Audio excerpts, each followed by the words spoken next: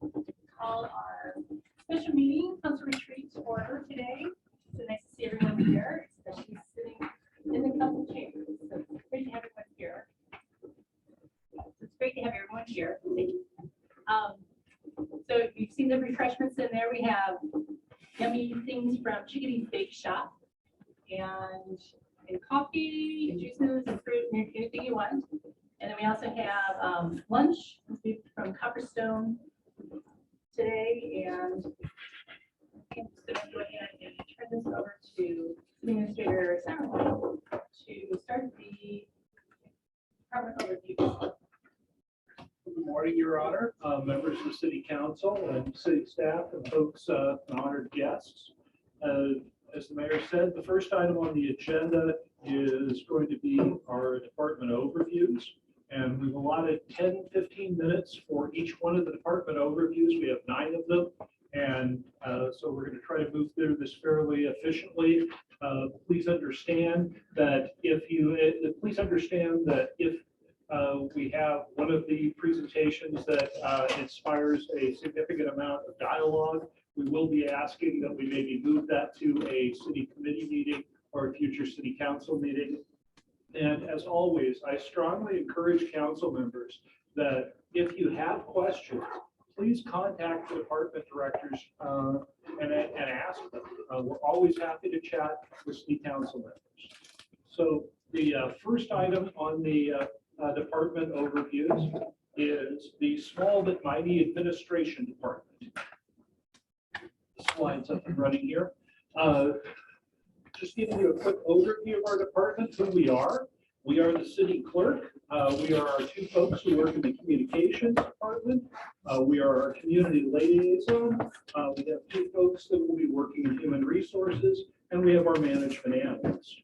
The mission statement for our department is just 3 simple words: building community together.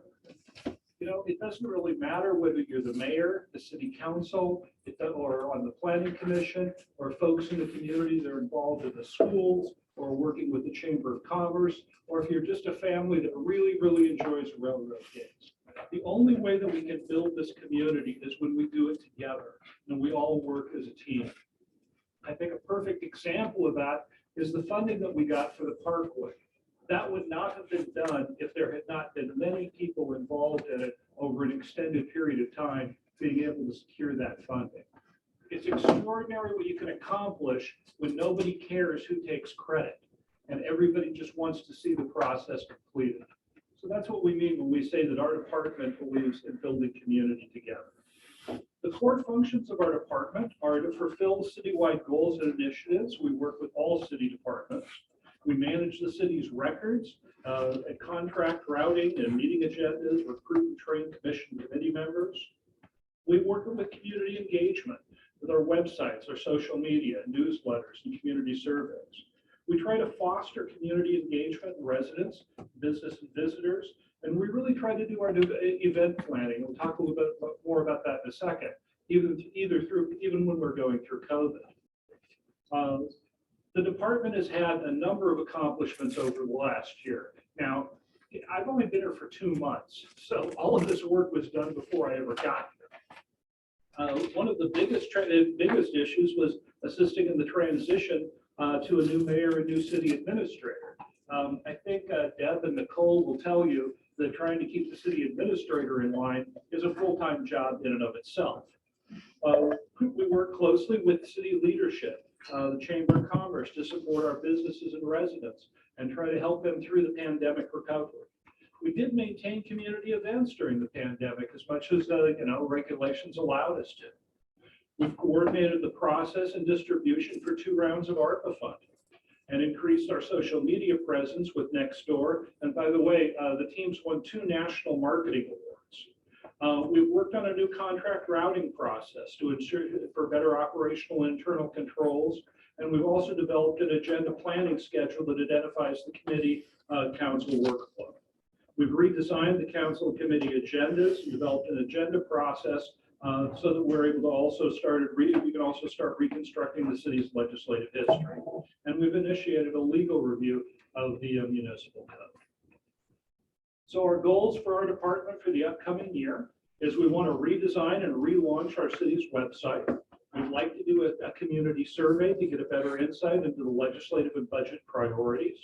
We've increased community engagement and want to share city staff and city council with the committee. One of the things we're hoping we'll be able to do is through newsletters and also through our social media is have opportunities to say, meet your city council members, meet your mayor, meet your police chief, meet some of the employees who really make the city work. You know, when you flush, it goes down, and when you turn the faucet on, it comes out. We want to give an opportunity for a community to really meet and have time, spend some time, you know, at least online with those folks.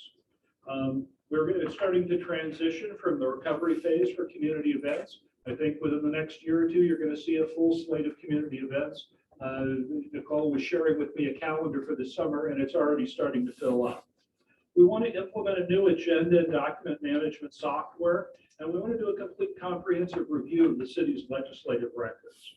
We're developing a commission and committee recruitment and training process, and we also are doing some updating in our public records request system. We're implementing a new, it's called Next Request. It's basically a template that allows people easier access if they want to apply for public records. The JLAC report, which is an acronym that I think only a bureaucrat could love, is essentially a report we're required to submit to the state every year that shows how much time and money we spend doing public records requests, and also the city clerks working on public records training for council and staff. Last but certainly not least, I wanted to highlight a little bit of our human resources department. A huge thank you to Fire Chief Mark, who has been willing to remain in the role of kind of human resources director while we're going through this transition. Who will be included in the department ultimately as a human resources manager and our current human resources assistant. A couple of the accomplishments that we've had in the last year is we've coordinated 3 successor labor agreement contracts without mediation or arbitration. Anyone who knows anything about public sector labor negotiations knows that that is a huge accomplishment in and of itself. We've implemented pandemic response policies that were initiated by the mayor and the city council. We've reorganized the human resources department. As I said, we're reorganizing it to have a manager and an assistant. So next steps for the department is really working to fill 11 vacancies. We have in 11 different departments during, I think any of you who are running businesses know it's a very challenging time to be out there recruiting and trying to hire people. We're modernizing our hiring process and platform. We're implementing a software package called NeoGov that a lot of cities use to make it very easy for people to submit their resumes and applications. And currently, kind of the big 2 that we're working on, along with folks in every department at this point, is we are recruiting for a finance director and a community development director. And we're also, as I said, hiring for an HR manager. If you know anyone who you think would be good for these positions, please let them know that we are going to be trying to fill them. We value not just public sector, but private sector experience. So with that, I'd be happy to take any questions you might have.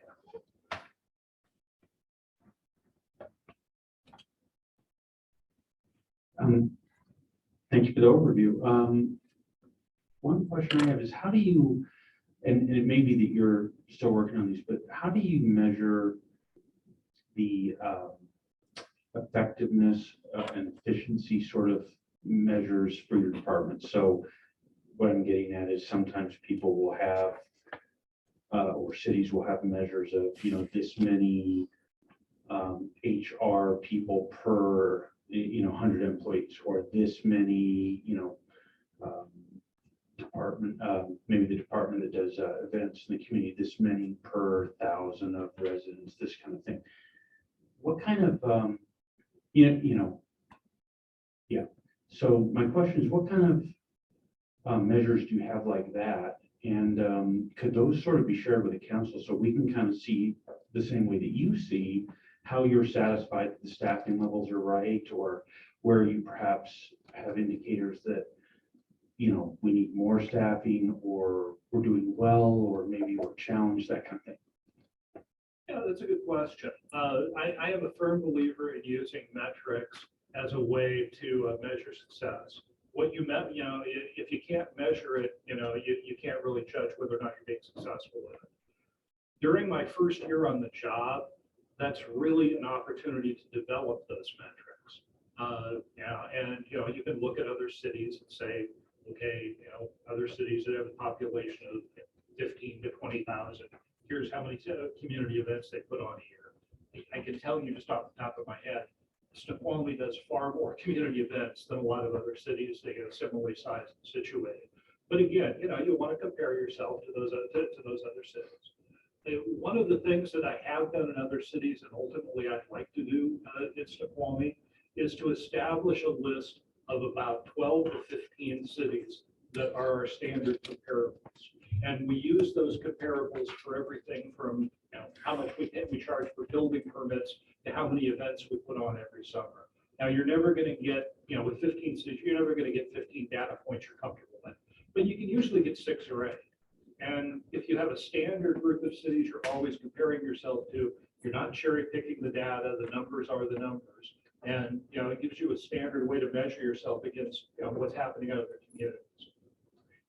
Thanks for the answer. That sounds fantastic. I think one of the things I sort of struggle with as a council member is how to sort of effectively evaluate these kinds of things that you're just talking about. So people who, perhaps residents or people in the community who aren't as familiar with running the city as you are, will sometimes go pick a statistic that they think might make some sense, and in fact, it doesn't make any sense.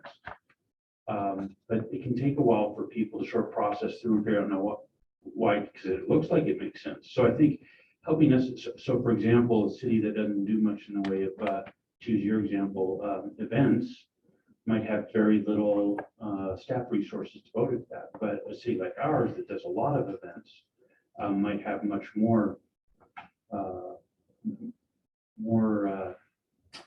lost my train of thought, more employees devoted to that. That's what I meant to say. So where we can kind of see the metrics that you're using, and as you say, you're going to be developing those and sharing those, as we can see those, as the community can see those, that helps them dial in, I think, more quickly to here's sort of the useful way of looking at that, and certainly how it's being looked at from those who are managing it. I think that'll really help both us and the community sort of get on board with the priorities and how the money is being spent and why it is what it is and so on. So that sounds great, and look forward to seeing what you develop.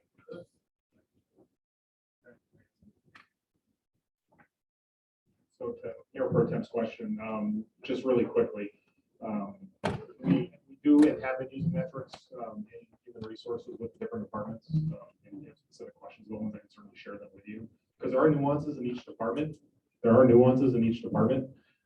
As an example, the wastewater treatment plant may not be comparable to a similar sized populated city. It may be a much larger city like Mukilteo or something like that. With human resources, we looked at FTE count within the city. What we found was it was between about every 100 employees is what we saw before, but when we reevaluated it, we found it was about for every 75 employees. That is roughly what the number of FTE count was for one HR person. So that's how we landed on this 1.25 FTE within the HR department, or 1.5 FTEs within the HR department. So we do use what Mike's saying, although it isn't firmed up in a policy. But we are doing that behind the scenes, so we can answer if you have specific questions about that. Certainly. Thanks for the offer. That's fantastic. I think that's really useful. One additional point I'd make is, to the extent we can publish those, whether it's on the city website or probably the city website, but to the extent we can kind of get that information out so that the community can see it, I think that helps both administration, the council, it helps us all kind of get ahead of the questions in the sense of we've shared the measures that we're using. So that instead of community members sort of trying to come up with their own way of measuring it, we sort of shared with them, well, here's how we measure it. And then sure, people have a different view. We can hear that and talk about that, but I think it really will dispose of a lot of the questions if we in the community can just see, oh, that's how you're measuring. Okay, that makes sense. Great. All right, any other questions? Mr. Sauerline. Here we go. That'll work better. First of all, welcome to the city. Everything happening very fast in the last couple of months. And we certainly appreciate to Chief Carrera's leadership during this time too. Mr. Sauerwein, what are your, as a new council member, it would be helpful, what are your top 3 priorities for the council that we can help in your transition or in your vision in your role here? Well, the number one, and I just default back to what I said was really our department's number one goal and our motto of building community together. Understand that we are in this together. We are a team. We don't have enough players here to make up 2 teams, guys. We got to work together. And that would definitely be my number one priority, is developing that sort of team spirit amongst both the council, planning commission, city staff, community, all together. My second priority, I think, is pretty obvious from the presentation. We are down on staff significantly, and so human resources and recruitment and selection is really a top priority for us. Now, I also have to say, and based on my awesome 2 months of experience, that all of the employees that I have talked to have been incredible. I mean, they've had this attitude of, yes, we're down on staff, but look at all the stuff we're getting done. Yes, we sure could use some help, but by the way, we're still getting the job done. And, I really appreciated that attitude. And really, my third priority, and this is really more personal, is I really want to integrate myself into the community. My wife and I have always had the attitude that, yeah, I'm the guy that works for the city government, but we live here too. This is our home, and citizenship creates responsibility. And so we both really look forward to the opportunity, to become part of the furniture and part of the community in Snoqualmie. So I've got a follow-up question. You bring a new point of view to your role, and obviously there's history behind how things have been done in the past. What is the one takeaway, the one thing that you think that would make the biggest change in how the city operates and how employees interact with department heads, and especially as you bring on new department heads, how do you see that kind of playing out, and what have been some of your successes in the past that you'd like to implement while you're here?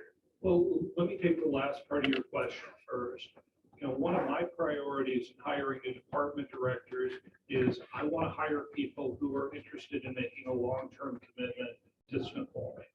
I'm not interested in hiring people who only want to use this as a way to bootstrap that really good job they're looking at with building. I want people who are going to be committed to this organization and want to be part of this. And, if somebody were to ask me, what do you see as the biggest issue that, Snoqualmie needs? Long-term stable leadership. I'll pick on Mike because he's sitting here. The Public Works Department has kind of been through it. And, in the mayor and my listening sessions with the Public Works employees, we definitely heard that, while Steve did a fantastic job, Ben did a fantastic job, they really feel like there's been a lot of turnover. And so one of the reasons that we brought Mike in is because he is somebody who is committed to making that long-term commitment to this organization. Now, as far as, what I see in Snoqualmie, one of the first things they teach in city administrator school is, don't relitigate decisions that were made before you got there. The organization is where it is and we move on from here. What I've heard from employees, and this is what we're trying to address by, as I said earlier, having, meet your city staff, meet your city council members, meet your mayor, is people feel disconnected from the folks they're providing services to. And as much as we possibly can, we want to integrate city staff. It doesn't matter whether you're working at the sewer plant or mowing lawns in the park. We want to integrate them into this community and make them feel like they're a part of it. Doesn't matter whether they live in, North Bend or Duval. You know,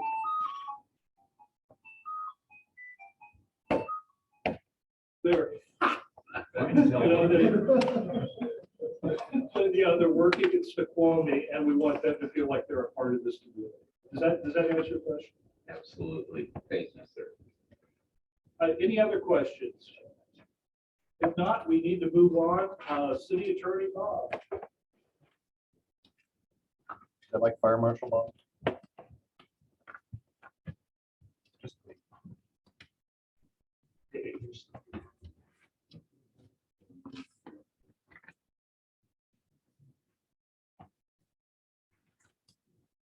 Thank you, Mike, and Mayor. Good morning, Council. And Carson, let me know if I'm close enough. Sound was? That's good. Okay. Okay, the mission of this legal department, pretty straightforward. Provide legal advice to and represent the city of Snoqualmie.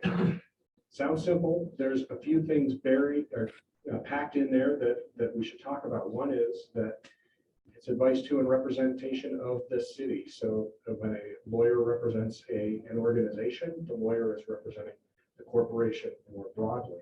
And so that requires from time to time a certain amount of nuance and navigation between perhaps separation of powers between the mayor and council, or between a individual city council member and the council more broadly, or departments versus the mayor. And so it's important for us to understand our role and who our client is, but also to communicate that to individuals so that folks know the goal of the representation. Second thing that's buried in there, perhaps, or tucked in, is the advisory side and the representational side. A lot of our work on a day-to-day basis is answering questions. Can we do X? How do we do X? What are the legal risks of a proposed course of action? Are there other options if something is sort of out of bounds, potentially? The second is the representational piece. If the city is sued, myself or the assistant city attorney will represent the city, or we may represent departments in administrative proceedings before state agencies, Department of Ecology, PERC, Public Employee Relations Commission, and so on. Third thing tucked in here is that advice and representation of an organization kind of makes us the last of the general practitioners from a legal standpoint. We're not specialists in intellectual property or software, or specialists in X. We have to, our day-to-day obligations cover the alphabet of administrative law, constitutional law, municipal law. I like to periodically remind folks I'm not an engineer, but sometimes I have to play one on TV. Wastewater engineering, software. In order to help our clients accomplish their missions, we have to understand and be conversant in what their challenges are. So that kind of layers on top of what we do on a day-to-day basis.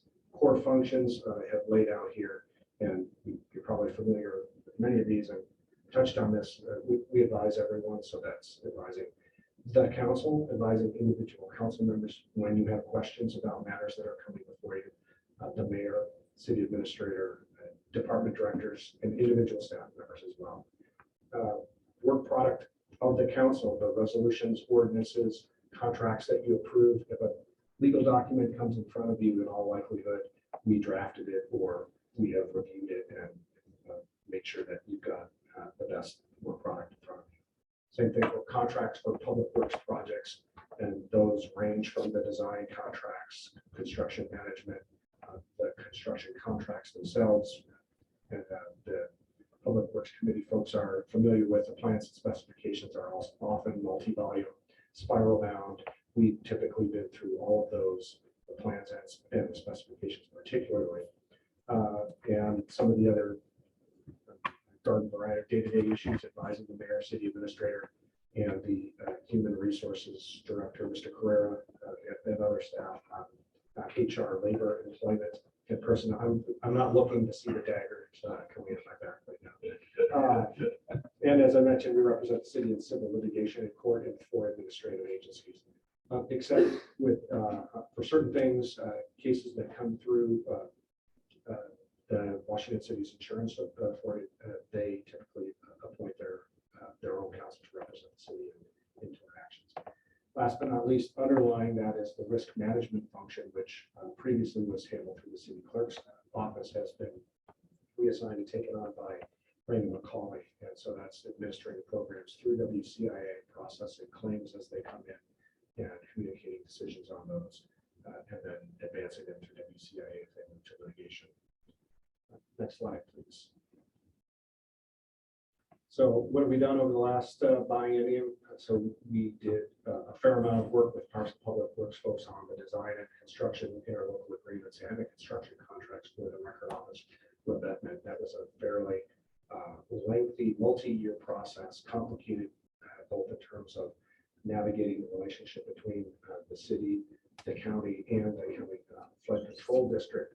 But then also it was complicated, as some council members will probably recall, supply chain issues, needing some advanced purchasing, and then making sure that assisting the staff and outside construction management folks in overseeing a complicated and potentially risky in-water construction project. Second big task, the vaccination and masking directive.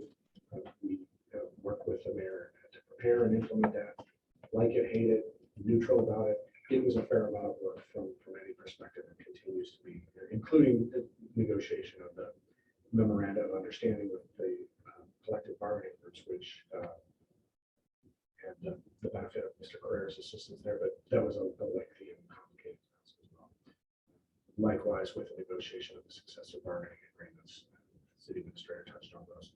Those were occupied a lot of last year and are ongoing. And then similarly, assisted community development staff with review and issuance of the final environmental impact statement for the mill site. And that is also an ongoing project. And last but not least, on the administrative side, Ms. McCauley, Yona's job assisting with the transition to the new city clerk and Ms. Estrada's onboarding, implemented DocuSign, which was a lifesaver during the pandemic for managing contracts and other documents, as well as helping with implementation of the next request public record software, which has also, I think, increased our transparency, but also assisted departments in managing incoming record requests and responses, redaction, particularly of potentially exempt records. Next slide, please. What do we have coming? As I mentioned, the mill site, the council will be seeing that project likely within the next middle of the second quarter of this year. That's ongoing. At least both of the parties, the applicant and the appellants, are represented, so it's fair to say there may well be litigation regardless of the decision, and we will oversee the legal defense of whatever decision the council comes to on that project. As I mentioned, the vaccine mandate related implementations, we are still litigating those. There are currently 7 different grievances that we are handling that are at various stages of moving towards arbitration. Council has asked that the mayor administration negotiate with WashDOT to transfer jurisdiction over the Snoqualmie Parkway to make it part of the state highway system. We'll be working on. Should be working with Mr. Carrera on negotiations, the successor Teamsters, CBA, and then of course there's the always extensive CIP, which we'll be talking about later today, and those projects will have some complicated bidding and construction timelines and tasks associated with each one of those. We plan to work in close coordination with Mr. Chambliss and his staff on all of those. That's what we are looking forward to. We are happy to take any questions about our operations or anything. We'll turn it over to the next Councilmember Holloway. Well, and before we started the pandemic fund, we had some effort going in on water rights. Yes, Don't see that on the list. We're still there? that is in the capital projects list. That is in the capital projects list of the water system plan update, which is moving through agency approval and will be coming back in front of council. And yes, I have been working with Mr. Chambliss' staff, and that's ongoing.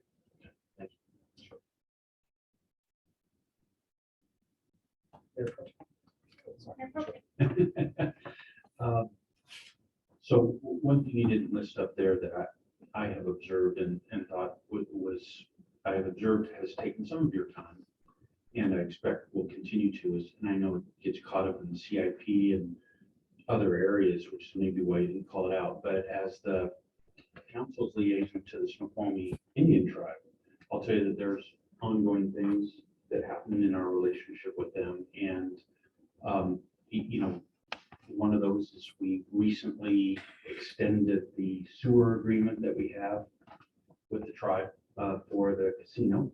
And so I know they were very pleased with that. I know you were involved with helping to craft the document that the contract extension. And so I think as we just kind of think going forward, all the things that are involved in that relationship all involve one aspect, which is how we, it's a term that's sort of fraught, but how we consult, how we interact with the tribe about things that we want to do and factor in concerns that they might have as a close neighbor. And as a party that has a significant interest in the whole Snoqualmie Valley, where their tribe is lived and where they're from. So I just want to point out that I've seen you be very helpful, not just in crafting the contracts and extensions to them, but also in this sort of broader idea of helping us figure out how we do this move towards a ever improved consultation process or interaction, discussion process, whatever we want to call it. And I think I just want to call out that I think you've been very helpful in that, and that does take a lot of your time. And so I think that's something we should all be aware of as well.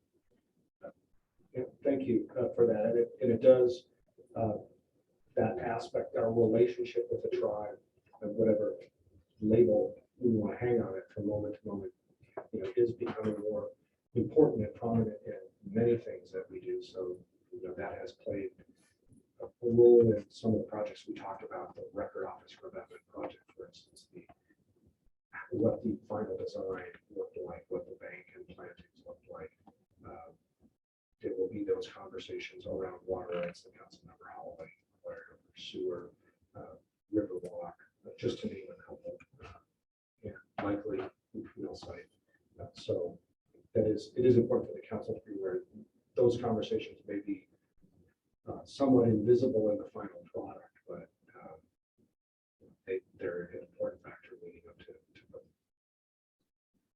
Okay, just to keep this moving along, we can move to our next presentation, community development. Jason.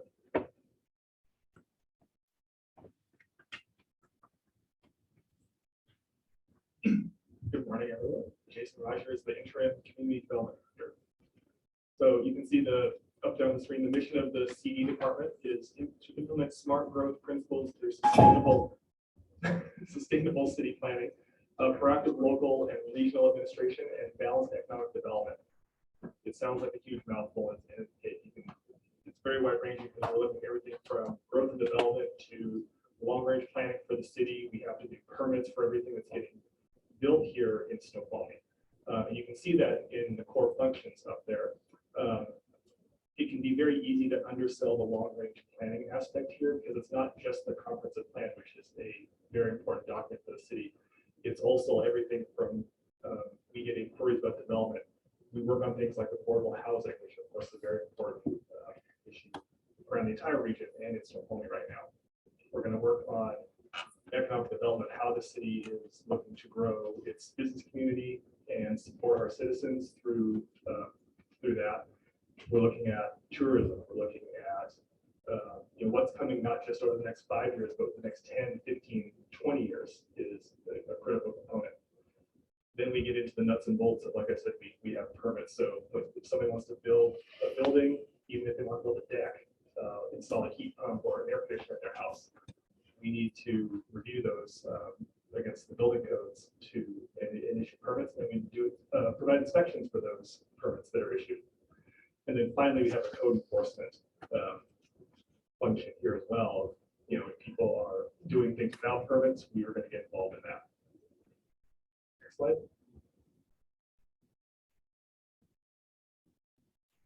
Oh, sorry. I realized I'm not looking at the Zoom screen here. That's okay.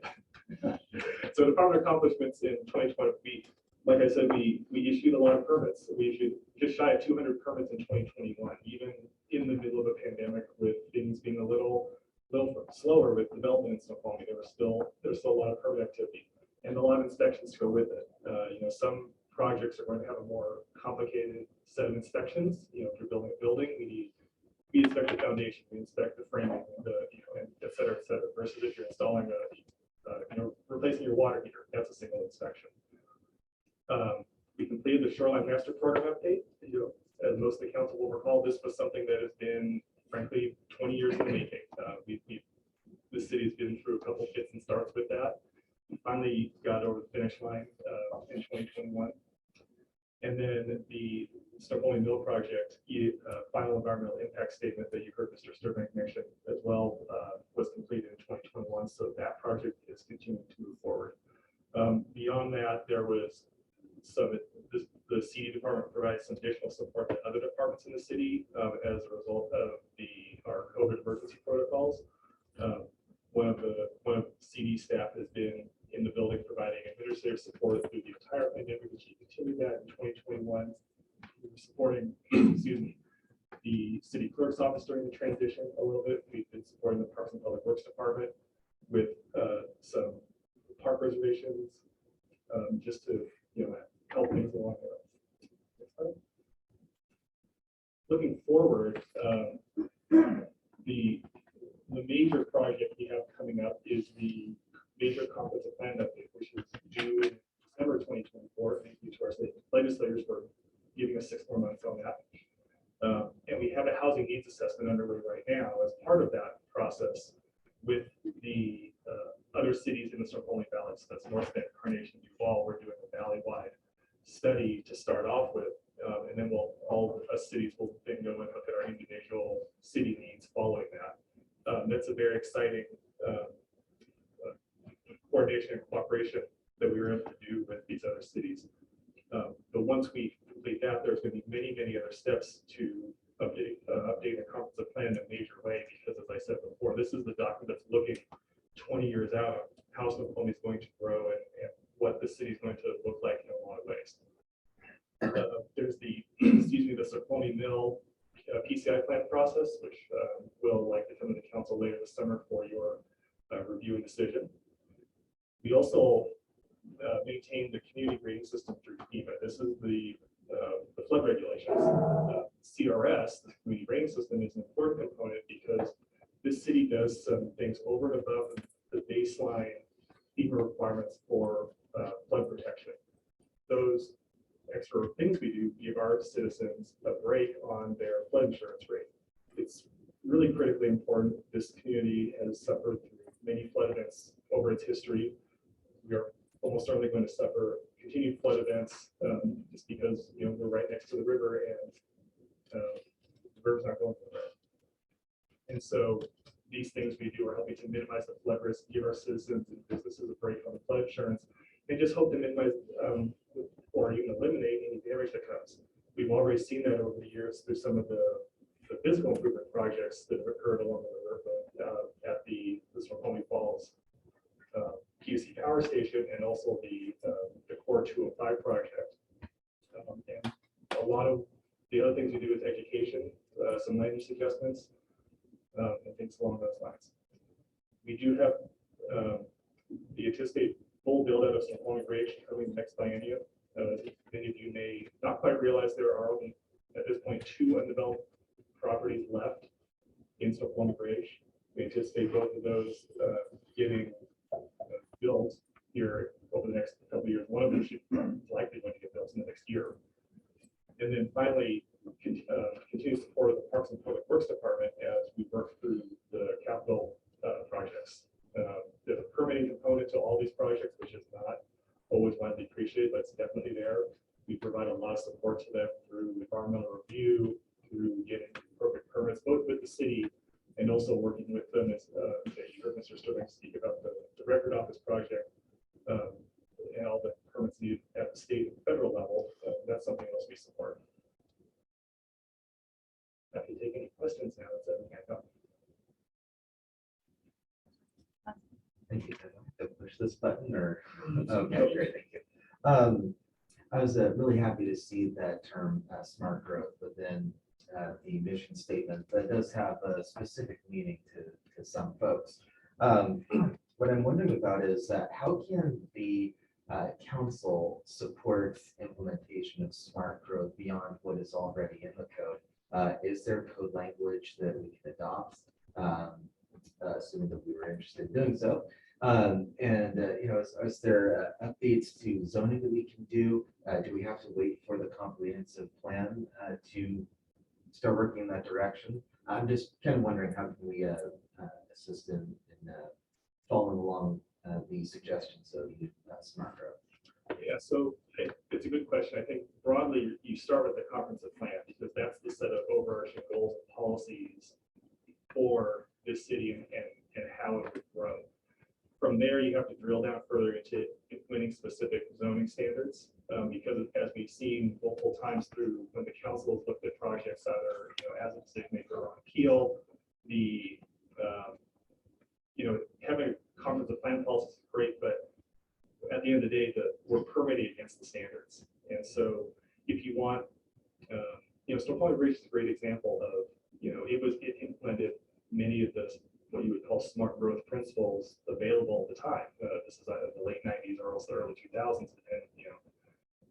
we're obviously many, many years past that now, but the council at that time said, we want to do it this way. And we were able to then take it from the high level and drill it all the way down into the specific development design standards for Snoqualmie Bridge to get where we want to be on that. And so that's really where the council is helpful to start up high and say, this is what we want to do. And then as we move our way down through the processes to make sure our neighborhoods actually end up looking like that, because we can have all the policies in the world, but if the code doesn't change, we're going to end up with the same, or rather we'll end up with things we don't necessarily want. And it's a common thing. You see it both in this city and other cities where we'll try something, we'll get one or two projects that say, oh, that's not quite working. So we'll stop and change course a little bit and fix it.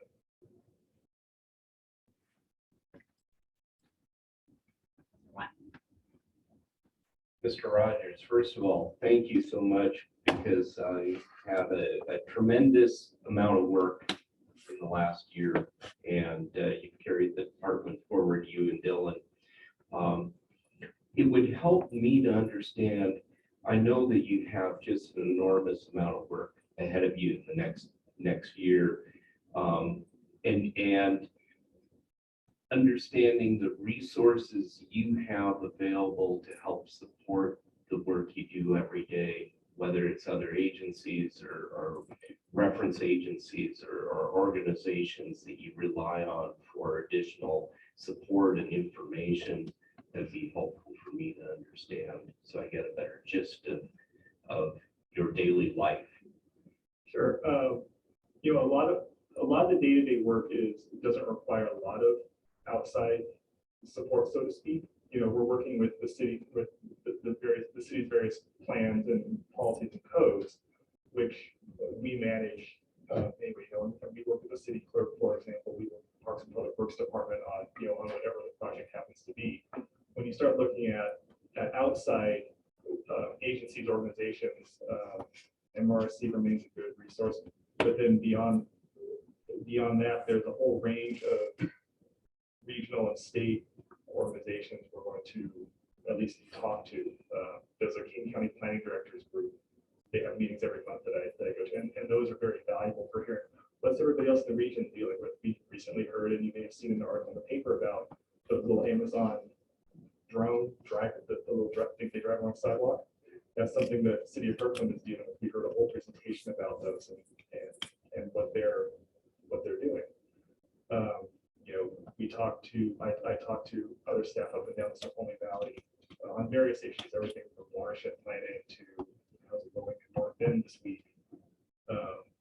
People at King County. So it's a lot of how we make that function is having enough time to do it. And you heard the city administrator speak to some of the hiring things, especially for the director position.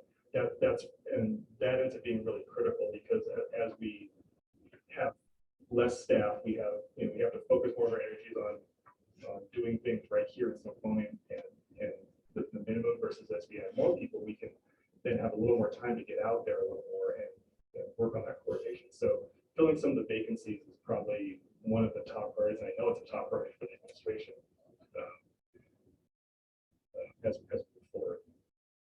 Did I answer your question closely? Yes, thank you, sir. Yeah, in the mission statement for the department, growth is an important part of what you're doing. There's a not insignificant percentage of our population in the city that are opposed to growth. Is there a point at which growth of Snoqualmie won't be part of the mission statement, or am I misunderstanding the term growth? I think I would say at the end of the day, a lot of how Snoqualmie does, or as the case may be, does not grow, ends up being a policy decision for the city council. In general, there's always been for various reasons, a desire for growth. It's growth for, to provide services to our citizens would be, I think, I don't want to speak for any of the current or former council members or mayors, but I think services for the community has long been a strong driving force behind us. We can, we maintain economic development, it brings in more tax revenue so we can continue paying for our, the public safety services that are excellent here, and paying for our parks and our utility infrastructure. We also, want to provide places to live for people who work here. We've heard a lot of talk about where do the teachers, for example, in this community live. Well, for better or worse, a lot of them are having to commute elsewhere. So what can we do to make it easier for them to live in the community that they also work in? And so that's a big one. Sometimes I think the growth pressure comes from external sources. One of the reasons Snoqualmie Bridge exists is because Weyerhaeuser decided they were done using what is today's Snoqualmie Bridge as a lumber, as a tree farm, and they were going to develop it. And this city decided, well, instead of letting Weyerhaeuser and King County develop it at, one home for every 3 or 5 or whatever acres, and just cut down everything on Snoqualmie Bridge for that kind of development, this city is going to step in, annex it, create all these standards to create the community we have today, which is, I think, almost everybody would agree, is probably a much better development than it could otherwise have been if we hadn't done that. So that's an example, like I said, of an external pressure coming to bear, but then we take that and we turn it around to benefit all of us. Going forward, this city's only physically so big. And I think we see that we'll reach a point where we're going to say, we're more or less done. But where that point is, I don't know. And like I said, it's really for the council to decide. We've seen that in some other communities around the region where they say, no, we think we're pretty much done. And well, we're going to do a little bit of growth in some certain specific areas to accomplish, because the population is still growing. People do need places to live, places to work. And that's the big pressure we're having to be able to respond to. We can't necessarily pull the drawbridge, I don't think. If we can interject as well, I think City Sterling, the lawyer, attorney, Thank you, Mayor. The other overarching principle and law that comes to bear here is the Growth Management Act. And currently, the city is required to plan to accommodate its share of growth that is projected by the State Office of Financial Management of those populations that go to King County, which through a regional planning process that parcels out components of that growth to each of the cities. And so unless and until that law goes away, there will always be some component of growth that the city is legally required to plan for. How you do it, and when, and what comes with it, those are the policy considerations for the council to decide, that Mr. Rogers was talking about. But there is a legal impetus behind that would prevent, as he said, going to the drawbridge. and if you remember, we just approved the CPPs, which is what our our growth targets are for the next years at council. Just a quick question. On one of your slides, you mentioned full build out of the ridge. It just caught my eye because actually in my mind, we were already at full build out, but I think you're just sort of getting to the technical fact that there's sort of 2 parcels left, I think you mentioned. Is for our purposes, we kind of think about budgeting and looking forward.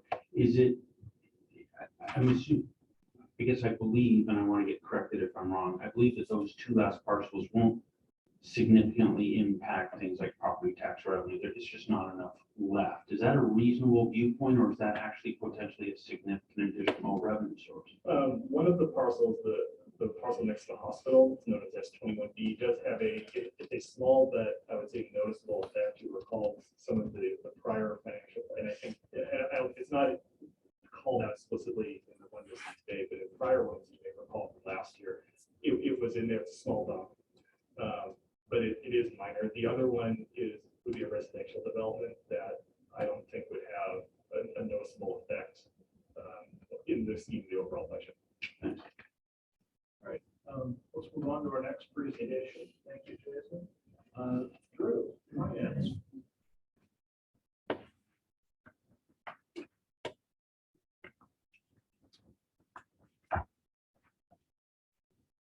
All right, good morning, council. Good morning, mayor. Good morning, city administrator. Glad to be here with you today. The city administrator likes to refer to the finance department kind of as the backbone of the city overall. In essence, we're connected to a bunch of different vital organs with all the departments that you see behind us.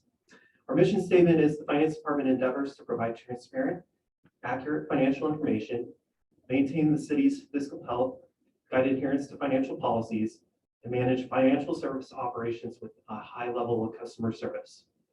Really, we're here to kind of maintain 3 perspectives: a retrospective perspective that looks back, a prospective perspective that looks forward, as well as we also live in the present moment. So we have a couple of employees, positions in the department that are often interacting with citizens on a very day-to-day basis. And so our goal really is to integrate all 3 of these perspectives into really guarding the financial resources of the city and making sure that we deploy them effectively to meet the needs of the city. Now, some of the core functions that you see listed here include procurement, payments, accounts payable, revenue and treasury management. When you're thinking of treasury management, what we're doing is we're taking the cash that we have and we're investing that so that we can earn a return on that money to help support the services that we provide. In addition, we're engaged in licensing and taxes, such as the business and occupation tax. For me specifically, I'm working primarily on the biennial budget as well as the capital improvement plan. We have to report financial statements to the state auditor's office every year. We're often engaged in debt management, which could also include the issuance of bonds. If you recall, for the council members that were here in 2018, we issued a pretty substantial revenue bond at that time. We're also often engaged with the IT department in making sure that the financial information system is working effectively. And then we're often working to make sure that we're planning for the financial future of the city and then providing customer service to anyone that needs assistance from us. So in terms of the positions that you see listed here, finance director, our financial services manager often works on the accounting side of the house for the most part, as well as producing the financial statements that we supply to the state auditor's office. The senior financial analyst that you see here is me. And so, like I said, I'm primarily working on the biennial budget as well as the CIP, overall, that long-term financial perspective. We have a senior account clerk that primarily handles accounts payable, an account clerk that primarily handles our utility billing, an office assistant that handles the business licensing, as well as business and occupation tax that we collect, an account that works with the financial services manager to reconcile our bank statements and so on. And then we also have a senior account clerk that handles payroll at the city. So overall, there's 8 positions in total. One position that you're not necessarily seeing here right now is an ARP coordinator. We brought on that ARP coordinator, and ARPA stands for the American Rescue Plan Act, I believe in December. And she's helping us in terms of distributing those funds. And we'll probably have further discussions kind of later as we get into this. Next slide. Thank you, Carson.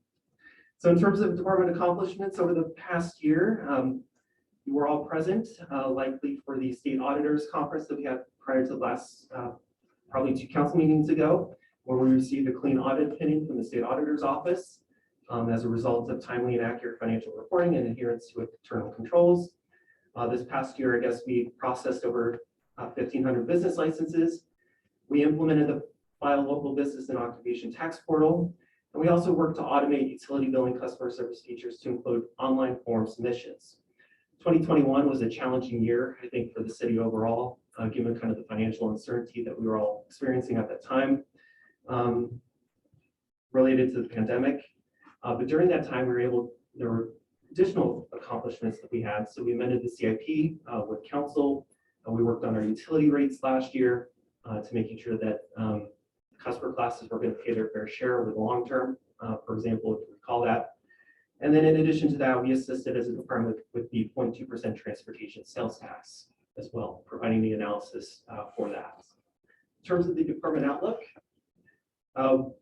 you guys may have heard that we are undergoing a software transition. We're hoping to move from Springbrook to Tyler over the next 3 years. Tyler is a new financial information system overall for the city that will help us to automate a lot of the processes that we kind of currently have right now. A lot of what I do is primarily based around spreadsheets using Excel. And so this will certainly be a big improvement in terms of the budget side of the house, but also it's going to really benefit us with kind of every other aspect too. Just to give you an example, I mentioned the File Local system, which is where if you are a business and need to report your business and occupation tax or pay that, you could do that online through this online portal. But part of the problem for us internally is we've got our office assistant that downloads that data, extracts that data from the portal, but then has to manually enter that into our Springbrook software system. So that's just one example, because in essence, our goal with Tyler is to integrate the two so that that is automated so that she doesn't have to go through that additional inputting process. For myself, if we're thinking about our CIP projects, for example, it's hard to track encumbrances. That's all done manually, for example. And so there's nothing that I have in terms of the system other than trying to do that by spreadsheet that can assist with that to get you guys the budget information that you need about how much we spent against the project or have encumbered against the project. In addition to that, we hope to develop kind of modern financial management procedures and protocols. As a part of the budget calendar that we're going to discuss later today, you're going to see a section for financial policies. As Mike Bailey kind of stated during his presentation, those financial policies tend to set the framework or the boundaries about which the finance department should kind of operate or which the city should operate in. And so that's going to be a really kind of critical component overall for the biennial budget that's going to come up. In addition to that, we're going to update the cost allocation plan overall for the city. It's been some time since we've done that, but I think it's important to produce a document that we can then share with council and say, this is how we charge for the services that say IT provides or our fleet provides to the rest of the departments overall in the city, making sure that that's transparent and known to you as well. It's a very complicated, right, process. And so getting that into a document, I think will be very beneficial. In addition to that, we're going to go into the biennial budget this year. As you know, we're introducing or bringing to you prospective or just kind of the beginnings of a CIP today for the most part. That's something that's going to kind of continue throughout the remaining of the year. We're also going to be distributing or looking to distribute our ARPA funds overall. And so that process and that work has been going on behind the scenes. We have a council committee that's supporting us through that process, and we're looking forward to getting those funds out the door to the people that need that. In addition to that, we're hoping to maybe look into some revenue options, and that will come up. This will really come up when we start discussing the financial forecast, for example, later, and that will probably be discussed as maybe some of the strategies that we want to look into. So with that said, I'm happy to take any questions you might have, and thank you for listening to me. Bob mentioned that he often has at least one knife in his back. The finance department, that's often two. So thank you.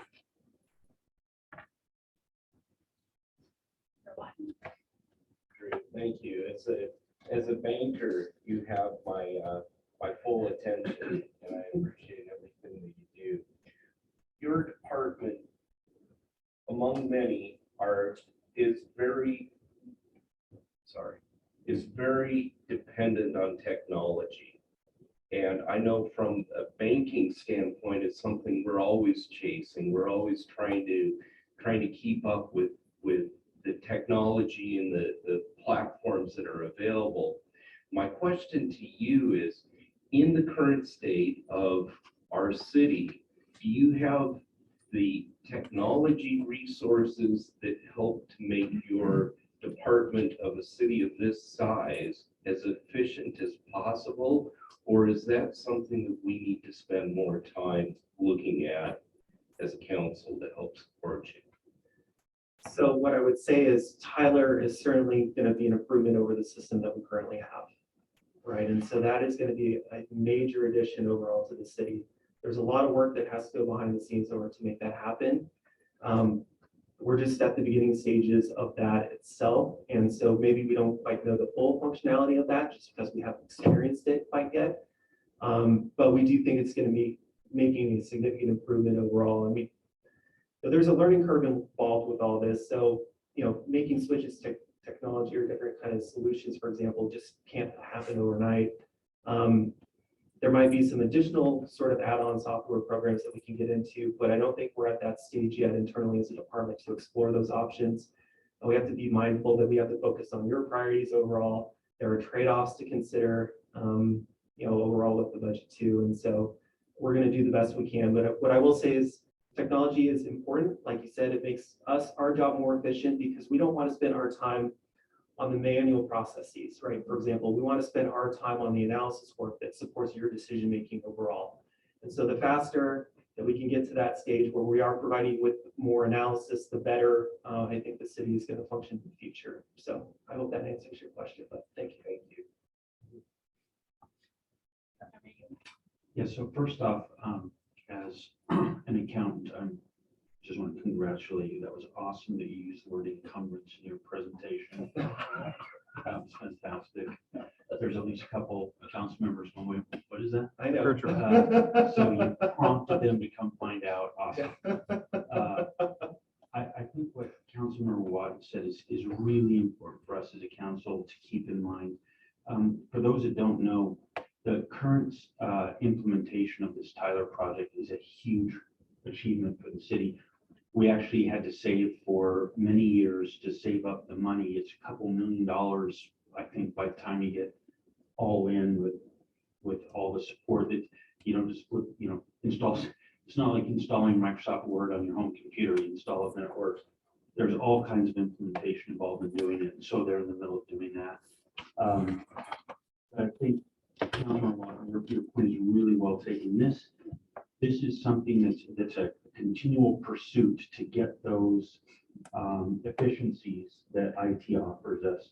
And perhaps the area where that most pays off in the city is in the area of finance. So I think that I hope we as a council continue to have that focus of how do we support that sort of endless pursuit. The one question I had for you is, and maybe it's a question more for Administrator Sauerwein, and for both of you, maybe this is something you'll tell us more about in the future, but I'm curious, do you have some experience with finance departments and measuring this question of how many should I have in the department? What should they be doing? How efficient are they? So sort of looking at head counts and the measures that you use to evaluate whether you've got the right head count and so forth. Just wondering if you have those kind of measures or if you're planning to develop those. And again, similar to what I said earlier, if those can be shared with council and maybe with the public so they can understand.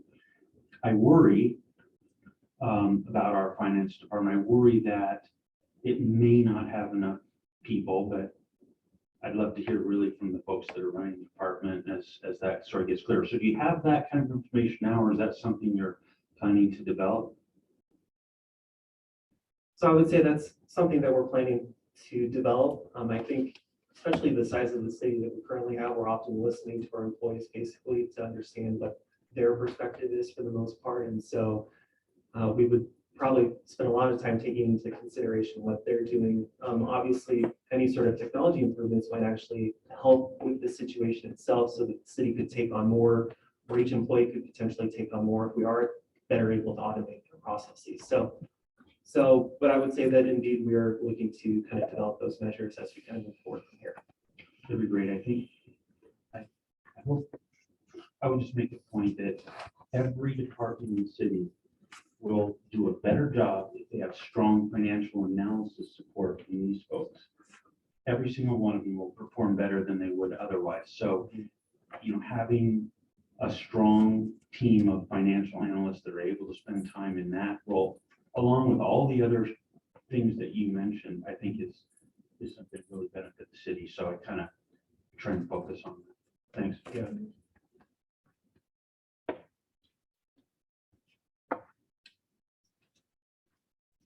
All right, fire.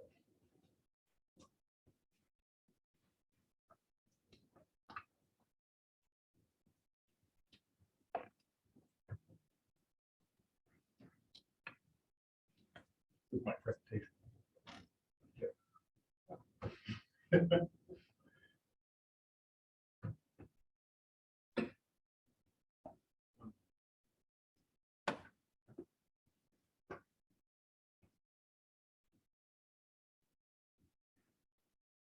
Good job on upping your uniform game today.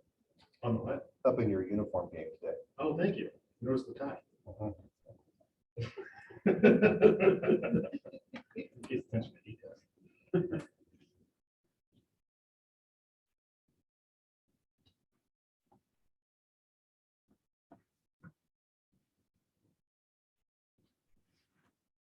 While they're working on that, I can actually get started because I do have a little bit of a run-in.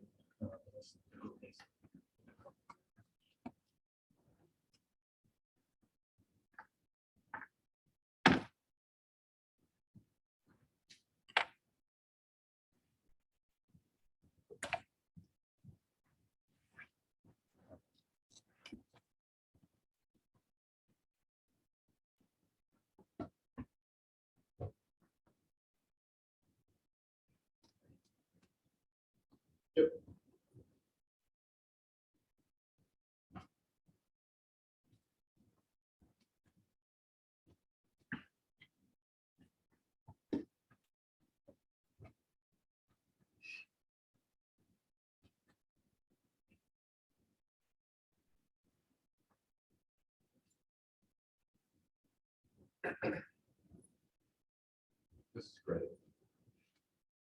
It's riveting. Thank you. The mustache. It's hard to go after finance and planning.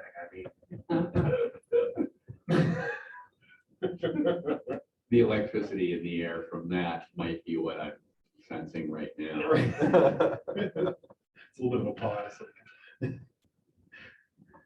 Anyway, I'll go ahead and get started. For those, I know all the council members and the staff, it's great to be here today. But for those who don't know me or maybe watching this later on down the road, my name is Mark Carrera. I'm the fire chief for the city of Snoqualmie. I want to talk about the fire department today. We're going to use standard format here, but if you could just go back to the original slide. You'll notice on the right-hand side, we put our patch on the left-hand side. This is pretty standard format that we use in the department. But on the right-hand side, there's a little button. And that button is the Center for Public Safety Excellence, Center for Accreditation International sticker that agencies that have achieved accreditation get to use. So we achieved accreditation in 2019. It's good through 2024. Some of you have already heard this, the newer council members, when they took the time to meet with the staff in the fire department. But what accreditation is it is a process that we went through over multiple years that allowed us to improve the services on all levels in the fire department. It required us to look at about 232 performance indicators, and we had to actually speak to each of them. If we weren't achieving them, we had to speak to how we were going to achieve them. And moreover, to receive accreditation, we had to hit 82 of those. We had to have those programs implemented. So there's only 5, I believe now 6 after last week, fire departments in Washington state that have achieved this level. We're in the top 1% nationally of all fire departments. And I don't want to glaze over that because it is something that we're really proud of in the fire department. We are the only combination fire department, and what a combination fire department is a part volunteer, part paid, and career staff fire department in Washington State that's accredited. So it's one of the highlights of my career, my 30-year career of sitting in front of the accreditation panel and having the chair of that panel say we are hitting above our weight class. So our goal here is to try to maintain that over the next, and you'll see that in these slides here. So we can go to the next slide. I just want to kind of highlight that it is kind of an interesting and what drives our systems is our accreditation process. So our mission statement, this mission statement and the core functions that you see on this page were part of our community strategic plan that we were required to do as part of the fire department. This was our second strategic plan. The first one was written in 2015. I actually led that effort in the fire department. And then the second one, we brought in a company called Emergency Services Consulting International, and they led up our process. This mission statement was designed by the community and our internal community, including the firefighters, as well as our external community members that attended the process. It sums up what we try to do on a regular basis, and it gives us the direction or barometer, if you will, that we're pointing towards. The core functions, you'll also notice there's a bar chart next to that. These are the areas that our community wants us to focus on. This was the information that we received from the community as what's important to them, and this drives our systems and decision making. So I know there's a discussion that's going to be coming up on strategic planning, and I will tell you that the fire department, and this plan was adopted by council in 2018 when we implemented the 5-year plan. We're going to be going back out here in another year or two to do that, the next update. It probably has been one of the most valuable tools within the fire department to get us to be the top 1% of all fire departments in Washington State and nationally and internationally, frankly. Our org chart is on the right-hand side. We're a small organization per se. I don't want to overshadow the fact that we do have about 35 members within our department, although you mostly hear about the 12 or 15 that are working either on the line or in the administrative offices. But our additional 20 part paid volunteer EMS responders and firefighters, that's what we're budgeted to. We're currently at only 10. They provide a great deal of service. And when the public safety levy was passed a few years ago, our goal was to maintain nationally recognized standards at 3 firefighters on duty 24 hours a day, with a 4th firefighter on duty at night. Those are our high-risk times of the day. And we are achieving that. We are measuring that. We are falling short of the 4th firefighter at night because of the number of volunteers that we have. And I'll speak to some of those challenges that we're experiencing. Go to the next slide.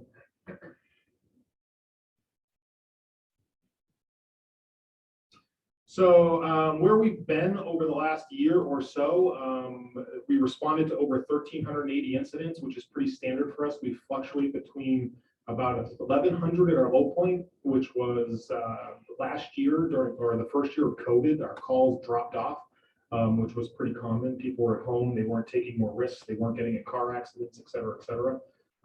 People were also somewhat fearful of going to the hospital because of the COVID outbreak. So it really caused us to drop off our calls, but quickly it rebounded, and now we are 32% over 2020. And this was the highest year of responses that we've seen. The information that's remaining on there, I just want to highlight our 2 mass vaccination events at the Snoqualmie Valley Hospital, which some of you actually participated in as well. We were part of the planning for that, and we also hosted some events at the fire station and continue to look at that as an opportunity. And we were proud of the fact that Snoqualmie has one of the highest vaccination rates, over 90% for both vaccinations within the state. We feel like we're part of that in King County. We re-signed our Echo Glen. We have a contract with the Echo Glen facility where we provide fire and EMS. It's actually located outside the city borders in Fire District 27, but we are the contract agency for that facility, and we do respond there quite regularly. And on emergency management side, we've been managing the pandemic disaster for the last 2.5 years since it began. And we've been doing that with the existing staff, as well as when we have other disasters that pop up. We have to deal with those as well. So the charts that you see on the bottom, those are a new way that we report our information. This was done through accreditation. Beyond what we save from a property value side of things, we also look at what was lost. We also look at what we saved. So as an example, on Fairway Place, there was a multi-alarm incident a couple of years ago that burned one house, which burned it under construction, actually burned twice. Yeah, ironically, but the property value of that was over $1 million for just the structure itself. But that fire, when we arrived on scene, was impinging on 2 other buildings. And the firefighters' quick action, we had 4 firefighters on that night. They were able to deploy lines on those structures, and we saved an additional $4 million of property that evening. So although there was a large property loss, we also try to focus on how we're actually saving the property. We're starting to use that as performance calculations to the Mayor Pro Tem's comment earlier about outputs and outcomes. These are some of the outcomes and outputs that we measure as an accredited agency. You can go to the next slide. So what we have coming down the road, one of our biggest challenges in the fire department right now that we're trying to solve is the amount of workload in the administrative side. We have accreditation that we're trying to maintain, training, volunteer coordination, expansion, and fire prevention. I do have a memo ready. It's in draft form for the mayor and the city administrator to consider about adding an additional person there. It includes also a funding solution to that problem. This has been an ongoing challenge. We've tried multiple different things. We actually proposed it to the administration in 2018, and it was not a part of the budget, which we understand why. But at some point, we're kind of at a tipping point. Part of the reason why our volunteer force is suffering is because we don't have good, solid leadership in that position. We don't have a daytime person that can manage and lead up that program. We've tried multiple solutions for it, and we've just continued to fall short. We're also moving out of our Zone 3 training consortium. Our primary mutual aid partner, and the reason why we went to Zone 3 was because they were part of it. Now they're withdrawing from that, so we're kind of left on our own to handle our training system. And that's by RCW, we're required to train commensurate with our duties. And without that person or without that program, we're kind of left high and dry. It's creating a great deal of risk that concerns me as the fire chief for the community. Our goal over the next year or two is going to be to maintain accredited status. We also have our strategic planning update, which we're looking forward to diving into. We're kind of closing out those efforts that were in there, those objectives and tasks that we were accomplishing, and focusing, as they say in our strategic plan, focusing on the wildly important, because other things can consume our time. We want to focus on those high level things, and the strategic plan does that for us. We have our Washington State Rating Bureau, similar to the CRS program that we actually support with the planning department. Our Washington State Rating Bureau is coming up this year again, and that affects everybody's homeowner's insurance when it comes to fire insurance. Whatever our rating is, we're actually a Class 3 fire department. We want to maintain that Class 3 fire department, or additional costs will go out to the homeowners. On emergency management side, we have our comprehensive emergency management plan that's due for an update in 22 and will be submitted to the state in 23. That's another RCW requirement. With the staffing changes and reorganization, it is timely that we need to update that portion and reassign some of those duties to the other newer staff within the organization. And then more importantly, and you're going to see this later on in the CIP, we need to replace our 2009. We're not replacing our 2009 fire pumper, but we need to move our 2009 fire pumper to the back and replace our 2004 fire pumper. We've got kind of a schedule that's off kilter, but the 2004 vehicle is actually due for replacement, and that is more of a priority actually over the ladder truck. We've identified the ladder truck a few years ago. We do have some thoughts on how we could potentially fund that. We also recognize that there's other competing interests for those precious funds. And I think that's it, correct? And with that, I can certainly take any questions that the group may have about the fire department or emergency management.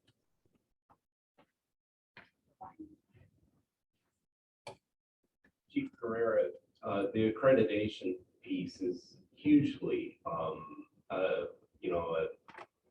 attributed to your leadership and Chief Bailey as well. Are there some takeaways that other departments can use in that process of accreditation, that it's not just limited to our fire and emergency services? With departments within the city? Right. Sure. Yeah, no, that is a great question. And first of all, I will say that the accolades of the accreditation process, although I would have the pleasure of being the fire chief and got to sit in the seat, I'm more proud of the fact that the entire organization engaged in that process and was successful in that. Really, the accolades goes to the entire organization, and our accreditation manager at that time was Jake Fouts. Captain Fouts led that process, developed that process, and then implemented that process successfully within the organization. But yes, there's a lot of best practices that come out of not only the departments, but the city as a whole that they can learn from the accreditation process. The Mayor Pro Tem has already talked about this a little bit with outputs versus outcomes, establishing those performance standards, creating a transparent environment. When I come up and talk to the council or I talk to the community, I'll talk about, hey, we need to get to your scene within so many minutes. And the reason why we need to get to that scene in so many minutes is this, this, and this. Every single department could actually benefit from that. I'll even say that if you haven't determined this yet, I'm a huge advocate of strategic planning. I think it's a much more efficient and effective way of accomplishing the goals and the objectives within the city. It points to the budget process and becomes that it's woven into the moral fabric of the organization and allows it to create a much more efficient way of accomplishing the goal, in my opinion, accomplishing the goals within the city. So most definitely, a lot of the principles and parts that developed our accreditation model could be used in other departments. And in fact, there are other larger departments, police, public works, they all have accreditation models as well. But they're all built off of those similar principles, and that's identifying what are the best practices and how do you achieve those. Thank you.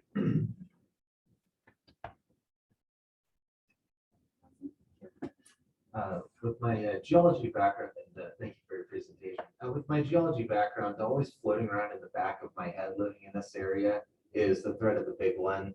You know, should we ever get a huge cascading earthquake in 8.0, or let's hope that it never gets up to a 9.0. I'm just curious, do you think that we are as fully prepared as we could reasonably be for the immediate city response while we wait for what would be surely a massive federal response? But before they get here, do you feel like we're as ready as we could be, or is there more that we can do as a council to help get the city more prepared? Yeah, no, that is a great question as well. We are, I will say, adequately prepared for a disaster of that magnitude as best that we can. This region, as you would imagine, would be incredibly impacted by that. We would be on our own as a city functioning with the resources that we have and responding to those events, and we do practice those. The way we could be more prepared for those events would be to have additional exercises, additional drills. Our biggest challenge is the staffing. I talked about that administrative staffing side of things that pulls us in a lot of different directions. Whether we have done this in the past, we did a tabletop exercise both with North Bend and Snoqualmie. And we invited the tribe, we invited a lot of different partners in that event to the hospital.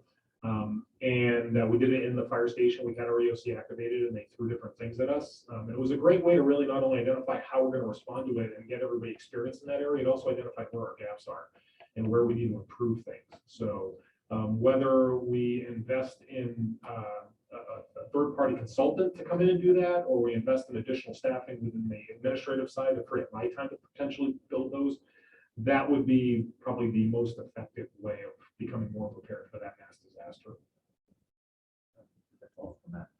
Yeah, I think that what we may have seen in some recent large disasters of sorts, perhaps at the national scale, is that we aren't always fully prepared for these kinds of things. And once one event happens, we tend to kind of forget about it by the time the next one occurs. So I'd encourage us to just keep that in mind, that we make ourselves as ready as we can.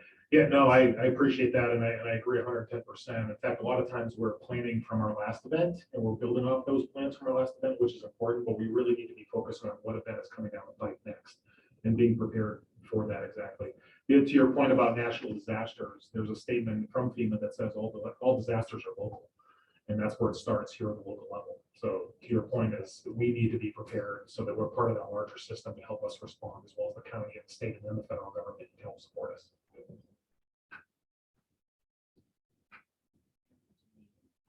So I'm just confused on the performance measures. I thought one of the key measures in comparison to the police department was donut deliveries per station per year. Is that, evidently that's not a key. I'm mistaken.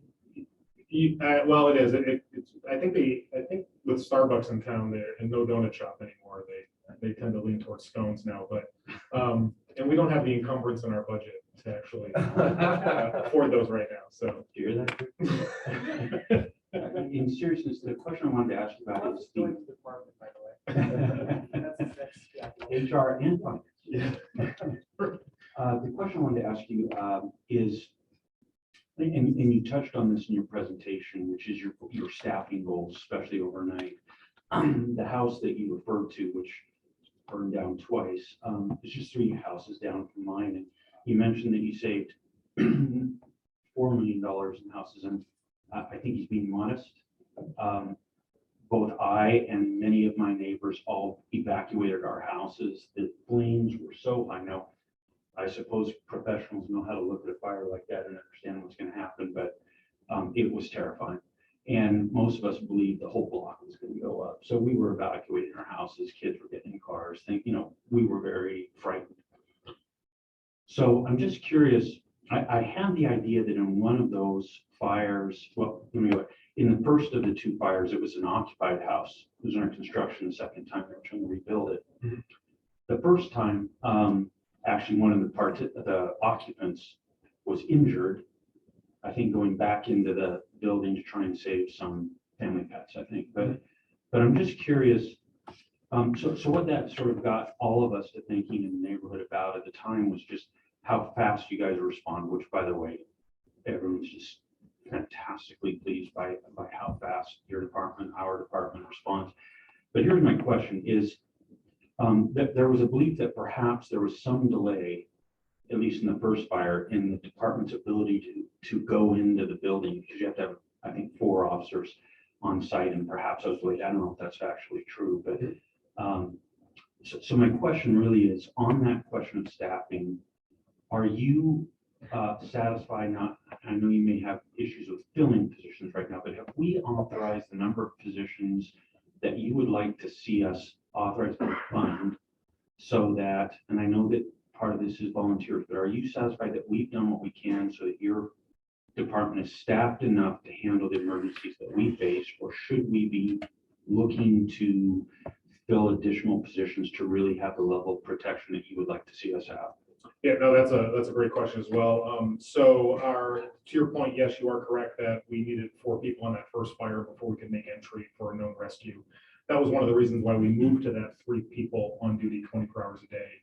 And then we have that 4th person at night during those high risk times. And then when that second resource gets, so these are state laws that we're required to function by, because there's been a lot of risks that are being taken by firefighters, and they'll still continue to take those risks during those types of situations. Regarding staffing, you notice the call volume, the 1,380 incidents.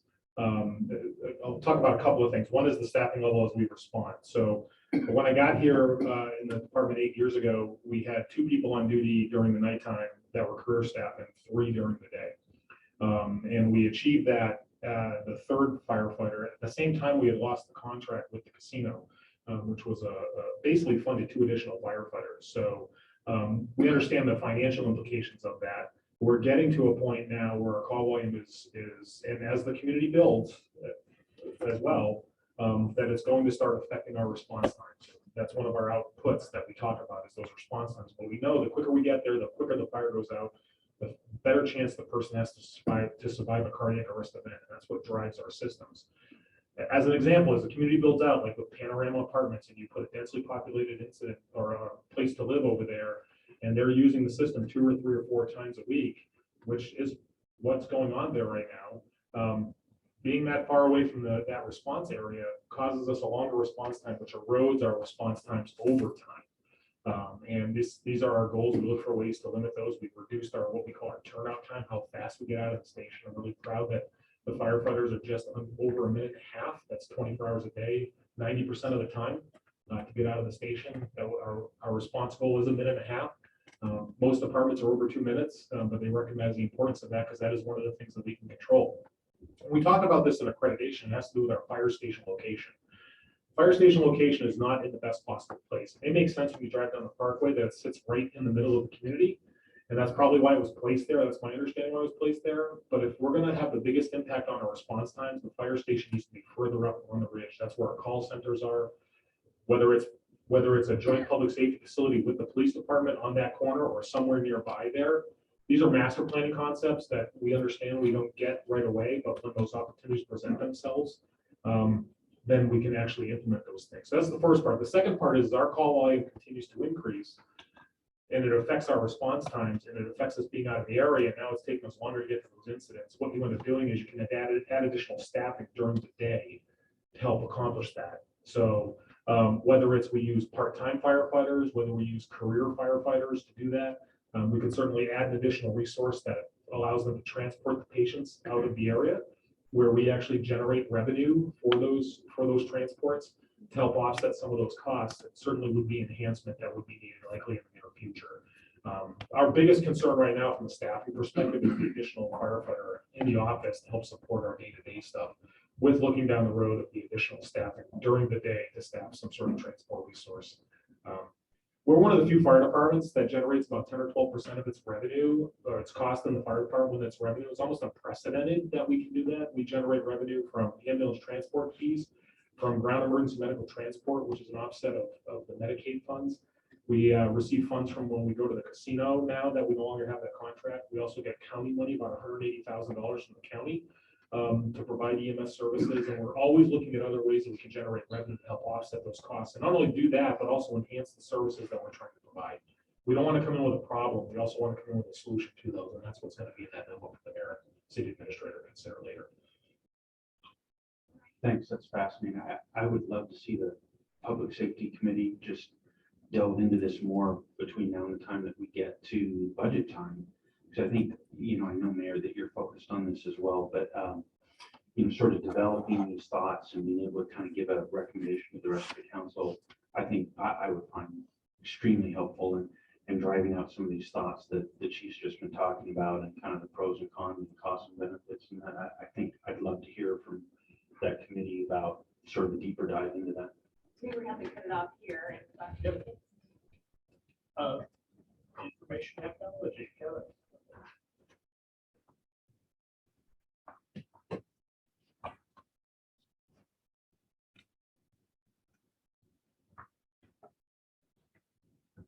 Good morning, council members, mayor. Kevin Smith, your IT director. So I'll start off with our core functions. We provide most of that. If somebody else is the organs of the city, we're the nervous system. Nothing really happens without IT, and we try to connect everybody to the systems they need. Continuity, email, communications, their computers, the backbone, the financial system. And we do that with actually, although it shows 7 staff underneath the IT director, we do it with 3.8 who are dedicated to IT support. And that means our ERP program manager, she is fully dedicated to the successful delivery of our new financial system. We have an ILA with Duval where we provide 48 hours of support per week. So we have one entire headcount dedicated directly to Duval until December, at which point they will roll hopefully to employment with Duval. One of our other staff members provides an additional 8 hours on top of his time. So that takes him out for 0.2. And then we have our senior assistant administrator, our 2 additional administrators, our help desk support person. In this last 2021, as we pivoted away from some of our other systems like our virtual desktops, that's made our job very difficult, support remote workforce. And so we've kind of seen some interesting side effects come out of that. One of those side effects is you'll see that we had 1,339 service requests in 2021. Part of that is because people work remote, we're able to assist them with hands-on equipment. So we don't have either staff in the department to help them when they're here, or they're remote and we can't put hands-on. So people have reduced the amount of tickets they're submitting. The other issue we have is we tend to implement overly complex solutions in a technology department. Sometimes technology is seen as a solution to every problem, and it's a blunt instrument at times. Our ticketing system has approximately 68 different selections that you're submitting a ticket. One of those overly complex implementations where it actually reduces our staff's desire to implement it, to submit a ticket, to the point where I think everyone can attest. My common mantra when they ask about a problem is, have you submitted a ticket? And I get that blank stare of, yeah. It's been a problem and we're actually working to address that. Some of our bigger accomplishments, we partnered with finance, HR, and public works to get this ERP project kicked off. Each of those departments is a key stakeholder in the final deliverable for that project. Finance being the first one, and it's been a great partnership so far. I hopefully everyone's pleased with our HR, with our program manager and her reports to the council. I think she's doing an amazing job. I'd like to just call her out for more. We migrated to the Civic Clerk platform. Many of you may not be aware, but our previous platform for agenda packets was written by our former IT director, and he left without a whole lot of cross training or documentation, and that system was crumbling. I think we currently reboot it about once a week. It's in such a state, so our transition to that new software is none too soon. We partner with facilities to identify and correct several deficiencies in our IT infrastructure around facilities and our power supply. We are currently at 99% of our consumable power in our data center at the police department, and we are currently pushing about 92% consumed here in City Hall. In 2020, we had an outage due to plugging in some additional equipment to transition off of old equipment, and we blew our circuit. So that took out some equipment and required us to contract for additional power to be full. We're currently pushing the capacity of what we're able to get into our data centers today. So we'll be pushing some changes to our infrastructure as well as next year. So some of the outlooks for this year, I mentioned overly complex and technically difficult to implement solutions. Our virtual desktop infrastructure is one of those. Our staff is 3.8. It was sold on the idea that would reduce staff time in helping support this, and that it would be a more cost-effective solution. When you pencil out the amount of investment we've made in infrastructure and licensing for that solution, it usually comes out to break even about 300 employees. We currently sit at about 137. So from a cost per employee perspective, that's not a great spend of our time. And our staff, none of our staff were trained on how to implement this, to administer it, or to support it long term. So one of the things, and COVID brought about, one of the biggest weaknesses of that infrastructure is that we can't deploy it to people's homes for remote work. So as we prepare for future issues, I've heard many disaster recovery scenarios, as well as the specter of another wave of COVID hitting and evacuating City Hall again. We're moving to more desktops, laptops, so we have a more mobile workforce. That'll be some of the spend that we see over this year. We're working on ways to continue to utilize the capital expenditure we had to this point. All the Zero clients or the terminals that we use for virtual desktops, those can actually be utilized as additional monitors for staff as they want 2 monitors. We'll be utilizing those recent assets for that. And our server infrastructure we put in place to support that will be utilized for our virtual servers we run most of the city business off of. So we're not walking away from a capital investment. We're just we're moving it to something else and making it usable somewhere in another capacity. For infrastructure that is beyond life cycle. I came to the city and a large part of our systems that run IT were either 7 years old, which is the life cycle that they're planned for, or older. Our phone system that we lost in 2020 was actually 12 years old.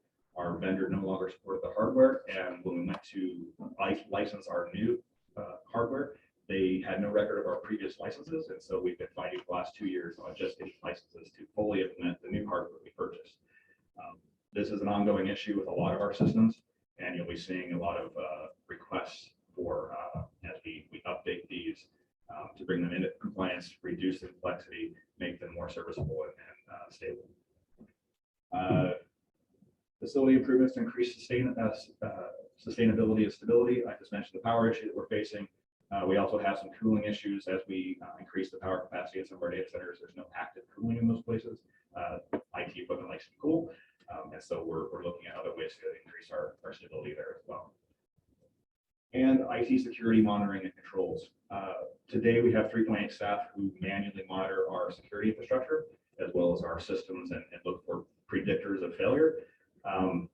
That's great, but as we've seen over a 400% increase in cyber attacks across the United States, and with current geopolitical issues going on that increase that risk even more, we're looking at solutions like I think previous directors have brought forward FireEye. We're looking currently at Darktrace, who was the one who helped FireEye actually capture their breach a couple years ago.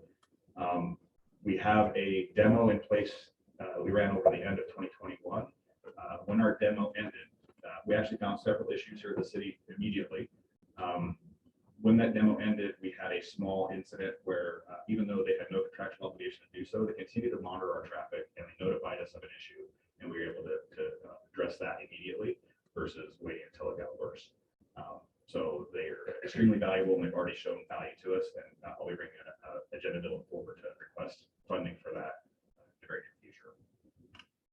We also are asking for server monitoring solutions to allow us again to look at predictive failures and not wait for something to go dark before we address it. And that's the type of solutions I'm looking to implement to give our staff 24/7 eyes instead of just when we're in the office. With that, I'll open up to any questions.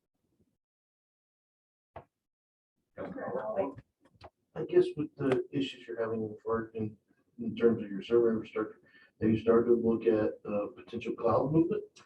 Yes, you're at. That is one of the strategies we're looking for. Our current or the ERP that we're implementing will all be cloud-based. Yep. A large part of the monitoring infrastructure we're looking at will be cloud-based as well. And then we're looking to possibly move our building access and controls. Those are about 12 years old. We currently have a corruption in our system that we have to get rebuilt from ground up. We're looking at a solution that is a cloud-based solution for that, as well as the video monitoring system that we have for PD. We'll be moving to a cloud-based solution for that as well. We're looking to cloud-based. So yes, it is part of our stance, but for stability and uptime with our current internet service providers, King County INET, we want to make sure that we keep core infrastructure here on site so we can provide services to people looking at this town.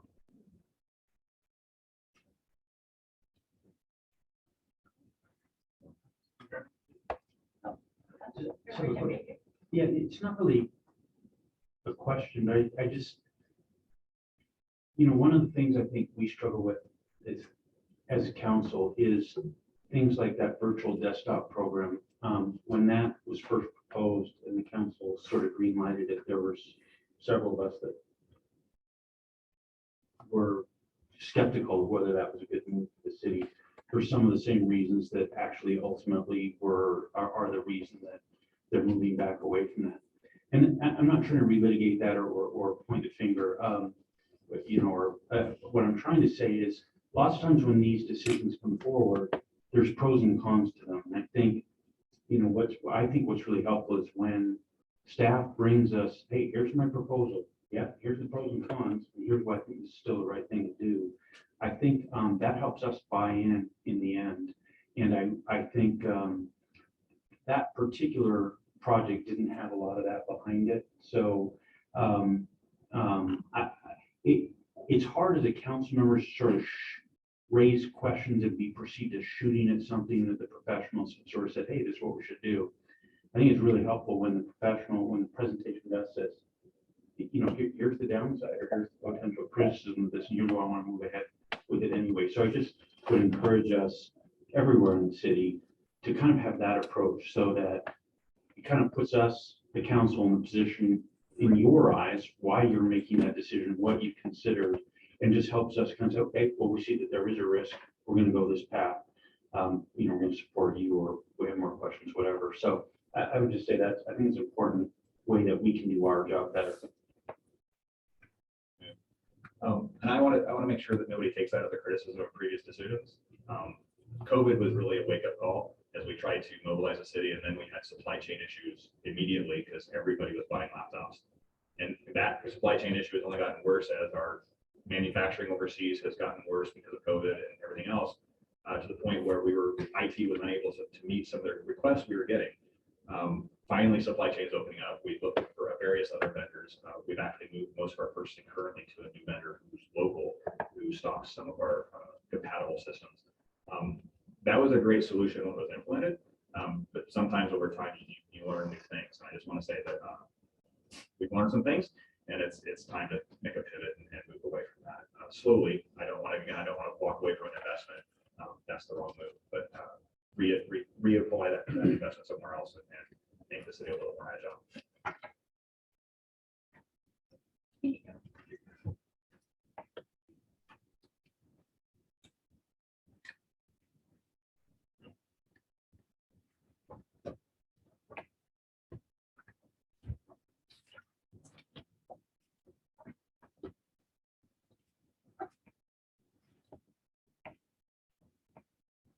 Morning. It's nice to be in person.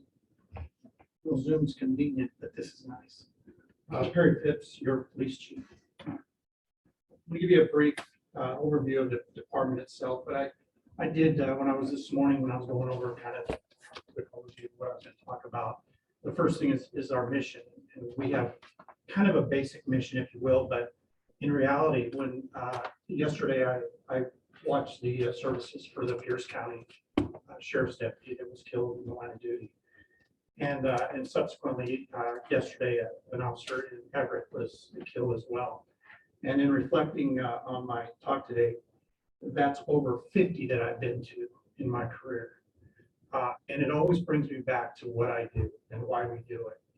And it says it right here on the mission, which doesn't go without sacrifice. And that's what we've seen here recently, is a sacrifice to try and meet this mission. And it's pretty simple. You know, we're just trying to impact this community and have better quality of life. And however we do that, whether it's protecting life and property, providing professional service, responding to calls for service, we do what it takes to make sure that we have a higher quality of life. And unfortunately, it takes incidents like this to bring me down to reality to say, you know what, there's always a sacrifice to meet our mission. And so I just want to start with that. Our functions is pretty basic. I think everybody knows what we do. We go to calls for service. We do preventative patrol, although, as you know, our staffing is low. And so preventative patrol is not one of the priorities in our job day to day right now, because we're just have enough people to handle those calls for service. Our calls for service did go down, 13,000 calls for service last year compared to 2 years ago, 15,000. I don't know if that's contributed to people being at home with restrictions from COVID, but we'll surely be able to find out and figure out why it is that way, that it dropped 2,000 calls for service in the last couple of years. Obviously, I'm going to spend a little time. I added values. I think that the values of the police department or any organization is really what drives the effectiveness of what we do as well. Integrity, commitment to the employees. I don't ever want to forget the employees. They're the ones out there doing it day to day. And I know that I daily talk about them taking care of themselves because they're working a tremendous amount of hours right now. Community partnerships, that's what we're all about. It's that relationship with our community. People that work in this community, visit this community, live in this community. Those are the people that we need to build those relationships with, because they really are what makes us effective, is the community itself is what makes us effective. Sensitive to policing, community sensitivity to the policing. What that means is basically that we're listening, we're hearing, we're watching. We want to know what's going on in the community so we can address those issues and what concerns there are. And I hear those quite often, and we do adjust what we do based on what those what we're hearing and what we perceive is going on in this community. So, and we will always maintain our professionalism. That's a value that I don't think should ever be compromised, no matter what. We will never compromise in our professional service to this community. The org chart is kind of simple, if you will, but if you look at it, we do serve the police services in the city of North Bend as well, and we've done that for the past little over 7 years. And so the org chart reflects a total of employees of 29. 17.26 is funded by the city of Snoqualmie, and the remainder 11.74 is funded by North Bend. And it's kind of a weird number, but that's due to the fact that they'll probably pay 12% of mine and the captive position. So that's why the numbers are kind of not in an even number. Well, accomplishments. I think we maintain the high level of police service. We've over the last year been designated, recognized for being in the top 5 safest communities in Washington State. And, you know, I don't take, the department and I don't take credit for that. I think that's just like I talked before, that's the relationship that I have and we have with the community itself. And it's also the other departments within this city that also contribute to that safety of this community. There's no doubt that, you know, everybody probably looks at law enforcement as the side of it or fire as the side of it, but there's no doubt that I think every department has their hands in the effectiveness and how we are a safe community. We've continued to serve that level of service, even though we have a reduced number of personnel. 33% is what we're reduced to at this point. We have 29, as I said, we've been reduced down to 11 or 19 officers and personnel to work in the same level of service that we do when we're fully staffed. And as you can tell, the amount of overtime and the amount of work they're doing to be able to do that is tremendous. But they're doing it, and it's amazing to watch from my point of view. This year, we were fully staffed in the operations supports, records, my assistant. It's the first time in 5 years I had never had a full week with all those positions full in 5 years. So this year's the first time where I came to work, and for a solid week, I had all those positions full. And that makes a difference. Talked about accreditation earlier. It just doesn't take the want.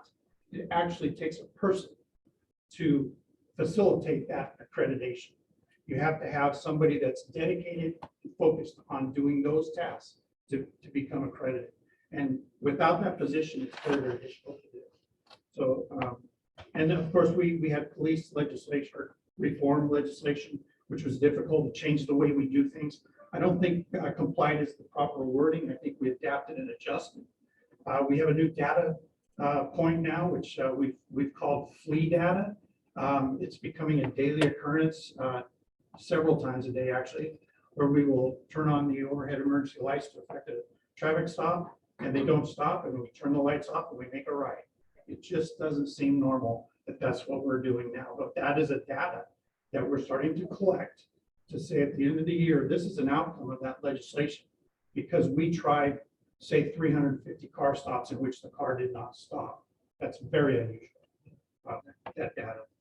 And I personally and the department do have a fiscal responsibility, budget integrity. It's important to me. For the last 5 years, we've been below our budgeted amount every year, in sometimes significant amounts, over $750,000. And in fact, this year we were 100,000 over underneath our budget, even though we were cut over 400,000 at the start of the year. So fiscal responsibility is a value that we do have within the police department itself. Our outlook, my number one priority is retention and hiring of our police employees. I don't see us fully staffed if everything went well until probably summer of 2023. I do appreciate the hiring incentive for lateral that you just approved. That's going to make a difference, I believe. I think it made a difference immediately, as a matter of fact, that night when you made that decision. I have 2 laterals that I'm currently doing backgrounds on, and so I thank you for that. As you know, a lateral immediately can go onto the street and start working in our community, whereas an entry level, we won't see them for probably a year. So that's significant to hire a lateral. So that's my number one priority. I'm also looking at a traffic emphasis. And what I mean by that is a number of my complaints, probably most of my complaints, is traffic related. Speeding on the parkway, going through the school zones, not stopping, stop signs and so forth. So I think, I'm hearing and I'm listening, like we're talking about earlier, is that maybe start out with a part-time traffic officer. See a motorcycle out there. We don't have the canine anymore. And so maybe we adjust that to what another need is, and that's traffic enforcement. It doesn't really cost a lot to get a bike and to train somebody to do that. So the budget impact on that would be probably minimal at this point. Body worn cameras, that's something we're looking at, researching. We've talked about it in committee before, and I think that'll be brought to you again for discussion as well for body worn cameras. Behavioral health specialists, kudos to many, Mayor obviously involved as well. I expressed during the police reform early on when I was asked, what can we do to make this better, or what is your priority now to adjust to that? And it was somebody in crisis. We need to have somebody in crisis expert that can go and respond with us to deal with those issues.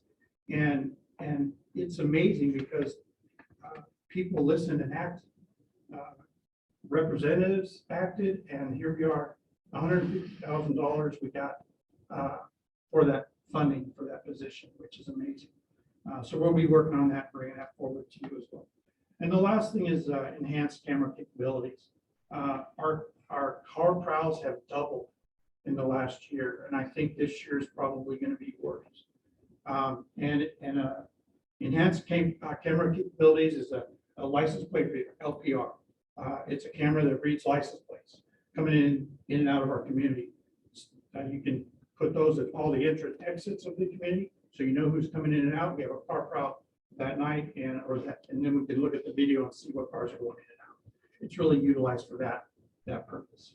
And our last thing is that we all know that no call too small is our mission. That's what we go by, and we are going to continue to do that as our staffing allows. And we have continued to do that, even with the staffing that we have. So thank you again for your time. If you have any questions. Yeah, are there things that are wasting your time? Are there things that we could educate the city about? Yeah, I'm also disappointed that there's not a cool accreditation button on here. Fire had an accreditation. But did you button. notice I have two of our patches? I on saw it? this, it's the same one though. I saw that one on the left already. But no, are there things that our community is wasting the police department's time on? Because it sounds like your time is, it's at a premium. You know, you're operating, if I'm doing the math right, $500,000 under budget if you're understaffed and you're still operating under budget by $100,000. That's incredible. And that's fantastic. But is there anything that our community can do to support that? I think the fix on that is just that we have to emphasize the hiring. I think that's going to do it. Like right now, I'm doing the captain's job as well. And I'm not the only one. I think we all are doing that. You know, Deb, she's putting out revised agendas at 10 and 11 o'clock at night. We're all working Saturdays and Sundays every day to get it done because we know that eventually we're going to get there. We have good people. We have a council that supports us. That's going to make sure that we have the resources in the future. And so I think that we all know that we put that work in now to maintain what we're doing. And down the road, we're going to have the people that we need to continue and grow from that point. My issue right now is I'm not going to be able to, I don't have the bandwidth, if you will, to make any growth happen. I'm sustaining right now. I'm making sure my number one priority would be having cops out on the streets to respond to calls for services being met. And as long as I can meet that requirement at this point, I'm satisfied with that. Yeah, I have a question for you, Chief. We had an email exchange over the last month or so through some conversation I saw on Facebook. A question had been raised by someone in the community about the notion of community watch programs, and I think your response, well, I won't put words in your mouth, but you commented on that, and my question is if that's something that you support us trying to expand. Do you need additional resources? Is there something we need from the council need to do to help you implement that sort of thing on a more widespread basis? If you think that would help with things like the car prowls. You know, I think that we already do neighborhood watch is what it's called. We have that. It's not as active as it should be. And that's a matter of bandwidth as well. That's a matter of Sergeant Draveling is the one that runs that neighborhood watch program. He's met with certain neighborhoods to help facilitate that, but that's really driven by the neighborhoods itself. So, you know, at some point we'll have time for Sergeant Draveling to really take that and expand the information and make people aware that, hey, this is something that you can do. In a way, it's done on Facebook. It's kind of a archaic way of doing it, but it's the same idea. They're exchanging information with their neighbors about concerns and issues, and then they bring that forward to us. And that's what Neighborhood Watch is about. So hopefully in the future, Sergeant Draveling will have the opportunity and more time to be able to facilitate that discussion. Chief Pitts, so this last year, we've seen a lot of police reform legislation pass the legislature, and it changes the way communities like ours are safe and the way our officers are able to respond to incidents. How can we as a council help support you and your staff make sure that we continue to be a safe community despite these police reforms, and what do we need to do as a community to make it better? Well, Well, first of all, I think awareness of what the legislation is before people right now.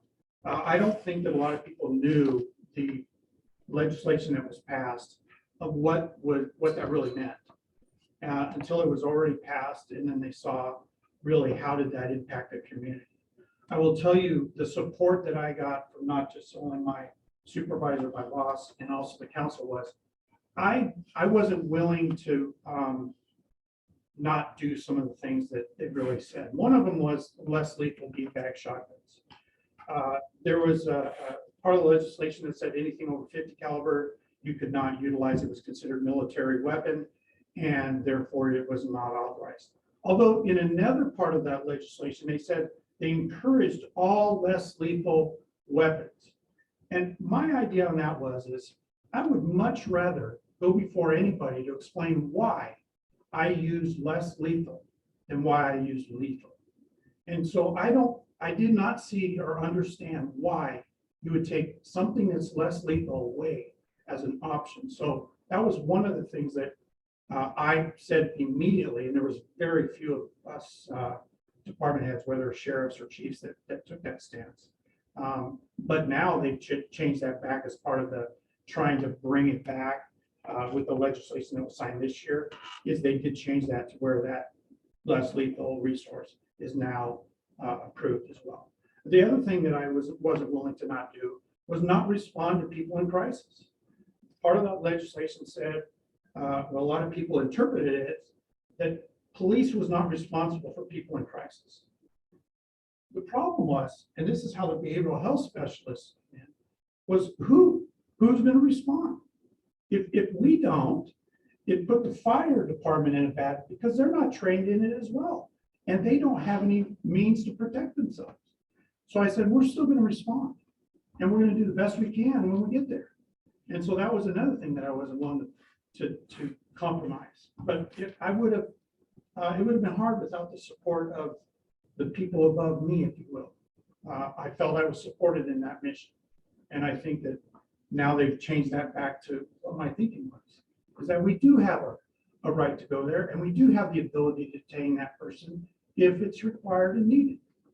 So one of the changes has been not to pursue those runaway cars, those vehicles. Is that the right thing, or does that need to be He's talking to your addressed? mic. Oh, I'm sorry. Does that need to be addressed still? Well, it was not this year in the new legislation to try and figure out how to correct some of the initial reform legislation. It was not. We all know in law enforcement that pursuits are dangerous, and that there's requirements to pursue. But I think that that's why people walk into Outlet Mall right now at Nike and Coach with a bag, empty bag. They go in there nonchalant, load up that bag, and walk out like there's no problem. Slowly get in their car and drive away. There's no deterrent whatsoever. And then even if we get there and we try and make the car stop, they're not stopping. So the deterrent, the level of crime as far as thefts and additional type of car problems and so forth has definitely increased because of this. I think it is something that has to be looked at. I think that my past, we did what they call the Colvin factors. You take everything into account, the level of crime. Do you know who the driver is? Do you know if there's, the traffic, the weather, the capability of the driver, the capability of you as the officer driving, the capability of your car. You take all those into consideration on whether or not you pursue or not. And one of the biggest things is that you don't put the responsibility on the supervisor to call that pursuit off. It actually should be on the police officer pursuing, because they're the ones that know all the facts. They're there. And so to do that makes it a lot better. I would hope that at some point they become more realistic and look at those kind of things instead of just saying an absolute no. I still can't figure out why we would chase DUIs, which is specific in there. They're already impaired, and we're going to pursue them to drive faster and make worse judgments while they're intoxicated. I agree we need to get DUIs. I get it. But to push them is another story, I think. I know the you mentioned there were some additional kind of fixes on police reform this year, so it'd be interesting to see what some of those are. But then it also did reverse the Blake decision, which still allowed you to carry heroin or meth or whatever you want in your pocket, right? And it'd be a varying size, so that some of the issues with why people are shoplifting, so they can go help with that, with their drug use, whatever. But there are possibly some city codes that we can do. I know Issaquah and maybe the north that you consider it. They were having an issue with Target continually stealing out of there, and they were not stopping anyone. And so they implemented a code that you need to stop the shoplifters because they have carts of stuff leaving, and or we will take your business license away. So there's different things that the city can look at as well. The codes would help. I'm very familiar with that. All right, I wonder, I keep picking on public safety committee, but I wonder, I think, first off, I'd love to hear things as to what you just said, Mayor, and have that come before the council and give us a chance to try and help with addressing this. And secondly, as we've as I've kind of shared with the council, my perspective on this is the 8 elected people in this city have a lot of sway with our 2 state elected representatives and our state senator. They not only will they take our calls, they're eager to get our calls. They're eager to hear what our perspectives are. And so we, over the last couple of years, for the first time, we've had council goals and objectives related to legislative priorities, rather, is the term I think we use. And I'd love to see these types of items get into our legislative priorities and have us advocate for those with our legislators. So maybe if Public Safety Committee could try and develop those and recommend them to the council to include in our legislative priorities, I think we could all get into action a little better than we have in trying to help address this. Yeah, thank you.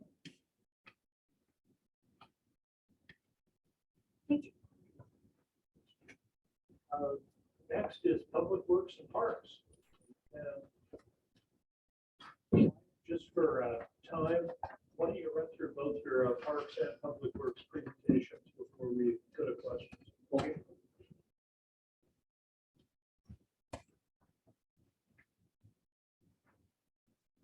Morning, all. Really happy to be here. Thank you for having me here. And, let me tell you about our small and mighty park division.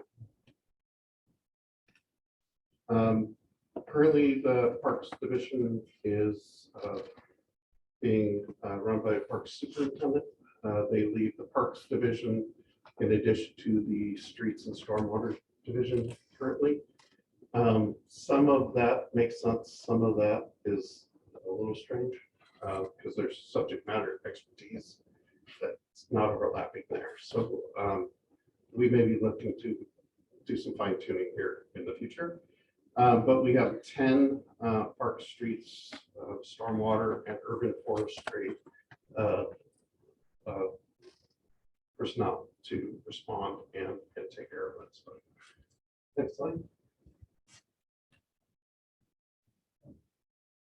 The department's accomplishments, which happened before I got here, they did an incredible job up at Snoqualmie Point Park with the view outlook shelter.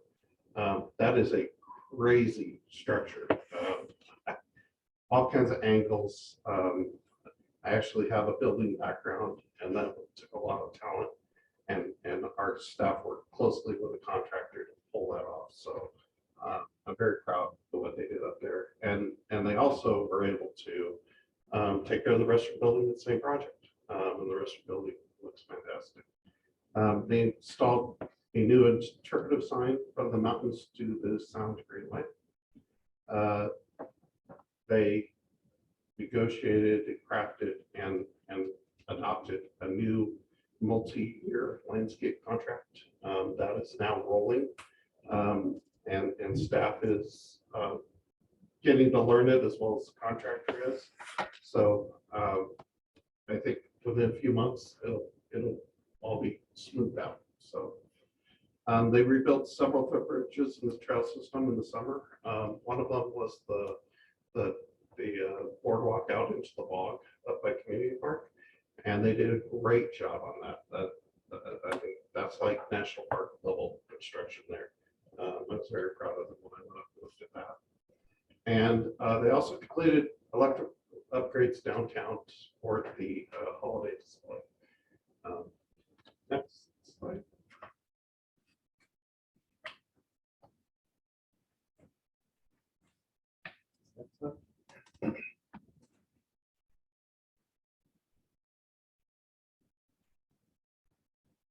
Okay, well, let me tell you where we're going.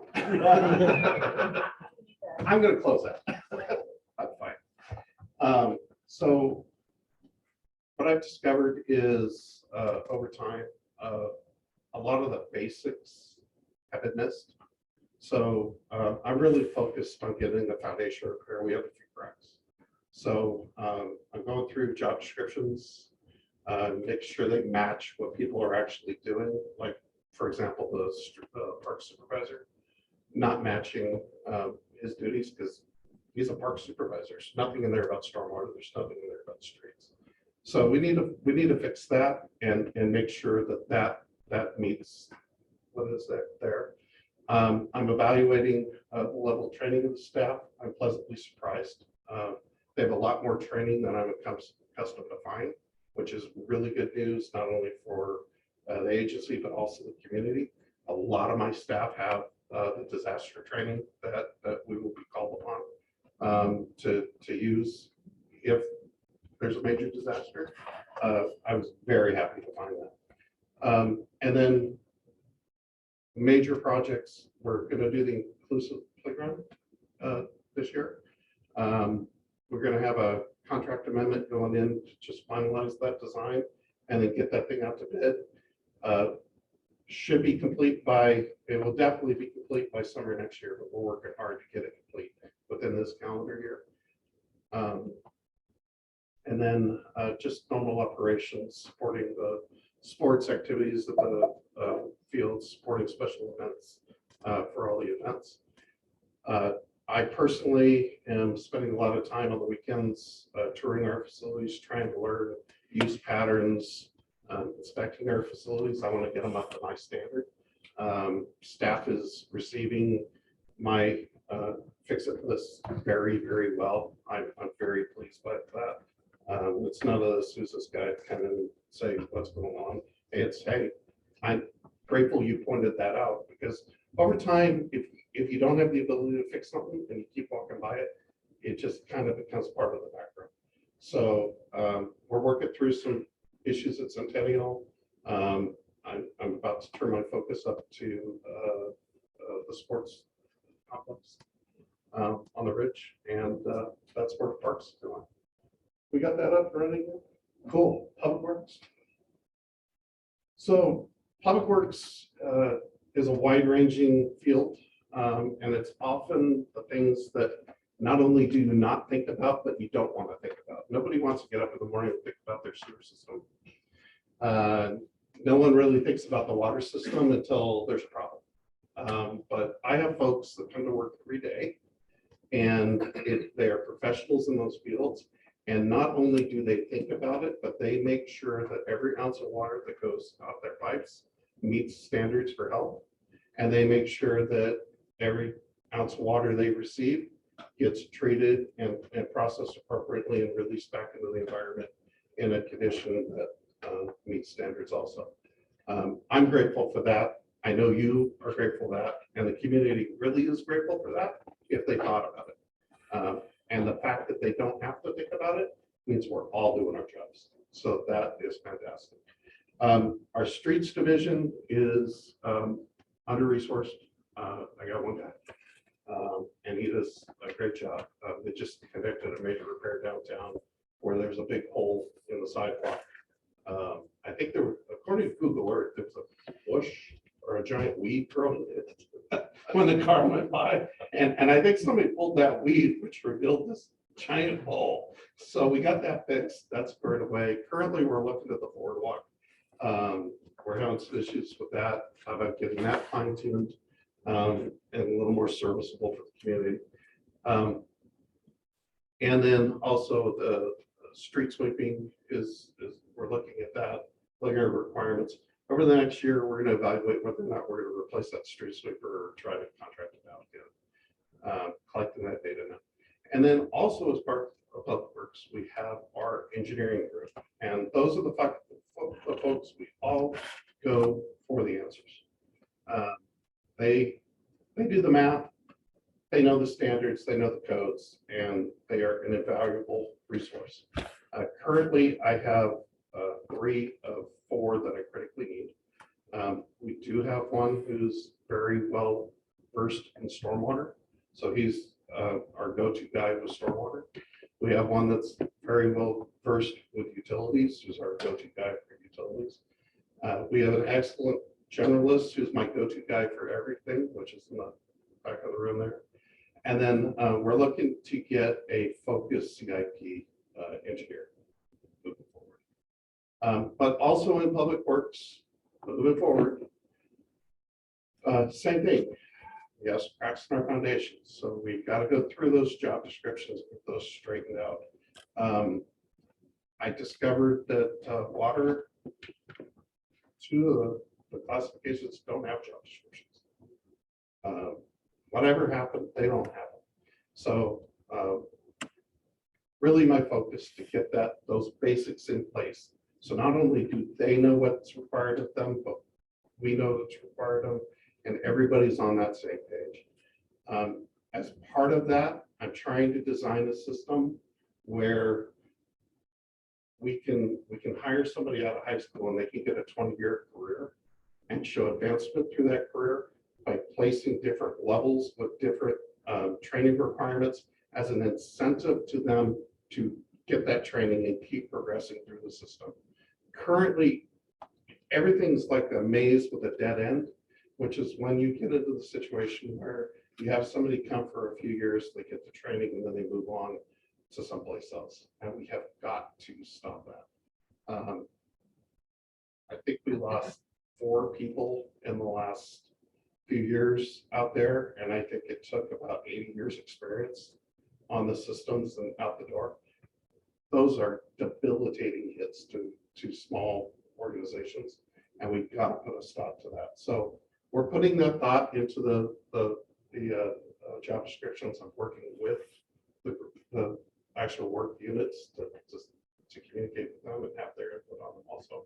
So I'm hoping within the next few months we have that all squared away behind us, and then we can really hit the ground running and get going.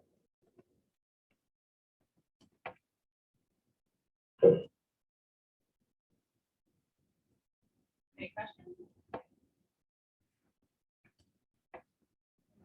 Question. So, kind of, it's a broad question. I mean, 2 examples, but I'm really trying to ask a broader question.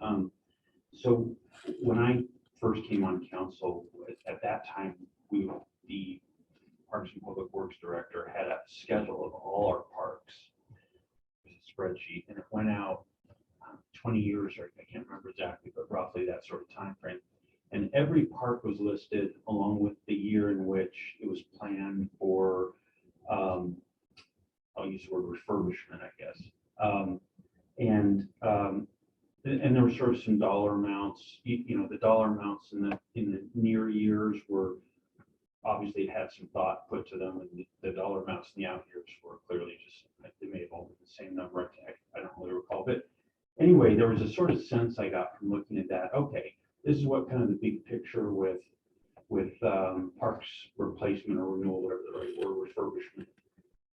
I also know that we have had a study a couple of years ago, I want to say now, on our pavement management, a PMI study, which to my knowledge, has never been shared with the council. I don't know where to access it, so I don't really know kind of, but I know PMI is a start. Then I think there's a process that then follows where we kind of look at streets and they get onto a schedule for when they're planned for resurfacing or whatever needs to happen with it. So I'm just wondering, for that kind of long-term planning, do we have schedules like that, or is that something you're planning to develop and maybe share with the council as part of the, as we go into the next budget cycle, because that'll drive both long-term thinking for things like the CIP and then obviously, of course, the biennial budget, what do we need to fund right away? But just curious about that sort of general topic and what we have and what your thoughts are on that.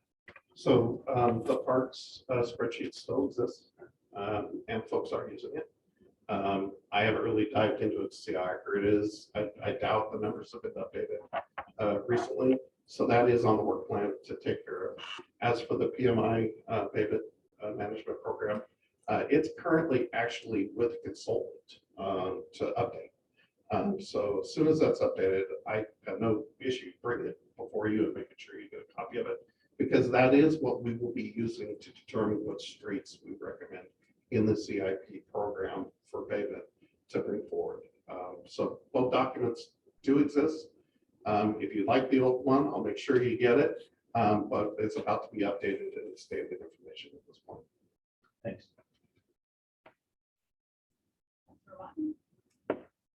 Thank you for your presentation, especially being the newest addition to the city. And I am just I'm absolutely baffled by the hundreds of miles of streets and infrastructure that we have to deal with in the existing core of the city. Like so many cities, 100+ years of infrastructure, and there's always replacement. And thinking towards the future, as we grow out with the mill site and possibly West Hills, what kind of an impact that has on public works and being able to have the information to support what needs to be done to keep our system whole and operable. Those are going to be some big questions, and we really are looking towards your guidance on that. And I'm here. I just signed the papers last week to put my house for sale, folks. You're standing. So I'm here at least next 10, 15 years. So, and I'm experienced in that. So normally Public Works isn't really concerned about adding a neighborhood or whatever else. What Public Works is concerned about is really good design. And Jason and I are going to be best friends. Jason doesn't know it yet. So as some of you are aware, there's a reclaimed water system throughout the city. It probably didn't have the best design as far as maintenance going forward. There's hundreds of interconnections between the private properties and the system. And literally you can have a city meter, a private meter, a city meter to a private meter, and then back to a city meter. And that's creating problems for Drew, because now we have to have several master meters and meter deductions. The good news is I know Tyler can handle all this because I've experienced with Tyler before, but it's going to be rough until we get to Tyler. And we understand that. The system was designed like this was one property.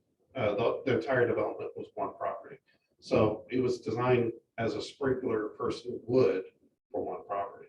But they didn't think forward to where, okay, we're going to carve it up this way and different areas of responsibility. So as the mill site goes forward, Jason and I will be communicating to make and on the lookout for those things, which will lessen the impact on Public Works. Whether we take care of 100 miles of road or 110 miles of road really isn't that big of a deal in our world. It's a big deal in Drew's world because he's got to give us the money to take care of that extra 10 miles of road. And at $1 million a mile, that adds up really quick.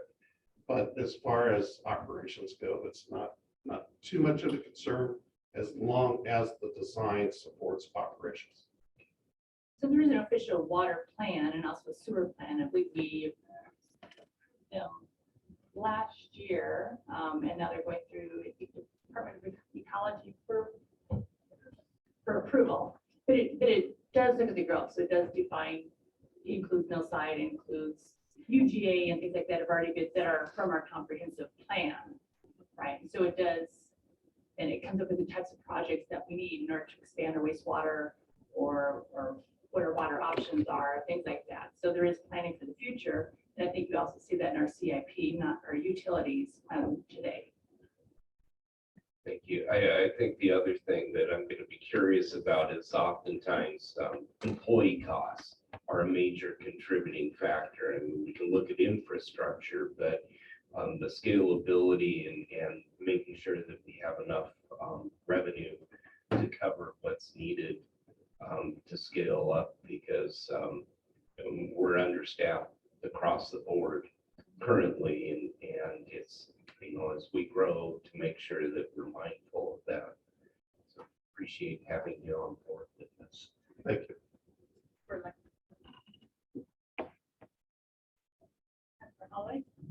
And not for discussion, we want to make sure it's on the radar, because we've had numerous discussions, we'll probably have numerous discussions in the future. But community center, need you out in front of that topic, ready for when the council eventually comes back and starts addressing. I have a robotics background. I can't wait.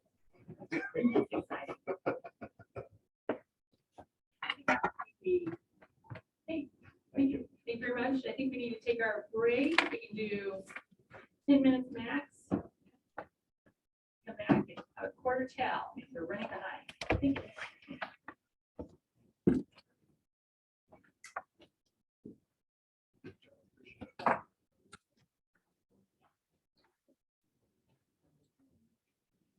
Person. Pause the recording. Pause the recording and turn off the volume. Thank you. I did. Oh. We pause it and then restart. Great. All right, now we're going to turn this over to Drew Boutte, who's going to do the financial outlook. Good morning, council. Once again, thank you for participating, working with me at this retreat for this year. We're going to explore the financial outlook for the city of Snoqualmie through 2028. So in essence, this is a kind of a 6-year look between 2023 and 2028. Person, next slide, I guess. Thank you. So often there are a couple of kind of key financial questions that council's often thinking about, as well as staff. And it's almost going to be at the forefront of our mind as we go through the budget process. But really the major question that we're kind of asking ourselves is the city of Snoqualmie financially stable? That has been one of the questions that has been a hallmark for this council in the past. I know Councilmember Holloway, Councilmember Mayhew, and Councilmember Say really focused heavily on this concept. Basically the next previous budget. And in essence, what we're asking is, will revenues keep pace with the change of expenditures annually? When we're thinking about expenditures, really you're purchasing services. So we're interested in wanting to know whether our revenues will keep pace with or provide us with the ability to protect our current service levels for the long term. And if not, we have to often ask ourselves, what actions will the city of Snoqualmie need to take and when to balance our revenues with those expenditures over time? Now, what are we forecasting? So in essence, you guys recall, council members, if you recall the presentation that Mike Bailey gave recently, about a couple of weeks ago, we're really only focused on kind of one area of the entire city of Snoqualmie. And that is pretty much your kind of general governmental operating. So in essence, we're not going to talk about utilities. We're also really not going to talk about internal services that include safe fleet, facilities maintenance, or IT necessarily. But there is one bucket out there that we in the city typically call general governmental or government type operating, for example, and that contains most of the services the city provides. That includes police, fire, parks maintenance, street maintenance, community development. So that's that general area that we're going to focus on.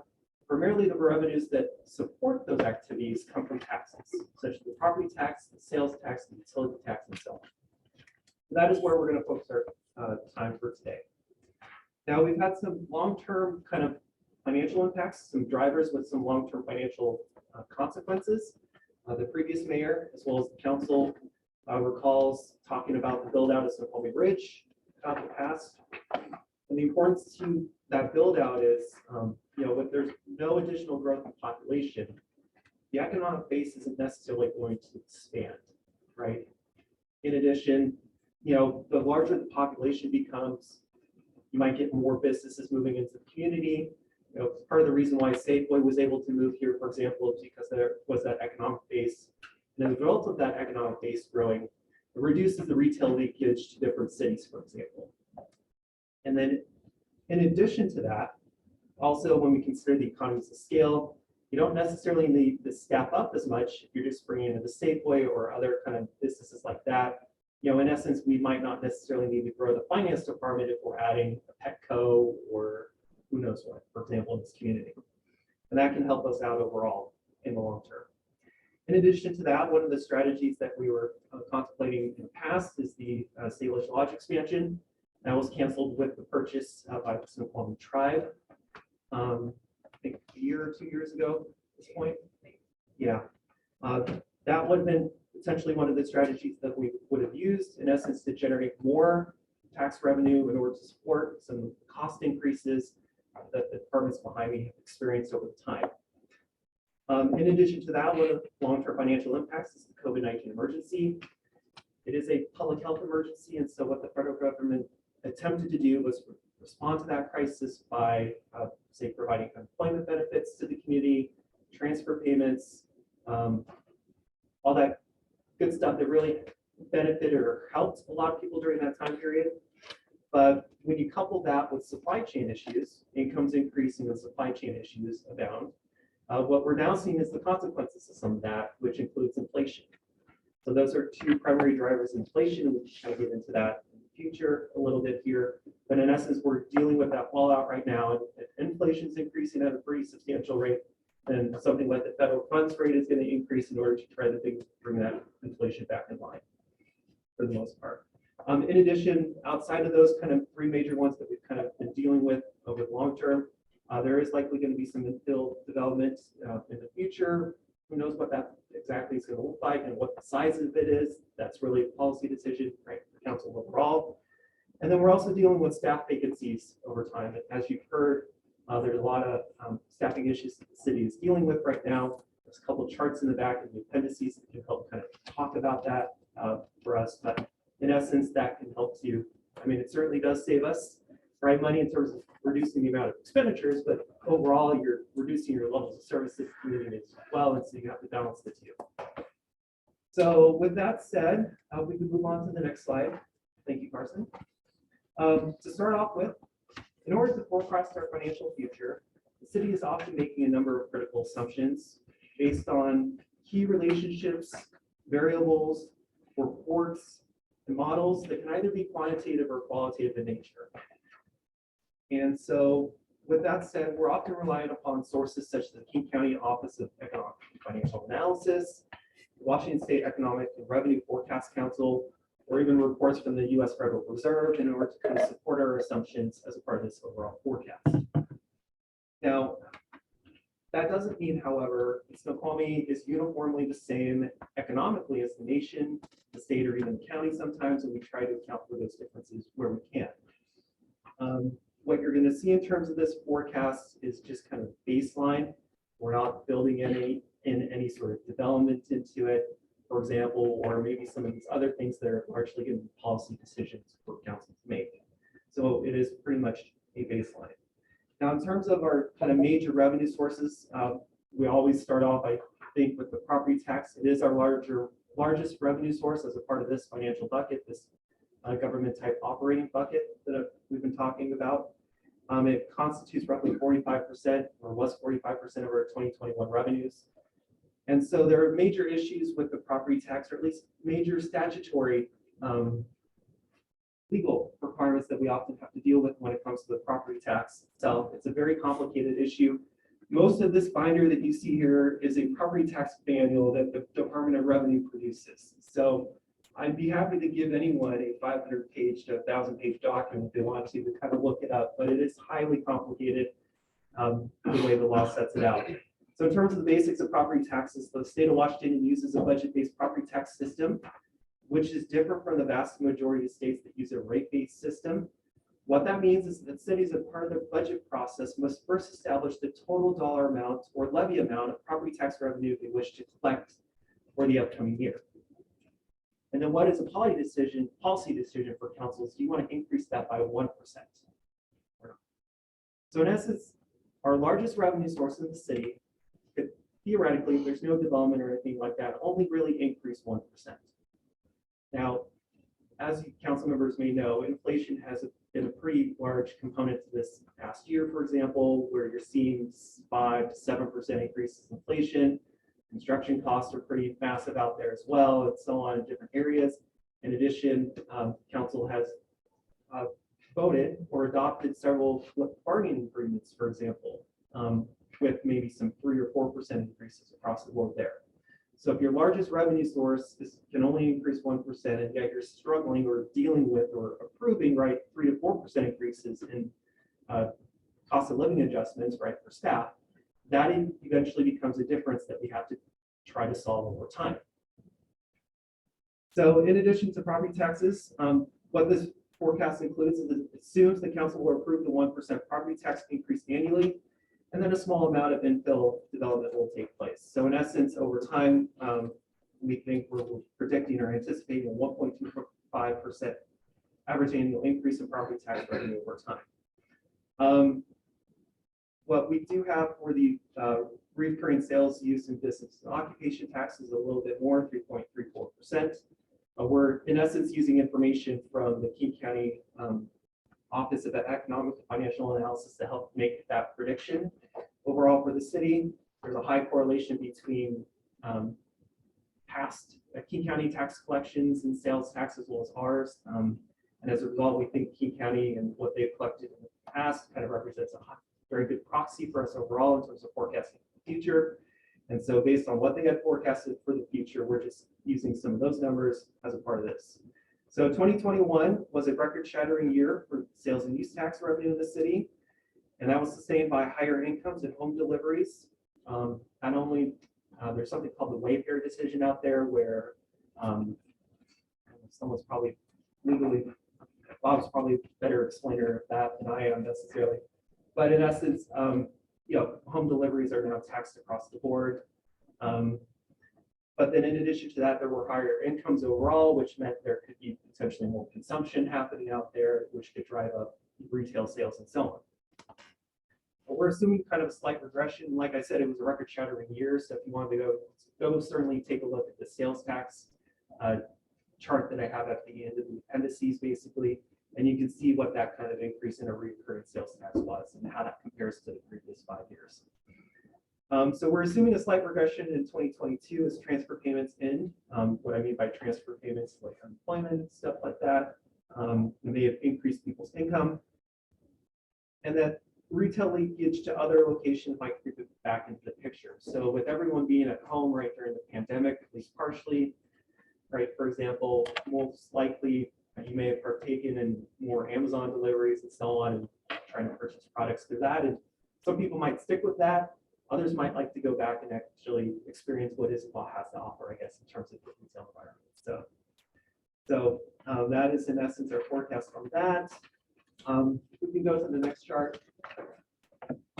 I just pulled this from the King County report that they had produced. What you're seeing in this chart, in essence, is starting in January the 13th, 2020. If you standardize that to 0%, so if at that time, if, for example, all county residents, purchased $1 billion worth of products, for example, that in essence would equal 0% in this chart. But over time, what you're seeing with this line is people stopped their consumption, right, for a period of time, especially at the beginning of the pandemic. And so you could see over time it became eventually a 40% decrease in the amount that was spent during that time period. But you started to see that rise over time. So in essence, what you see at the end of this graph right here is for King County right now, we're spending, all residents collectively together, roughly 32.7% of how much we were spending back at that initial date in January the 13th, 2020. So there's a lot more consumption happening out there in our environment right now And that's helping to drive our sales tax revenues or happen over time, for example. So I just wanted to show that to you. Go ahead and go to the next slide. Thank you, Carson. We're predicting or anticipating a 2.21% and average annual increase in utility tax revenue. Our utility tax revenue is made up of a lot of different components to that. So utility taxes, in essence, any city or town may impose a business on occupation tax. It's considered a business and occupation tax on the income of public and private utilities providing services within the boundaries of the city, or even upon the city's own municipal utilities. So we are able to tax cable, we're able to tax telephones, we're able to tax solid waste, for example, natural gas, electricity, but then we're also able to tax our own utility system, or water, sewer, and stormwater as well. And so that is our third largest revenue source that we collect with the city that supports the services that we generally provide, like police, fire, first maintenance, street maintenance, community development, for example. What we're doing is we're assuming through this that there's going to be continued declines in telephone and cable utility taxes. And the reason for that is primarily because there's been a lot of cord cutting happening over time. People tend to let go or purchase streaming services as opposed to maybe cable services, for example. So that has decreased our cables revenue over time. But also people are cutting their landlines as well. And because of that, we're seeing decreases generally in our telephone utility tax revenue too. However, the largest source for our utility tax comes from the city's own utilities for the most part. And so with the overall rate increases that we're going to experience over the next 6 years, 5 years at this point, I think. Now, we're also going to likely see that same increase applied to our utility taxes. And then in addition to that, lastly, we're anticipating between 2 to 3% average annual increases in other revenues. So Carson, if you don't mind going to the next slide. So in terms of forecasting our expenditures, we're using the inflation forecast from the King County Economic Forecast in essence, and this is kind of what they've predicted to inform us of how we think our expenditures are going to increase over time. We also would note there's some staffing cost inflators. So like I said, council has approved a couple collective bargaining agreements as well. And so those are reflected in this forecast too. One of the things that's not necessarily written here, but we also have to kind of consider too is medical benefits are also a pretty large component of our expenditures. But this past year, the city experienced a 5.8% increase in medical benefits. We may see similar increases, right, in the intervening years too, but that also adds to our cost overall in the city. All right, Carson, thank you. So in terms of the highlights of the forecast, we're anticipating that we're going to see a continued increase in revenues for 2022, roughly 1.12 million above 2021. But what I will say, just to note, caveat, roughly $750,000 of that is anticipated to come from ARPA. That kind of ARPA money that we've set aside for basically for the city's purposes, for our general services, has been, I would say, discussed in the previous council that we had, for example. And so we, in essence, had some tacit agreement around about $2 million or so of the ARPA funds that we, in essence, received from the government, federal government, that we would then set aside to, in essence, support the government over the next couple of years because we experienced revenue losses, especially at the start of the pandemic. And then in addition to that, we expect an increase in expenditures above 2021, roughly $825,000 anticipated for 2022 as the city looks to return to normal service levels. And so during this time period, Mike and the mayor are looking to fill our vacant positions, and that will add to that increase above 2021. For 2025, we're anticipating our expenditures exceeding our revenues. Now, that doesn't necessarily mean that we're going to start running in the red. So in essence, we have a cash balance and reserve levels that are going to support us through this time period. But 2025 is that period where we do expect us to find our expenditures exceeding our revenues. So that's going to be an important consideration moving forward for us as we discuss some of the strategies that we might want to deploy in order to help kind of push that crossover point out further into the future. So Carson, so in essence, this is the, I guess, the famous chart that we often deploy right here at the city overall. We've got two lines. The orange line that you see here relates to our expenditure. It's our expenditure curve. The green line that you have here is our revenue curve. And in essence, what we're predicting is an average annual percentage change in revenues of roughly 2.1%, while our average annual percentage change in expenditures, we believe, will come in at about 3.1%. Now, I want to just remind you, this includes the ARPA funds, the $2 million that we had tacitly kind of agreed to at the previous council to kind of set aside for this. In essence, if those ARPA funds were not there, then that crossover point would be a lot sooner. So it wouldn't be in 2025 necessarily, but would be a lot sooner. I would also want to share with you that ARPA is really just a one-time distribution, right, of funds from the federal government. So in terms of planning out what our expenditures might look like right in the future and how we may want to use some of the money or how we might want to plan what we're going to spend any money on, we'd have to probably think about more using that money for potentially one-time expenditures, not necessarily building employment off that, right? Because employment is over the long term. In order to sustain employment, you need sustainable, ongoing revenue sources. So with that said, Carson, do you mind going to the next slide? So this is probably a table, hopefully you can read this, but in essence, this is just kind of a very large tabular summary of everything that kind of went into that forecast. You can see the revenues kind of listed out as well as the expenditures too, and what that would be. But also what you would find in this table is how much our revenues are expected to exceed expenditures through 2031 in this slide. What our ending fund balances and beginning fund balances are overall for this financial bucket, and how much we would anticipate or propose designated for reserves. So in essence, when you see that, which is at the second to last row at the bottom there, we're in essence assuming a 16.5% reserve level of our expenditures for any given year, for example. And so that's what the fund balance designated for reserves. That's what that's telling you.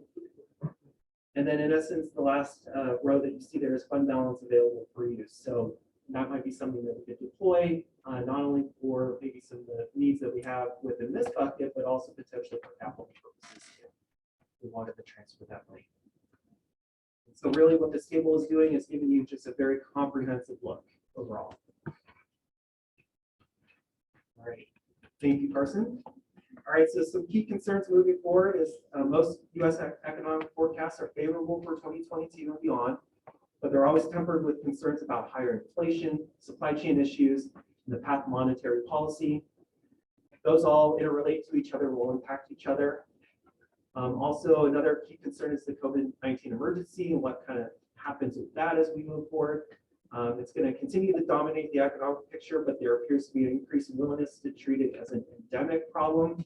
There's always the risk there's a new variant that comes out that might be a bit more transmissible as well as lethal, for example, that may require us to go back into some sort of a work from home situation or quarantine or something like that. There are always kind of geopolitical risks out there, but given what's happening right now with Ukraine, for example, and how the West is kind of disassociating itself with Russia economically, for example, economic sanctions.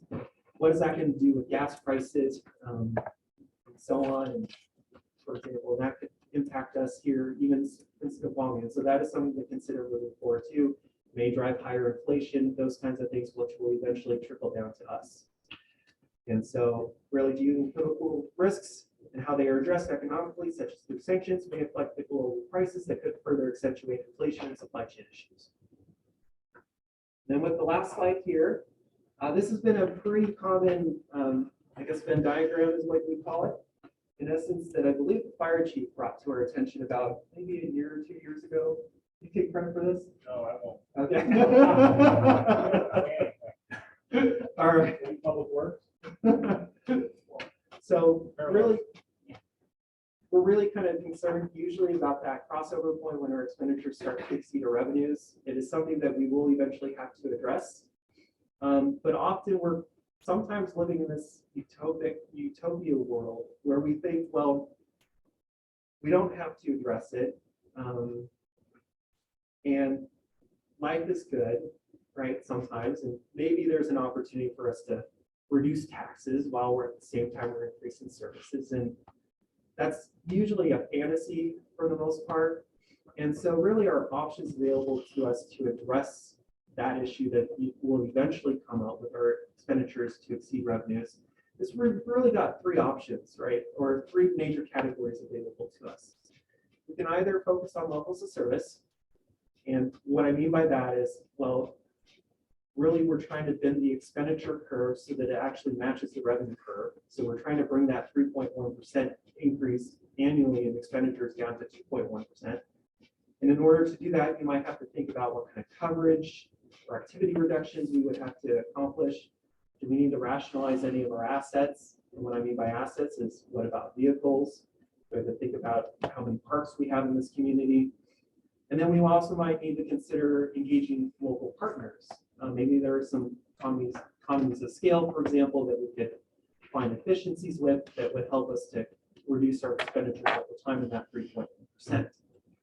In addition to that, another kind of potential bucket for us to focus on is economic development. The mayor has been a strong advocate for a tourism and destination plan overall for the city that would help to bring people from the falls to downtown, where they would then spend their tax dollars here that would help us to support our services over time. But then we would also consider kind of the larger picture, the city within the urban growth area, what that means for the city too. And then there are other options under the raise taxes and fees kind of bucket here too. We can consider at that time frame kind of property tax levy limit, where we go out to voters and ask for maybe an operational levy, or maybe it's focused on, say, public safety or streets and parks, for example.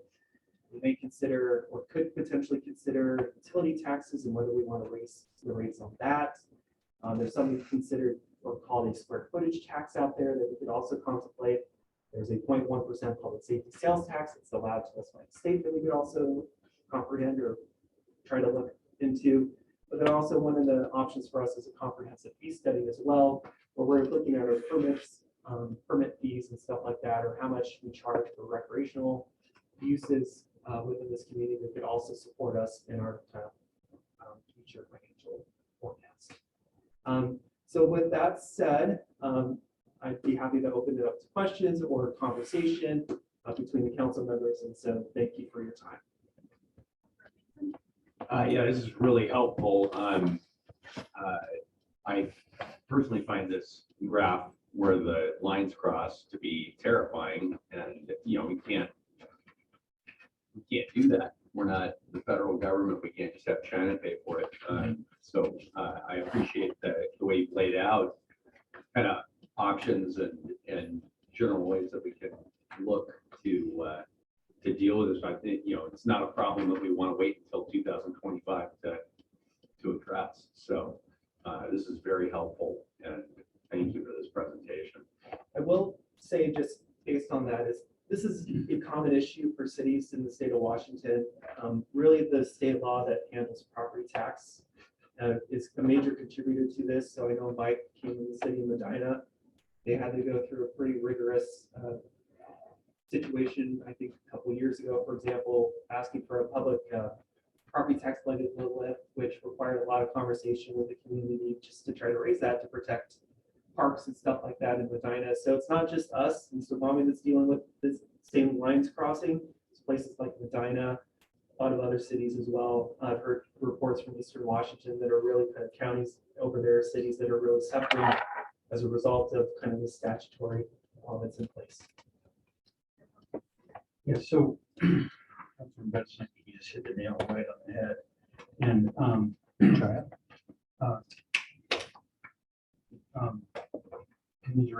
congratulations on coming on the council right now. Actually, I think this crossover chart, we just go back just to that crossover chart. On the entire time that I've been on the Snoqualmie City Council, that crossover point's the nearest I've ever seen it.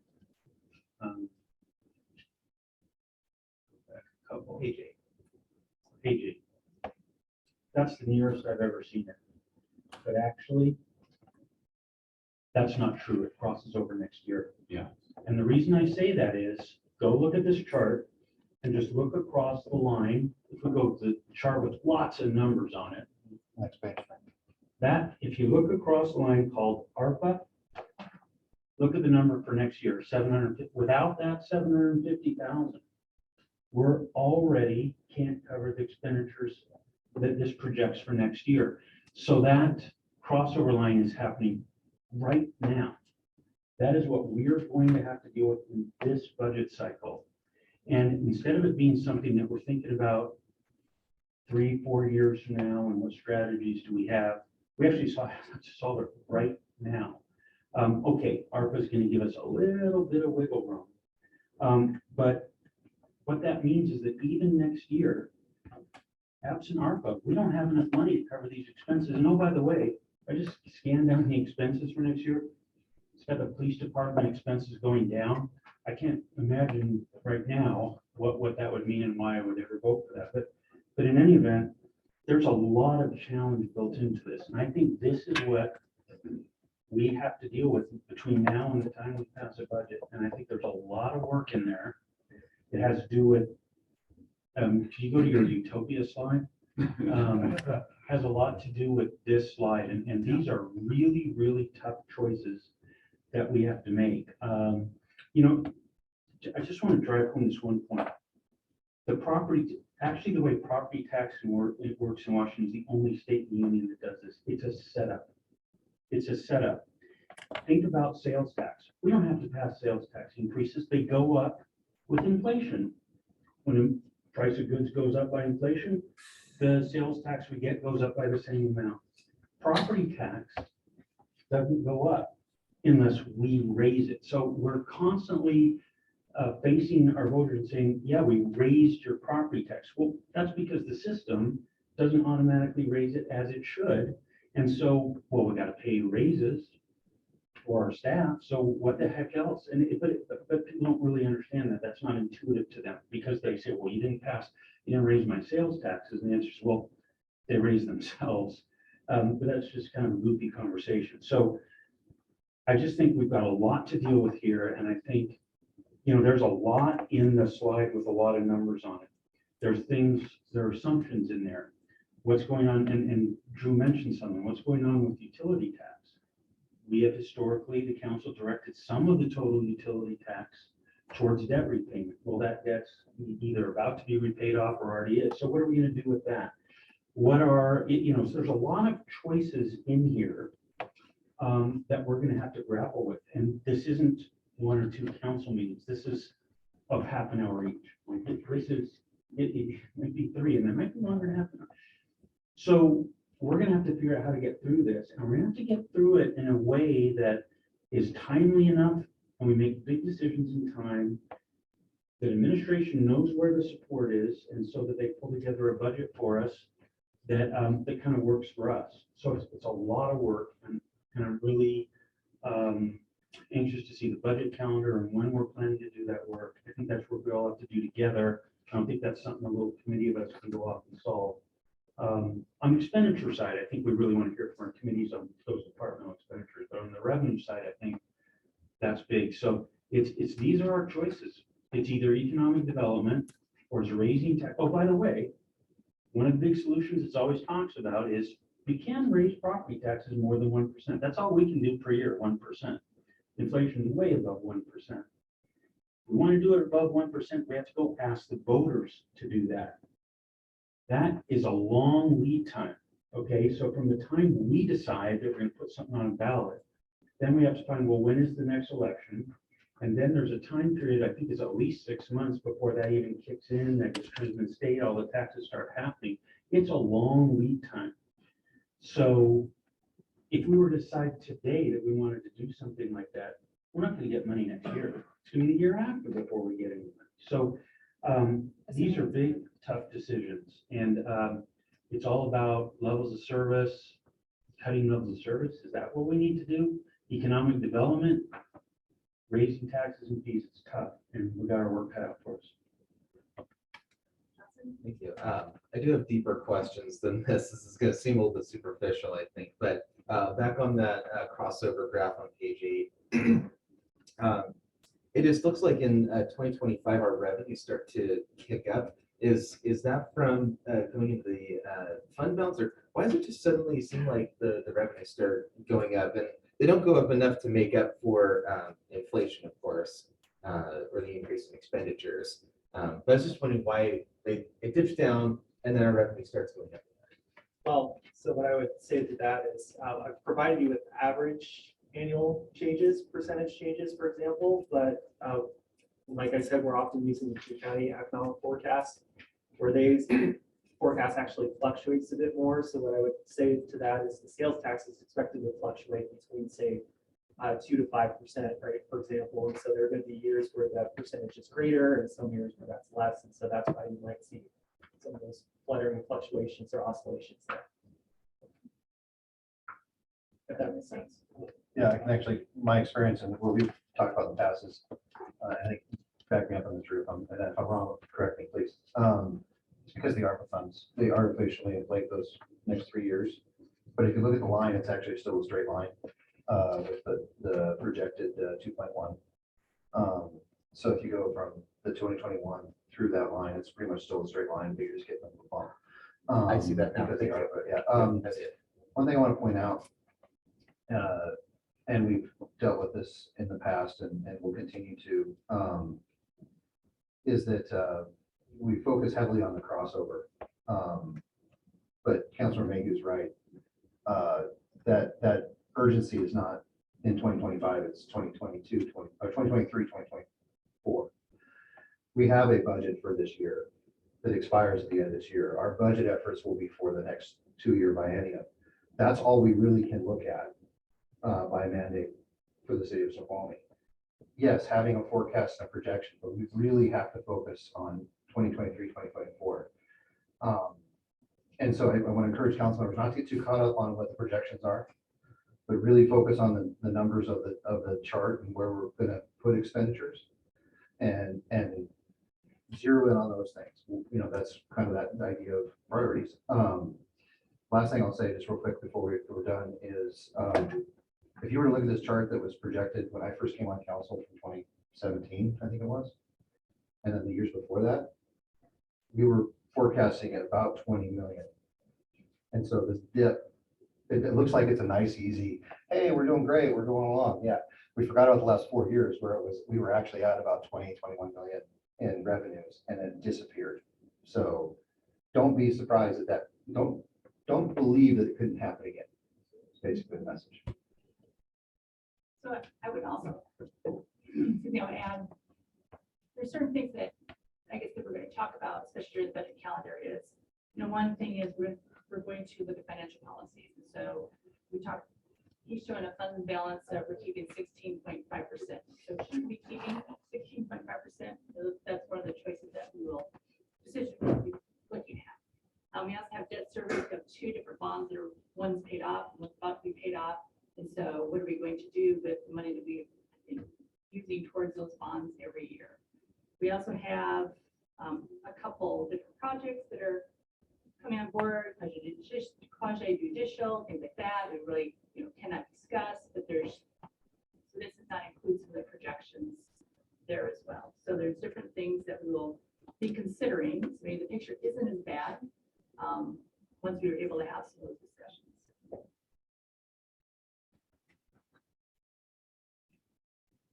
Thank you, Drew. I'm most interested in the property tax revenue as far as hindsight, but also the breakdown between residential and business property taxes, because I think that's going to be a driver behind any future growth is how do we bring some stability to the city to make sure that we have the services, sustainability going forward, and it will drive things like zoning and how we absorb those 5,000 some jobs that are part of our comprehensive plan coming up. versus the 1,400 or so homes that are part of that plan as well that we have to absorb for King County. But trying to make that mix between what's retail and what's the impact of retail versus manufacturing versus warehousing. And I'm just astounded, having lived here 16 years, the number of manufacturing, the number of warehousing jobs that exist right on the ridge. And being able to understand that better as we go through this process is going to help me as part of this council make better decisions going forward. And, you know, as we talk about growth, how much of it do we need to absorb?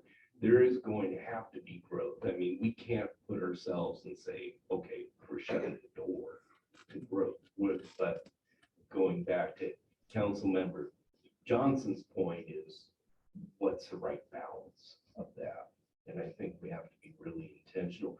The other choice is we do nothing and growth will come. And it may not be what we want. And this is our opportunity to kind of set policy so that we can have the right kind of growth, the right kind of balance. And also, you know, if you look around and you look at the demographics and you see where we're missing versus the rest of King County, or the rest of the state of Washington or federally, you know, we have this huge gap in people that are residents here between the age of 18 and 30. And we have this huge gap once you hit 65 and above, that it doesn't reflect the rest of the state, it doesn't reflect nationally. And that's our opportunity that we can kind of correct some of that with the policies that we make. So I appreciate the depth of information here and how critical it is for us to have as much of that information as we move forward. And yeah, I think those are great points. I think another thing, I'm not questioning your veracity in this report or anything, but these inflation numbers, I don't believe at all. I can't think of a single thing that's gone up 5%. I can think of a lot of things that have doubled in price and that have gone up 50%. I can think a lot of things like that. So I don't buy that we're at 7% inflation or whatever we're being told. I think it's a lot worse. And I think to Councilmember Mayhew's point, the idea of raising property taxes is greater than 1% is not in our hands. It's in the hands of the voters. But I think that we need to, when we're going over our financial plan for the next biennium, I think we need to figure out, well, what does it look like if across the board we cut expenditures 5% to deal with this crossover, and then it's presented to the voters. Listen, we can raise property taxes more than 1%, and none of us want to do that, or we look at the bitter pill of cutting our services significantly and give it to our city voters straight. Listen, these are our choices, and there's not a third option where we win the lottery. It's one or the other, and we've got, if we don't as a council present that and those options clearly to the voters, we're not doing our job, and we're not allowing them to do their job as citizens of Snoqualmie and make the decision.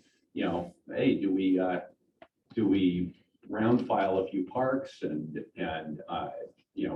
deal with triple shifts by our police chief and things like that, or do we say, hey, we're going to have to raise property taxes a little more than we normally have, but we've got to make those options clear to the electorate, because they've got to make that choice. I was just trying to come up in my head with sort of a way to picture this issue related to property taxes. And I came up with kind of a thought experiment where, if you imagine you've got a lot that's got a single family home on it, right in front of it, you've got the street. And essentially that street can kind of act as a proxy for the services and the infrastructure, wherever else that lot needs to pay for. And I think in my head, what I was thinking was, if you only have one property on average per lot, then you're going to be getting probably less property taxes and therefore less revenue than you would if you were to have multiple units on that lot. And so I wonder if when we look at things like infill, or when I was on the planning commission, we often talk about some proverbial Snoqualmie Ridge 3 developments that doesn't really exist. But future developments of some sort, if we looked at different kinds of development than what has been standard in the United States for the last 70 years or so, I think that we could come up with the type of development that is financially sustainable, more so than just one lot paying for all those services. You have multiple units paying for all those services. Thank you. I'm going to butcher a couple analogies that we've used over the last 24 hours. But first I want to ask Drew a quick question. 1% property tax increase last year resulted in how much revenue to the city? Roughly 85,000 or something. So finger in the dike type of Right. type of dollars we're talking about. So remember that when you think about 1%. We had a nice analogy about a bus and timetable and that sort of thing. Remember, council members, you guys, all of us are setting up the destinations and where that bus is going to go and how it's going to get there. We're not just passengers. We are the ones that are directing the traffic. The other side of that is the one I forgot. Really, I guess I'll come back to that one. I'll remember it. I'll raise my hand again because I had a great one in my head. So write it down. On utility tax for the non-city utilities. Yeah, what percentage did you figure those were going to increase by year? Roughly 2 to 3%, except for decreases in cable and telephone. I saw it. Yeah. Well, and that kind of assumes that those non-city utilities, those companies will increase their fees to keep up with inflation themselves. Right. I suspect they will. The other point I mean, Just on your point, right, for example, is we're gonna have a discussion regarding the waste management contract. And so what is that gonna look like? Well, that will eventually impact the utility tax as well, right? it's one of the, yeah, it's one of the other one, guys, I've seen a lot of these charts, and this one doesn't scare me as much as past, but I do want to throw, I guess, another specter in here. I'm not sure how secure those ARPA funds are. Once they start looking at inflation going crazy and the money we just threw over into Europe, and they may have a desire to shift some of those funds to infrastructure-based things as opposed to just targeted toward government entities. So I'm not suggesting any change in numbers, but I'm not sure how secure those funds are. We'll have to see what our federal government does as they figure out what they're doing. Drew, when are we supposed to get the next tranche? In April? So we received the first tranche in June of last year of $1.8 million. I think we're anticipating the same thing this year, June of this year. We should receive the next $1.8 million. And then that's the end of it? Yes. Okay. Maybe we're lucky. All right. For the same, remember? Well, I do remember now. Previous councils have spent a lot of time talking about saving for a rainy day. And we've developed some reserves at a time when we didn't think that rainy day would ever come for a while there. And so we were very careful about making sure we had those reserves and we're building those up. I would still, and I applaud Councilor Benson for jumping into the fray of what I hopefully we'll talk about in the next session is those priorities and those things for the city of where we have to make those hard decisions. So we can give staff some guidance on what direction to go. I would caution on the thoughts of those reserves being something that we would want to tap into. We talk about with the, in respect to the 1% at the same time, it's once you, if you don't take it, you don't get it. If you spend reserve, it doesn't come back.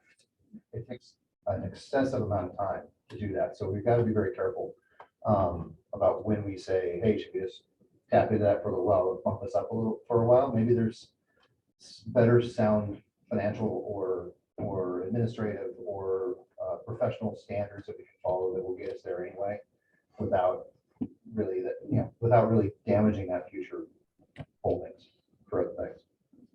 Councilor Vincent? Yeah, and I totally agree. I think we can't use those reserves willy-nilly, especially after the threat that Councilmember Johnson gave us of an earthquake coming. We have to wrap up our financial outlook and move on to our priorities. That was fun. Thank you. Yeah, that was excellent. Thank you so much. One quick thing before you step away, Drew, if I could. Under the appendix 1, what do you think is, we're gonna dig into that because there's some good backup in here when I looked at it last night. I'm wondering, is there a focus on one item that you might think is important at going into this discussion on city priorities? Or maybe one or two things, not trying to limit it. Well, I mean, often the consideration around priorities isn't necessarily financial. It's usually about what kind of services we're looking for. And so, you know, to the extent in which the percentages that you see there can help draw attention to any of the departments that we have. And it's hard when you don't have a comparison basis, right, overall. So what kind of levels of service are we going to want to look into? What kind of measures could we support council with? What kind of targets does council want to set? That's where that priority setting is going to come into play, I think. Let me ask it a little differently, because I didn't do a good job of asking that. Lessons learned from these slides. Well, I slides, think that's really the thing. I mean, honestly, it's the property tax, right, percentage, I think overall, right? That's 45%, right, of our total revenues, right, within this operating bucket in 2021. You know, for the most part, you can certainly take a look at the 6-year kind of revenue types and see what has changed over time. We talked about the sales tax, recurring sales tax increasing pretty substantially. There's been some increases in utility tax overall, but just, you know, for the most part, let's see if there's anything else here. I think we've had discussions about our full-time equivalent employees, right? And so when we talk about the number of employees kind of per residence in this community has been decreasing over time. You can see that council actions that we took in this last budget cycle was to reduce the number of Snoqualmie employees. Not substantially, we didn't cut 20 positions, for example, but it is slightly less than our previous kind of budget cycle. But our population has grown, right? Based on the estimates from OFM, the Office of Financial Management, plus the census that came out. The gray line that you see there, I believe on slide 15, for example, that's showing you the number of FTEs, right, per residents in this community, and it is less than what you had in the previous, right, you know, 6 years or so.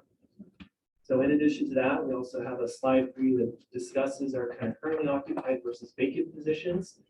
We're showing like a vacancy rate of 20%. I would just add on top of that, we probably had our worst year for turnover last year, probably greater than 30 positions turned over, right, for the most part, with likely a depleted human resources department, which is, you know, well, I was Together, man, get it together. You know, we can't thank the fire chief enough, right, for stepping into that role, right, for example. And he's doing an excellent job, but it is unusual for a city to have a fire chief step into that, right? And so, you know, that is kind of explains a lot of the reason why our expenditures have decreased in essence from 2021 to 2022. And in fact, I think we spent in 2020 roughly $17.85 million.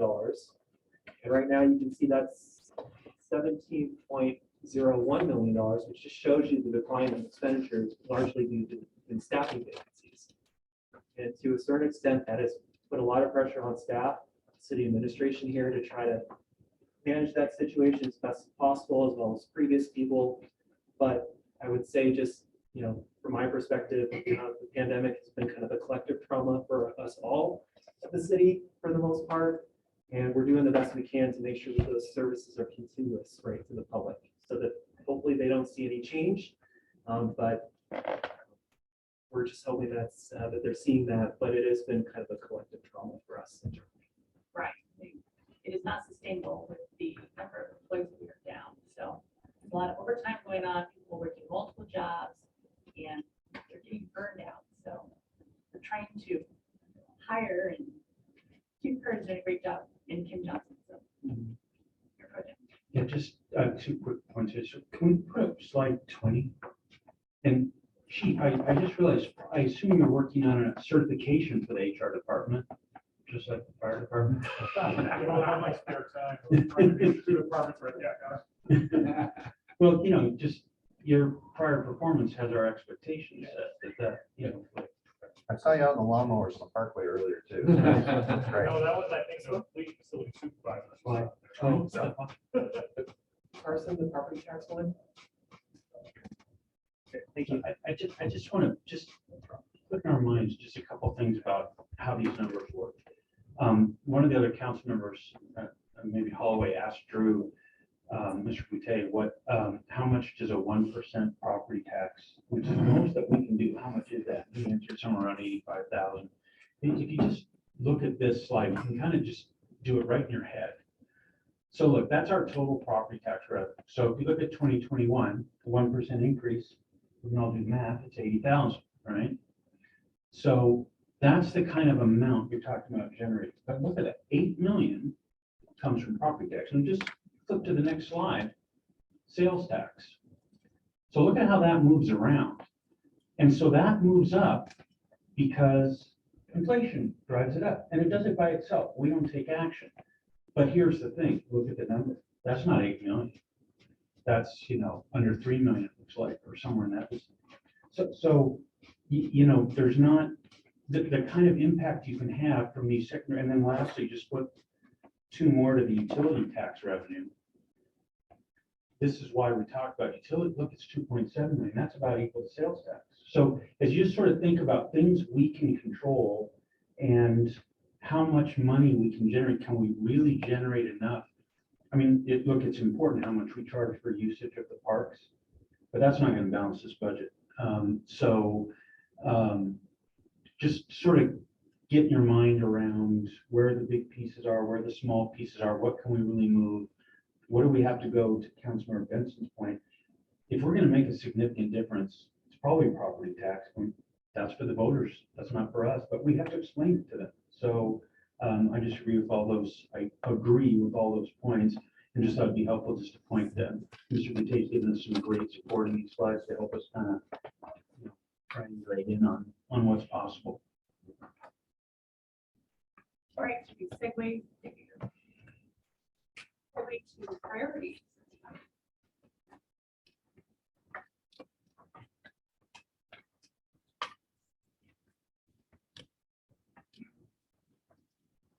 Good morning again.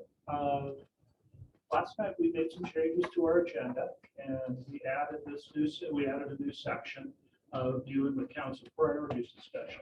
So just to kind of jump right into this, ask the city clerk to kind of put a blank piece of paper up on the screen. And just to start off the discussion, I figured we'd do a round robin. Do a round robin around the table and let each council member maybe give us their 2 or 3 top priorities. Let's get those up on the screen and see if we've got a level of agreement and kind of go from there.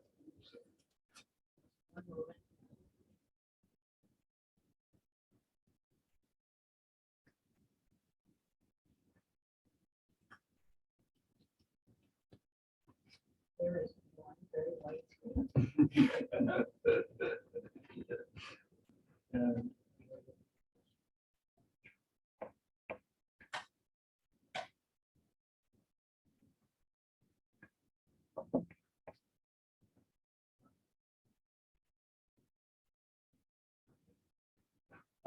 And Councilmember Christensen.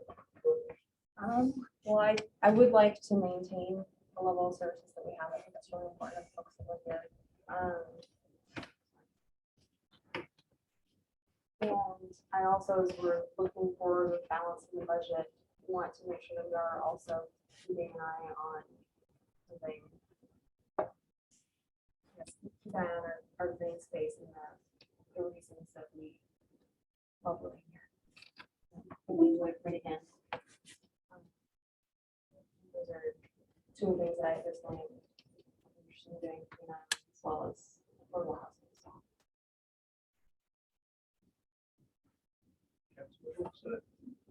Thank you. In an effort to not repeat things, I'm gonna probably reduce the one, because a couple of these are similar to what I had. I think as a council, use the right word, we have an obligation to act in the best interests of the citizens.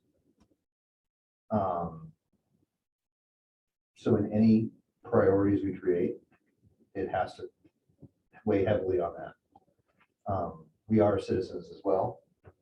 And we should, we should definitely find those priorities that are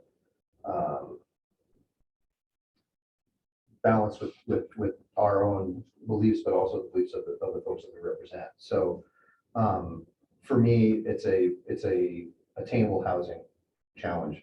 I also believe that we got to maintain current level of service and those sorts of things. But I think one of our biggest obstacles to increasing revenue is that we are unable to house our workers in the city that they work in. I think through creative partnerships and looking at areas that we can expand in responsible growth. What was the phrase, Joe? I wrote it down, smart growth. In a way that we do that in a way that increases revenue, because it also provides a really important service to those that work at the city of Snoqualmie as well, which is being close to home, less transportation, less cost of living, those sorts of things that can help them. So I really, in addition to what Councilmember Christensen said, I think attainable housing and maintaining current level service is a good place to start. Councilmember Mayhew.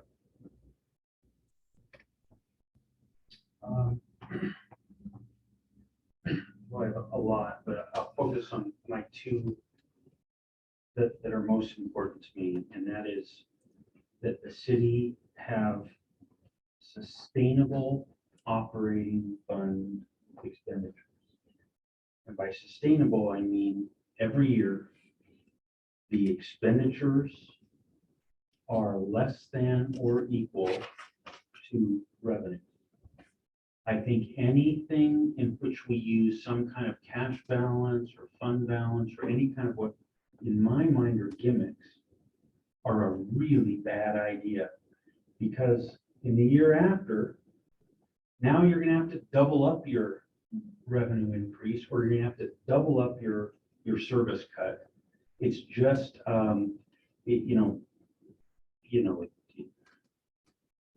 it's great. Hey, this year, we didn't raise taxes, but next year we're gonna have to raise them by double. I just don't think that's a sustainable way to do things. So sustainable operating budgets. And then secondly, that we have capital funds that are adequate for two things. Number one, renewal of our infrastructure that we have. So do we have a long-term plan for how we're renewing our parks, for how we're repaving our streets, and how we're replacing our buildings, or the roofs on our buildings, etc. So capital funds are adequate for the renewal, and also to fund some level of additional projects that we would like to do to add things to our city.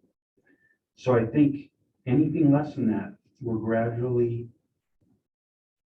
lessening the experience of living here. And I think that our community looks to us to do those things and to be straight with them and say, this is how much that's going to cost. They look to us to make sure we're not wasting money. But then I believe they want us to do that. And so those are my two big priorities. And I'll just say, when we think about capital funds, just so you know, we've not been able to meet that in the past. We have really struggled. We became a great big city really quickly, and we got a free ride for a while. All of our streets didn't have to be repaid for a whole long time. They're all put over once. Now we're a full-grown city, and we're into those normal maintenance cycles, and we haven't had enough revenue dedicated to that. And so struggling to find those dedicated revenue sources that are going to maintain those criteria that I laid out, I think that's hard work for us. And so those are my big priorities. Councilmember Homewood. So I agree with Jill, not only what's going to be a separate part of the budget, but sustainable utility infrastructure is something we need to look at in those utility budgets. I do think living wage housing is important, affordable housing. We always said live, work.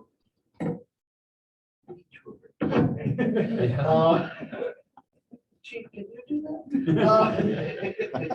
Seems like an HR function. Yes.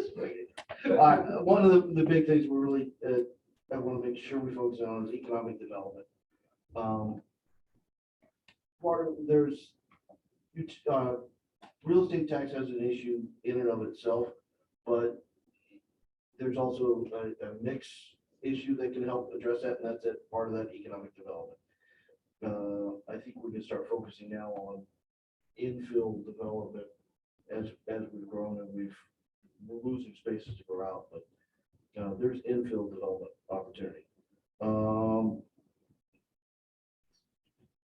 Yeah, those are my living wage, economic health, also, public safety, pandemic recovery growth, and eventually community center. But I think we can, that conversation may come after a while.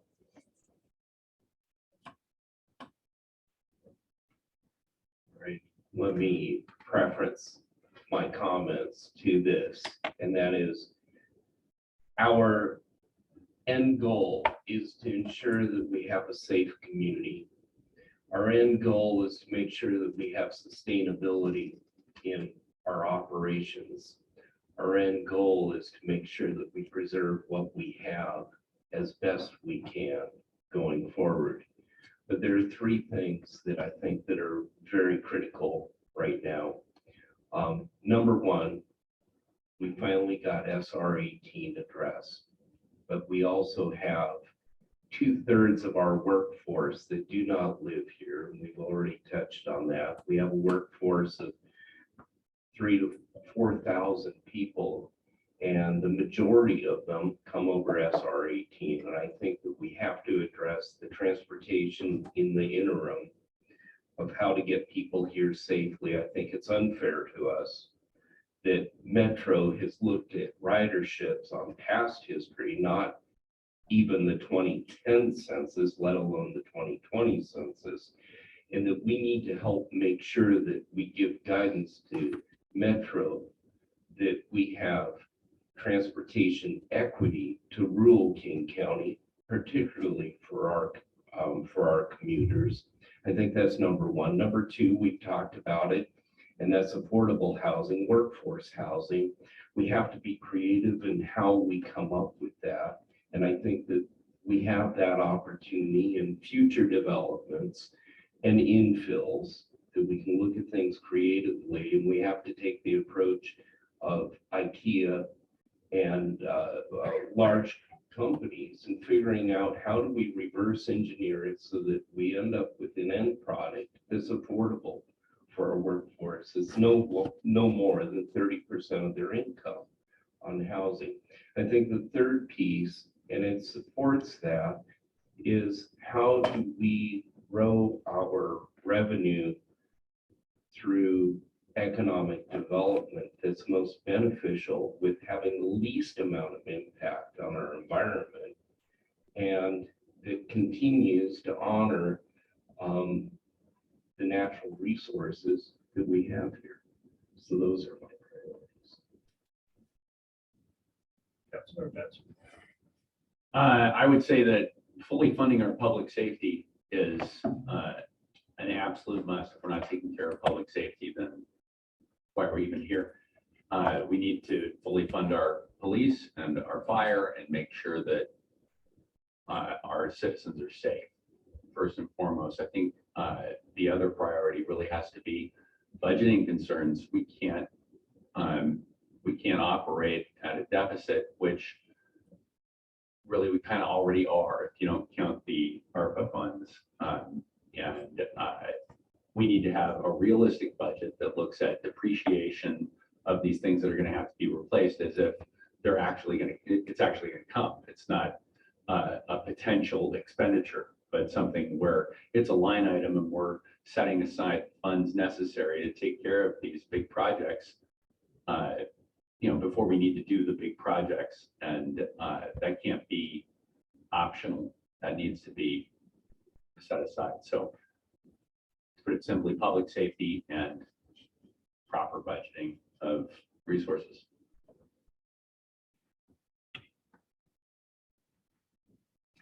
Yeah.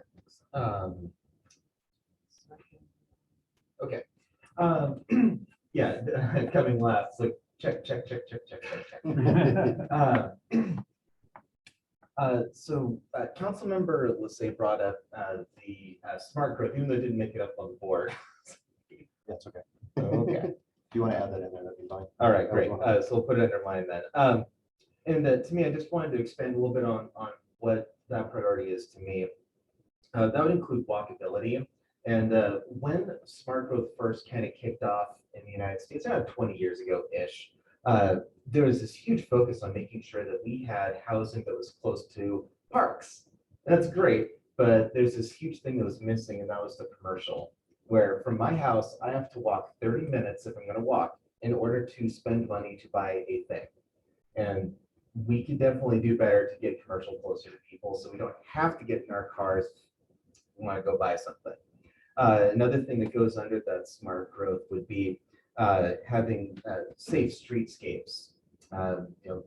Street trees, for example, help people to feel safe and protected, both from the elements and from cars when they're walking along. Things like continuous sidewalks, so you don't go down to street level, rather the street comes up to you in a pedestrian space. Can help people to feel like they can just be a little bit safer in their community when they're moving around. And then getting toward the affordable housing, although I think that it's technically a separate thing, is adding additional housing through middle housing, or what's sometimes called missing middle. Much of the United States' development over the last 70 years or so in the post-war period has focused on single-family homes and big high-rise apartments. But what's missing is, just a few stories that are a little bit higher density, things like townhomes and that sort of thing. I happen to live in a townhome myself, and sure, it may not be for everyone, but I think there's an appetite for that scale of housing. And that's not necessarily affordable housing specifically. That's just adding additional housing that can help to bring down some housing costs. Affordable housing is a separate thing, though, that I definitely am strongly supportive of. What that means to me is not necessarily 30% AMI or 60% AMI, although it certainly could. I struggle to see how even someone who's in the range of 80 to 120% AMI can afford to live here, which sounds like a lot, but in our area, I mean, there just aren't a lot of homes for someone who's in that income range. So to me, affordable housing doesn't necessarily mean low income housing, though it does include that. It really goes into some higher incomes as well. And then, let's see. I don't know, I think I covered that. Well, we'll go with that, and then I'll just put a check next to a third thing from someone else. So I guess, I think, delinquent, I just want to know their staffing. And if there's, Yeah, sure. we can't do any of this until we get staffed up, so if there's anything council can do to assist that's reasonable, come talk to us. You guys know the issue. Priorities, what's my priority? Yes. Carson? Is there a slideshow? Let me start. Dempsey, where's your Hold slide? on. Wait, that's what- I didn't know. Mayor, while Carson's pulling it up real quickly, I work in, obviously, in the architectural world and development, and we do a lot of that housing that hits all those categories. We do funded affordable housing, we do the attainable housing where it kind of hits that missing middle. We do townhouses, we do the big apartment projects. It's really a big focus of our work, and it's complicated. So it's not something that's easily defined as just affordable housing. Because that word affordable means something differently to different people. So we've started using the word attainable housing, which addresses the workforce, which addresses the missing middle, which addresses folks that just need a place to live. They can't afford to live where they currently work. So anyway, I decided to share that real quickly. And Watson was worried about Lincoln's over 65. Yeah, we're really- And that's a part of senior, yeah, senior housing is a part of that because it's oftentimes a fixed income makes it even harder. So I'll run through mine real quick and then we can, break for lunch, we can come back in, bring lunch in and, have more conversation and move on to the next item. So I have a mission, is to be an effective leader for my community by making respectful, informed, and transparent decisions that enhance the quality of life for our residents. Yeah, that's normal. Should be normal, right? So she, No, that's talking about the siren. something like it. He also likes. Good timing. Flashing red lights and, fire truck going by, that's all it gets me. going. And so I think one item is the strategic plan would have helped guide our vision by establishing our priorities, our goals, our objectives, and then the measures. And this would be a 5-year plan that would guide the work plan of the city, our budget, our CIP, and ensuring fiscal sustainability. Public safety, providing a safe community continues to be a priority for the city. Ensure that we have the proper equipment and resources for our fire and police departments that will enhance public safety. Community watch groups, I kind of talked about that a little bit earlier. I think that might be a good option in the near future. And also part of public safety would also be public works, making sure that we always have clean water, toilets flush, and stormwater drains away. That's kind of investment in our current infrastructure. Affordable housing, we need to develop a plan that will allow employees to live and play wherever they work. We keep losing really good candidates, director candidates. And if you're losing director candidates, obviously that's a huge issue. And now we lost really good planning engineer potential. We took a look at our housing prices up here and said no. And so we are having problems hiring, and so this is a huge issue. So we need to kind of think outside the box and figure out how can we get employees able to afford to live here. Human resources, we talked about this a little bit earlier. We need human resource leadership. This will come with hopefully a new HR manager, although Chief Perez is doing a fantastic job. We need to establish a culture within the city and through values, vision, and mission. And we need to invest in our city staff, and that includes what our public works director Shamlis mentioned earlier. We need to hire at the base level and train them and let them allow to move up through the ranks. And so right now we might hire a certification number 2 in wastewater, right? But why can't we hire number 1? And then that person, you take the test, and then you have so many years of experience, then you move into 2 and to 3. So we're just hiring for, we need number 4 right now. It'd be great if we had some people. So I guess the thing is training, progression, and succession. So we need to be able to move people through the ranks and pay them for each of those areas, each rank. Provide and protect services, enhance residents' quality of life through services, spaces, and facilities. And so that is, community center expansion with the pool, river walk, capital programs are devoted to preservation of current assets. And so that is your street resurfacing, sidewalk replacement, ADA playgrounds, trails, sports courts replacement, parking lots, resurfacing, park facilities maintenance, and facilities maintenance. And so you will see a lot of this in our non-utilities, actually our utilities, non-utilities and utilities CIP. And then economic development, provided an economic base that supports approved long-range city revenue goals. And so, we should develop and annually review an economic development commission. We should have a 6-year strategic plan. We should be, following that. Work with current businesses to help them succeed. Promote Snoqualmie as a recreation hub would be, this came up through Economic Development Commission a couple years ago. And tax-based diversification, increase sales tax, become less reliant on property tax. So to make it easy to attract new businesses and help keep businesses. And, my plan is, once we finish with the employee groups, is to start meeting with the different businesses to determine how easy is it to do business in Snoqualmie. How are they doing? Are they recovering from COVID? What are their plans in the next 5 years? Are they going to stay here? If their plans are to move, then that would be a huge impact on Snoqualmie. So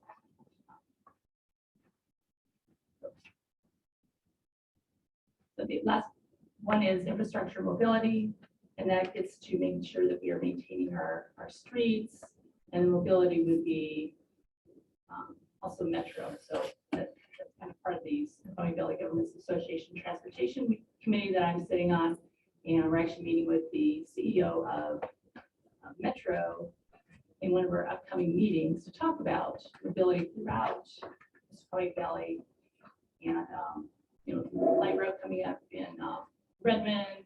How do we get there? And having Metro come across Highway 18.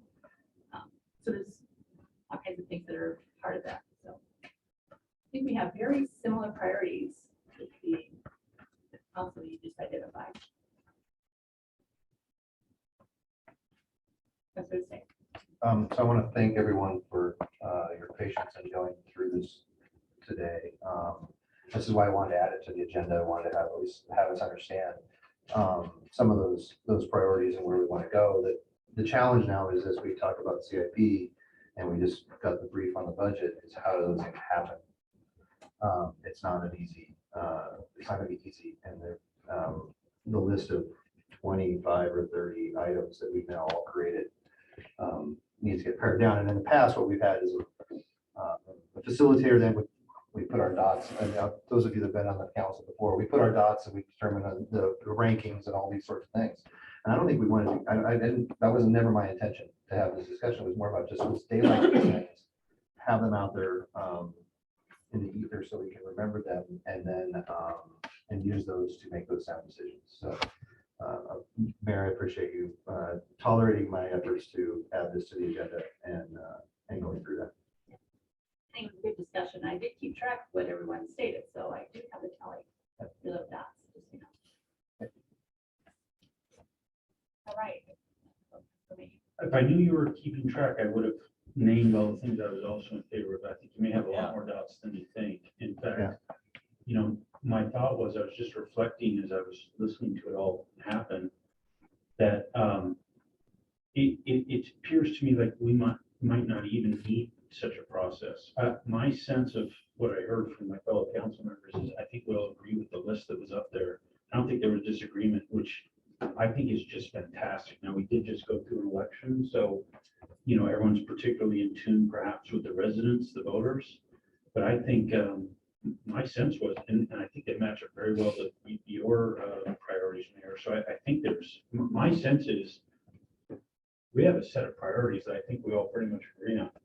And, maybe the smart thing or maybe a thing to do would be just to take that list, clean up the language on it and maybe just circulate around to us. And maybe it's something we can all adopt and say, yeah, those are our priorities. Because I think we may be there. And if so, then great, let's just formalize it and I'll sort of coalesce around those. I think you'll see that on our budget calendar that we will have one more discussion regarding it. We can at that point buy off on it. Awesome. All right. I'm assuming that our lunch is ready. So we break for lunch. So moved. I'll get into that. Give it maybe 10 minutes and we come back and eat at our desk. I think it's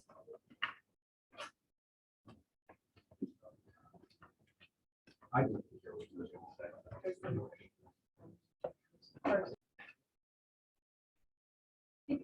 we're going to go ahead and start with the capital improvement plan, and Drew Matei will be presenting that. All right, good afternoon, council. I hope you had a delicious lunch. Looking forward to this discussion about the 2023 through 2028 capital improvement plan. In essence, as a part of your agenda packet, there were 3 documents. There's a PowerPoint presentation and then 2 schedules, basically, a statement of non-utility CIP sources cash balance, as well as a statement of utility CIP sources uses and cash balance as well. So I hope you were able to take a look at that information before the presentation today. Arson, if you don't mind moving to the next slide. Thank you. So the administration worked really hard over the past couple weeks or so to try to prepare some materials for you to have this discussion. But what we want you to know is the prepared 2023 through 2028 capital improvement plan is preliminary and subject to change. When we get to the budget calendar, you're going to see, in essence, some deliberations that we're going to have regarding the CIP in the future. And so in terms of the CIP that we're going to show you here today, really I want to think about this as maybe some art. So for example, the administration started off with the Jackson Pollock painting. I don't know if you've ever seen the Jackson Pollock painting, for example, but there's a lot of stuff just kind of thrown against a canvas. And what we've tried to do with that basically is we've tried to at least try to get it into where it might look like a Monet painting. Now, if you know anything about Impressionist paintings, so, I think you need to put a Pollock example on the screen and a Monet example. is I think really more like a banana to be perfectly. Can I go? Okay. So from a distance, everything looks beautiful, right? For the most part. Everything looks great. All the priorities are in there, for example. But when you start getting up closer, start noticing that it's harder to make out the characters. There's smudges, here and there, for example, just short, fat strokes. And it's hard to make out what's going on exactly. But really that's kind of what we're going to show you today is basically Monet painting or Van Gogh painting. But we're hoping to eventually get to what I would say maybe like a Rembrandt painting, for example, where it's photorealistic. It's actually something that's achievable. And so we need your assistance today to help us to get to that stage for the most part. I noticed that, just based on the analogy that we're moving back in time. So really, if you need any sort of I know because we're traveling back in time, I want to ask Councilmember Johnson if he can help us, with this, but as the physicist. So. Oh, got it. Yeah, we do. All right. So questions for the retreat for council to consider is the list of capital programs or projects included in this preliminary CIP what council would like to see completed over the next 6-year period, that amounts desired. The second question that's going to be important, maybe we don't quite answer that today fully, but if not, what programs or projects should be included in the CIP? So the goals of the CIP process following this retreat is to take your information, revise the CIP to incorporate your comments, priorities, and interests. But we're also going to spend some time as the administration reviewing the scope of each capital program or project and address maybe any sort of funding challenges that are talked about and discussed today. And we hope to produce a 2023 through 2028 CIP document. And the anticipated adoption of the CIP is for July of 2022 this year. Next slide. So what is a capital improvement plan? Well, it's multifaceted. It's a planning and financial management tool that helps the city identify and prioritize capital facilities over a period of time. The objective is to help council avoid any sort of long-term surprises, right? You don't want this big $1 million thing and only get notified about that a month beforehand or a couple months, right, for example. And so we really want to make sure that you're informed, right, about things that are going to come. In addition to that, it helps us to start the financial preparation for any of these capital investments related to. The CIP establishes the projected scope and cost of capital facilities, communicates the estimated funding available from various sources, and balances both that cost and the sources available in a cohesive and responsible financial plan. The city is required by the Growth Management Act to develop a 6-year financial plan that clearly identifies and forecasts the revenues for capital purposes, as well as we need to, and so this plan, the CIP that we do eventually adopt, will be adopted by reference in the capital facilities element of the comprehensive plan, which is required under the Growth Management Act. But then also is going to help us guide our capital budgeting. So in essence, what we produce with the CIP will become a part of the overall biennial budget. Next slide, please. So Mike Bailey, he gave a presentation that kind of listed out some of the funds, for example, that might be under consideration. You guys may recall, like general governmental, you have this kind of column of potential funds and areas. For example, what we often refer to that in the city as non-utilities, or whatever sort of capital that we're going to do within that bucket that Mike Bailey talked about, we often refer to as non-utilities. When we get to the enterprise funds, for example, often referred to as like proprietary, is we're often focused on utilities. And so utilities, we tend to separate from non-utilities just because it's going to require a separate kind of source of revenues in order to support that. And then one of the things that we're likely not going to address today is capital equipment, but that is also something that we would have to potentially consider as a part of the CIP in the future. And that is often dealt with internally through internal services and so on. So just to try to relate that back to Mike Bailey's presentation, that's why we have the slide right here. If you can move to the next one. One of the things that we've done, I think, creatively as a council as well as administration in the past is we try to define certain concepts overall. And so we've defined a couple concepts. One is a capital program. And what we often refer to as a capital program in this city, for us, it's defined as the continuous acquisition or renewal over an extended period of time of similar long-term assets. These are programs that you're going to see pretty much permanently in the CIP over years, basically. And they should always retain their existence in the CIP because it's something that we have to do every year in order to maintain our assets. So think about repaving a street. We have to do that continuously year after year after year so that we can maintain the level of service that we're providing. Is that a pavement condition index of 70 or 65 or something like that? And so those will exist permanently within our CIP. We talk about a capital project that we're defining that as a one-time acquisition or renewal of a long-term asset. And it's really that project is only included for a temporary period of time in the CIP. And examples might include like the fires, if we wanted to replace the fire station or lift station improvement project, that isn't something that you would do continuously on an annual basis. And so that is why we refer to projects. And that's the distinction that we tend to make internally between programs and projects. Projects are one-time discrete events. Programs are continuous. And so when we talk about sustaining the CIP, which we get to next, I don't quite want to start backwards with that, but in essence, we want to make sure that our recurring capital revenues are sufficient to support our debt service as well as our recurring capital expenditures. If you're using one-time money to try to support your recurring capital expenditures, eventually you're going to run out of that one-time money, and then you're not going to have anything in order to continuously support that. And so when we talk about the sustainability of the CIP, our goal is to aim to match capital projects with more volatile or one-time sources of revenue, match capital programs with more stable sources of revenue. Just going back a little bit further from that, we also have to consider whether a revenue source is restricted externally by the state statute for certain purposes, or is it committed internally by council for some sort of resolution? And so oftentimes there are these restrictions. I think Mike Bailey talked about a difference between REIT 1 and REIT 2. Those are constraints that I have to consider when we put together the capital improvement plan, because you can't use REIT 2 on certain things that you can use REIT 1 on. And so, got an attorney here, Councilmember Christensen. If you think about this, CIP can be one long or large logic gate. I don't know if that helps or not. Or miracles that days.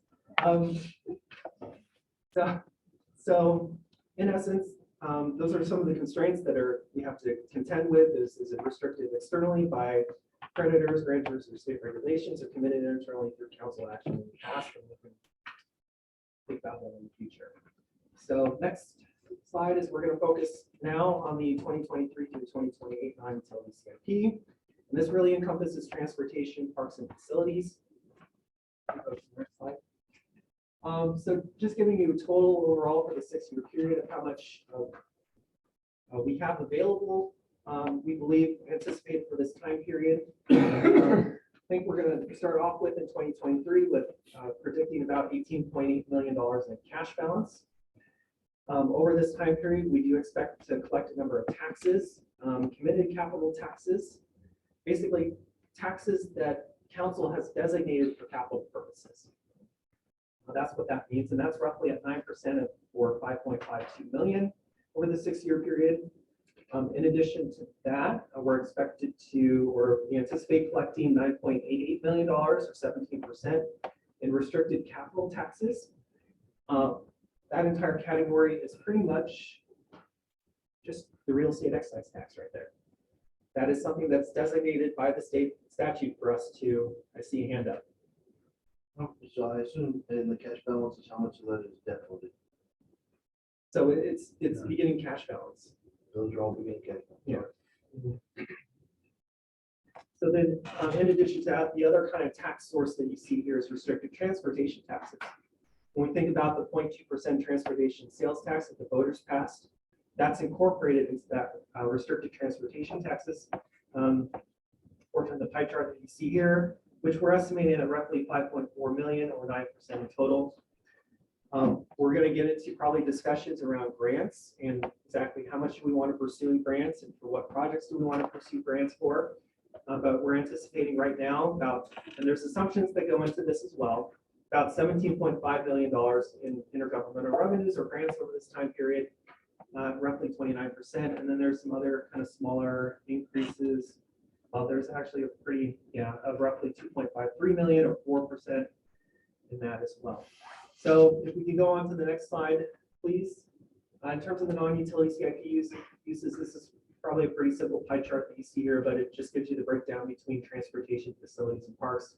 Roughly 40% for transportation, 30% for facilities, and 30% for parks.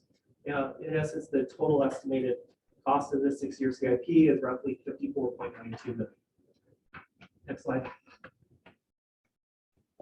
So this might be a little bit complicated because we're going to get into some colors, discussions of colors. We like colors around here. And this should match up basically with your exhibit 4A and 4B, I believe, for the most part. We discussed capital programs a little bit. Those are your reoccurring expenditures that you want to make sure to take care of our current system as it is right now. That's roughly anticipated $9.06 million over the 6-year period, or roughly 16.5% our total that we anticipate spending. We also have a kind of category called capital projects with grant funding approved. So the state has said yes, or different departments within the state have said yes to approving grants. And those are kind of capital projects. When we dedicate our sources, our portion of that to, we can get off the ground, right, relatively quickly. We're talking about capital projects awaiting grant approval or other sources.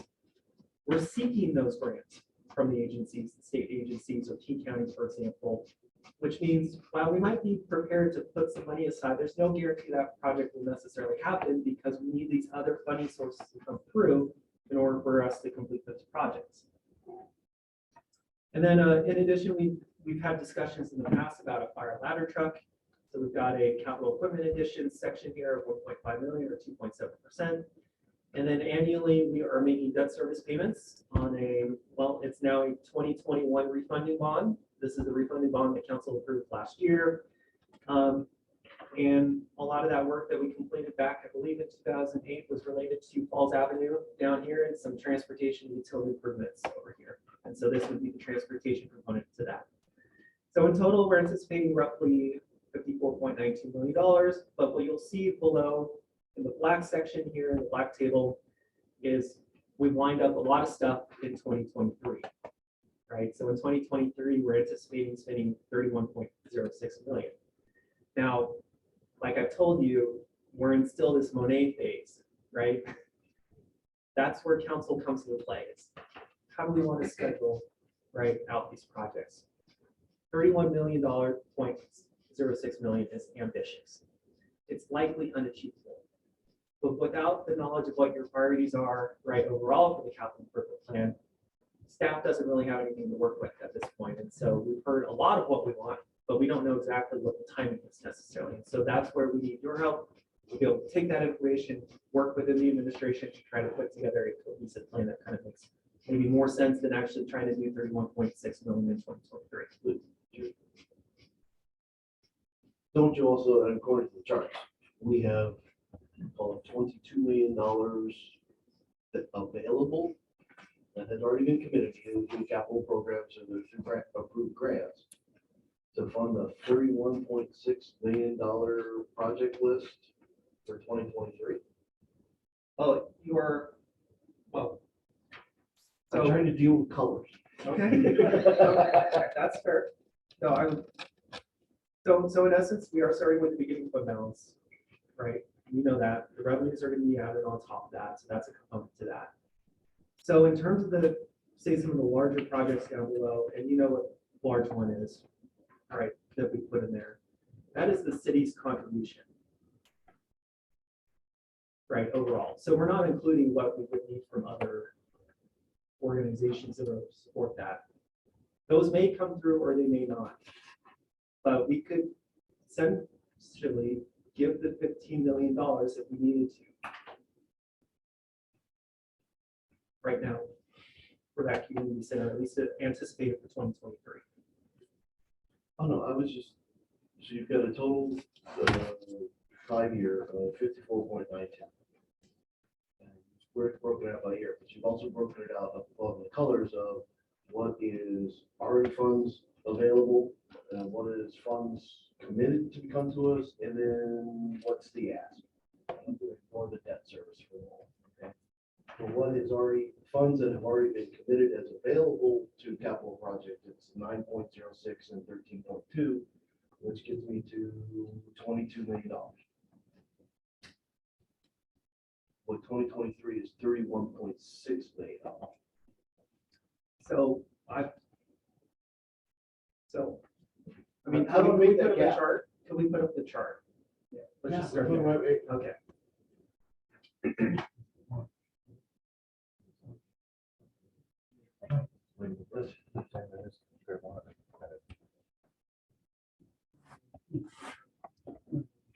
Yeah, I mean, in essence, if we're anticipating beginning fund balance of 18.8, and then total sources are anticipated at 14.2, 18.8, that gets you above $32 million right there. So the intention is to close that gap is to spend fund balance. Right, so in essence, you would be, so if you look at the total ending fund balance for 2023, we're anticipating roughly $2 million. So you would be going from 18.8 to 2 million. Right, and that's going to be part of the consideration from council. What is the appropriate fund balance that we want to retain within the CIP, right, over the long term? I don't have an answer for you because I'm waiting for. You're waiting for the decisions, answer, right? Right. Like I said, it's Monet painting, so we got. Just beginning to do art appreciation. Yeah. So hopefully, does that make more sense, I guess, to what the question you're asking a little bit? Okay. Commissioner Johnson. I feel bad that I didn't follow your math. Can I use some different math? Where if we go to slide 8, I see the total sources being 59 million something. And then on slide 9, I see the uses being 55-ish, which in my math leads to a difference of about 4 million that would be left over. That's correct. So when you look at this table, right, exhibit 4B, by the end of 2028, you should see $4.7 million in the ending fund balance line. Okay. So I'm sorry that I didn't follow Councilmember Holloway. I'm hearing that we've got 4 million left that we could have as a fund balance after doing all this. And that doesn't mean that we want to spend that. It could be that that's what we retain. It could be we retain a different amount, but that's what's being presented. Am I correct? I'm just saying that we anticipate that for 2028. Right. Yes. So it's anticipated, can't. And there's cash flow. Yeah. Yes. So jump ahead too far. Drew's got some, is going to move us through some great slides, but I would just say, when I think about operating funds, I don't focus on fund balance. Because sustainability, we need the expenses to be covered by the revenues. You know, a little carryover from one year to the next, fine, but anytime we're taking big fund balances and applying them to operating expenses to cover a shortfall from revenues, I just think that's just a disaster that's going to kick 20 years down the road, or whatever. On the other hand, and so, you know, and that's, you can agree with me or disagree, that's fine, that's debatable, but that's sort of how I look at it. Capital funds is a whole different thing. Capital funds are there for us to spend on capital purposes. So you would think if you're looking out far enough, and we can see all the projects we sort of think we ought to be saving for today, you'd expect the fund balance to go to zero, right? You'd expect to spend that money on the projects that you envision. So in practice, you never get to zero because each year you add another year of intentions, and then you sort of have some money that'll allocate to that, some of today's money maybe. But generally, if you have a large capital, so we have a large capital fund balance right now because for the last couple of years, we couldn't get the capital projects done that we had planned to do. COVID came. But over time, and well, that's one of the reasons. Probably the bigger reason is because money was set aside during the rich build out for big capital purposes. But in any event, when we now look at that, you would think we'd be saying, okay, what are we going to do with that? And you would think that that plan would probably head towards whether it's 6 years or 4 years or 10 years, but in some not too long period, you'd expect us to be sort of heading to zero, right? So you'd expect to use fund balances there. That's why you have capital fund balances. So I think that the thing that's more unusual is that we have a lot now, not that we'd be headed towards not having much in the future. I don't think that's where we want to head. Well, and I think also to your point, the people that contributed the money to that vast capital that has built up have been here for a long time, waiting for that money to be spent in an appropriate way. And to the extent that we hold on to that money and don't use it for a capital purpose, we're sort of going rent free on a bunch of money that people put forward for a capital project. So there's a responsibility to actually spend that money.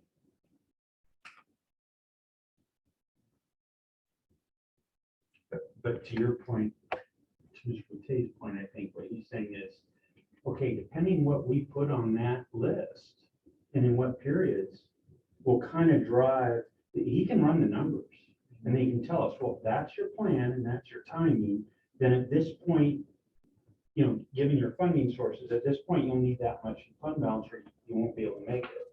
So he can tell us those answers, but we have to give him the input and he'll go get the answer for us of what the fund balance would be, assuming that list and those timings and so forth. All right. Next slide, please. So we talked about the sustainability, the non-utility CIP a little bit. Really what we're looking for is the most stable sources should fund the most consistent with capital expenditures, which is really our capital programs as well as debt service. And so in essence, our kind of most stable sources are the taxes that we collect overall. And the goal is to really apply those taxes first to our capital programs and debt service. And so when you subtract those recurring capital uses, you find that we have a difference that's actually positive, which means we have in essence money for taxes, right, left over after we pay those or use them on those capital programs and debt service to then deploy for kind of capital project needs overall in the city. And so that is probably very good. I give a lot of credit to the council members here as well as the mayor for what they've done with the Snoqualmie Parkway rehabilitation project. So that is a big deal. In essence, the state is now going to apparently take that over for the most part, which means they're going to be responsible for the repavement, the longevity, of that parkway over time. Not set yet.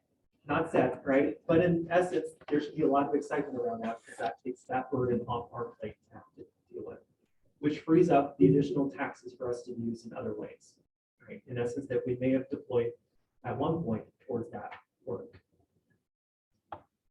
So with that said, just give you some highlights overall. It funds the non-utility CIP. It funds the important capital programs devoted to the preservation of current built assets. So we've kind of listed out all the programs that we have here: street resurfacing program, sidewalk replacement program, Americans with Disability Act program, playground replacement program, trails replacement program, sport courts, parks parking lot, parks facilities, and facilities maintenance. So just wanted to make sure that I understood this. Oh, never mind, the words right in front of me. I take it back. Go ahead. So in addition to that, we anticipate funding significant facility and park projects over this time period. We've talked a little bit about the community center. I'm sure we're going to get into that a little bit more as we kind of continue through here. But also the Riverwalk project, you'll see 3 different items, kind of different phases of the Riverwalk project. When we think about economic development activities, the Riverwalk project can certainly be a component of that and help to drive some of those revenues downtown as well, which can overall support our operating budget, right? So there's an interplay going on here between not only our operating budget, but also our capital budget, and how they might mutually reinforce each other too, and this could be one component of that. We mentioned the all-inclusive playground project. You heard from Mike back here that they're going to hopefully start this year on that project. But there's a potential that project might actually finish up in 2023. As probably everyone knows, there's a concrete strike going on right now, and that has delayed some of the work that supposedly should be happening down here, especially with the downtown infrastructure improvement program or utility work here.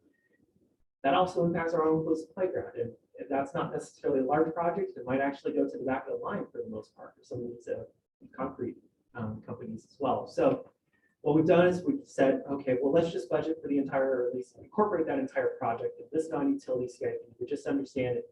If it finishes this year, it's fantastic. But we've also put it in for next year as well, just in case. Just a real quick question, Mike. Yes.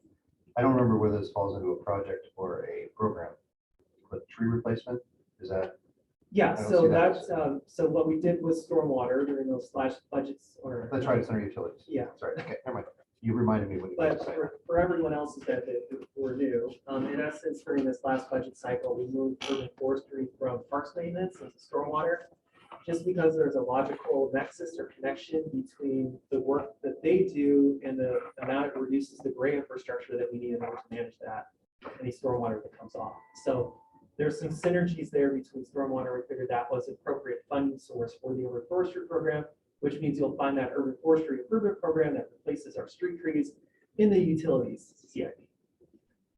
So with that said, Councilmember Juan talked about the SR 18 I-90 interchange project. You're not going to see that as a part of the non-utility CIP, but that is certainly a significant project that's going to come up that will really benefit the community in the future, especially with the urgent diamond interchange that you have there. Our goal, I guess, over the next 8 years is make sure that any sort of other transportation projects that we want to kind of wrap around that a little bit. You can't be closing down, right, necessarily major, roadways, right, during this time period, because that's just not feasible for anyone that needs to commute anywhere. But in essence, we've got 3 projects here, and you'll see the Snoqualmie Parkway Rehabilitation Project, Kimball Creek Bridges Replacement Project, which in essence would replace a couple culverts, I believe, along the way over here, as well as the Town Center Improvement Project Phase 3, which is in essence an extension of the work that we've done in the past, especially downtown core here. See all the kind of aesthetic improvements and the undergrounding of utilities, all that, trying to extend that outward from downtown north towards the river. So with that said, I'm probably going to walk through the utility CIP fairly quickly, just because all the fun stuff is within the non-utility CIP and the discussion for that. But in essence, for the utility CIP, primarily how we're going to or anticipate funding this is primarily through your utility fees. So if I remember from Mike Bailey's presentation, Councilmember Johnson asked about, well, do the utilities fees pay for operating capital and debt service? They do. They do it all pretty much, right? And it's a pretty large component of our CIP sources here. You're going to see other things like general facility charges, as well as contributions in aid of construction. Those are a couple of difficult concepts overall for people, I think, to understand, especially even staff internally. In essence, GFCs are charged to developers as a condition of service in the city. City over time has made a number of improvements. For example, putting a water main that maybe has a 12-inch diameter when maybe we only really need an 8-inch for the population that we're currently serving, just because you don't want to have to continuously dig up that street and replace it with any sort of increased size in the diameter, right, consistently, just whenever any sort of development happens, right? So the goal with the GFC is to recover those, what we've paid for in the past as citizens, basically, to construct those improvements so that they were right-sized when the development does happen. So in essence, it's the developer paying back the citizens of Snoqualmie for what the citizens of Snoqualmie already did, which means we can apply that money to any sort of project overall within the city. When I talk about contributions to data construction, that's the developers paying for a specific site improvement on that site or for some sort of project that relates to them coming on board. So it's separate, but it's an important concept that we'll have to kind of work through in the future too. I need both sources of money. I can't trade one for the other.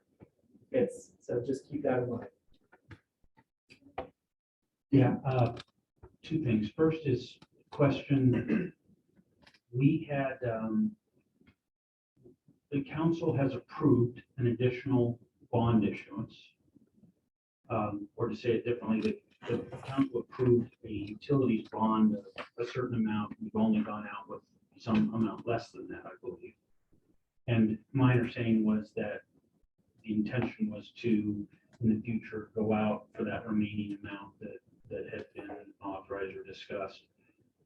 I don't see that up there. Is that because either I'm just wrong and we already did it, or is it because we no longer think we're going to do that, or was it just omitted? I'm just kind of wondering what the story is with that. Yeah. So when I'm going through this exercise and trying to map out exactly what the 6 years looks like, it doesn't look well. I don't want to say that we're not going to need it. We may not need We it. may not need it, and so Okay. that's what I'm showing here is we may not need it. Okay. Which is why you don't see any sort of a, well, as you know, bond isn't exactly revenue to begin with, right? So, Yeah, so, yeah. but you caught that one with sources, so yeah, so Yeah, totally with you, that makes sense. And especially since things are delayed, that answer makes sense. Right. Here's the second thing I just want to bring up is I think the council has spent a lot of time over the last the time that I've been on the council, dealing with something that's just core to what's on the slide. And that's this notion of how does development work in a city? Because there are some who say, hey, developers should pay for the cost of the development, right? And then even, if you accept that view, it starts to get very complicated because the question is, well, when do they pay and what were the costs that they're paying for? Because often something that's done as part of a development, a large development, actually serves the whole community. So then how much of that was benefiting the community? How much was benefiting the developer? So this gets very complicated very quickly. But one thing that's really key that's up on here is not only do we, but we are required by state law to build our utility facilities to handle growth that might happen. And so we're required, and we do, estimate out, when do we have to build bigger pipes? When do we have to build bigger treatment facilities, that sort of thing. And so when we do that work, we do it not just for the footprint we have now, but for this required growth, which means if you just look at that, you'd say, wait a minute, the ratepayers just paid for something that is going to benefit a developer. And then someone says, yeah, the developers paid for it. And they say, no, they didn't. We just paid for it. The answer is, nope, that's what the GFC is. The GFC is when a developer does hook up, they have to pay us for the cost that the utility system already incurred building that capacity that they're now going to use. So not only do they have to pay rates from that point forward, of course, but they pay a big capital charge at the time they hook up. And you can see how big a chunk that is year in, year out. And so because of that, our rates are much lower than they would have been. So it comes out over time, but there's sort of a timing mismatch. And understanding how this actually works in total, I think is really important to forming it, whatever view you're going to have about how development is or is paying for what's going on. Yeah, very excellent. Yeah, makes a lot of sense.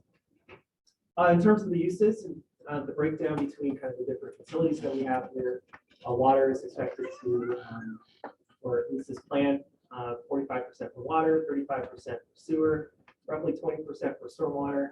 The amounts that you see kind of listed there. You'll also see kind of a small IT project contributions, roughly $150,000. Don't have to get into it too much, but in essence, that's to support the ERP project overall, because that has a lot of impact of what they're doing, and you have a utility billing component to that, and so that is there to support that. Sorry, next slide. Thank you, Preston. Appreciate it. So once again, we're back into the colors a little bit here. We've got capital programs listed at 13.4 million, or roughly 16.8%. Capital projects, see capital projects awaiting grant approvals or other sources. Capital projects with estimated developer contributions, so that's that contributions in aid of construction. There's no guarantee that we would necessarily do those projects just because we haven't received those developer contributions yet, right? Overall. And then as well as the IT project contributions, and then debt service. Debt service is roughly 20% of this total CIP that you see here. It's not only for the revenue bond that we issued back in 2018, but for a few additional debt services prior to that as well. And that's what's included in there. Overall, it's for this plan over the 6-year period, the cash flow for expenditures is a little bit more even, although there are some maybe spiky points in 2024, 2025, and 2028. But as you can see here for the total is almost $80 million over the 6-year period, which is actually greater than our own utility CIP. So if you just think of the scale itself, the utility system is large. But it's exactly what we need in order to handle the demand that we have in the city. So, and then in terms of the sustainability of the non-utility CIP, like we talked about, the most stable sources should fund the most consistent capital expenditures. When we think about it, what are our more stable sources of revenue, it's utility fees. It's what we collect from ratepayers. The recurring capital uses includes capital programs, like I said, and debt service. And so as you can see, we can cover that with our utility fees at this point. And it creates.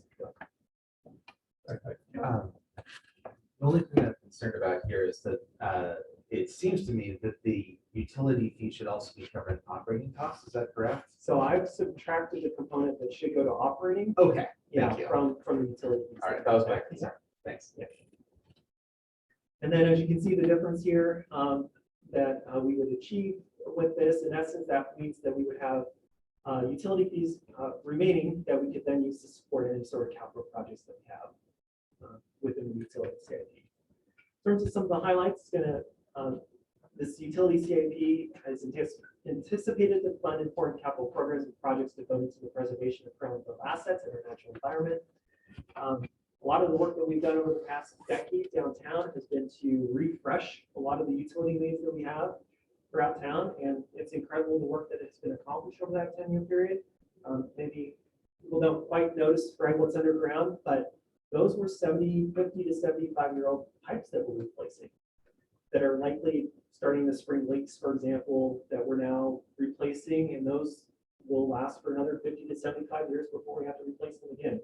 So I think it's incredible. It's a lot of credit to the past council members, Councilmember Holloway, and the work that he did. Pretty substantial kind of rate conversations took place in order to enable that to happen. And so a lot of thanks should be delivered to those previous council members for the work and for the work that you guys are even doing right now in supporting that. We also hope to complete the Sandy Cove Park Riverbank Restoration Outflow Project. From my perspective, I guess I would say that's probably an important project overall for the city.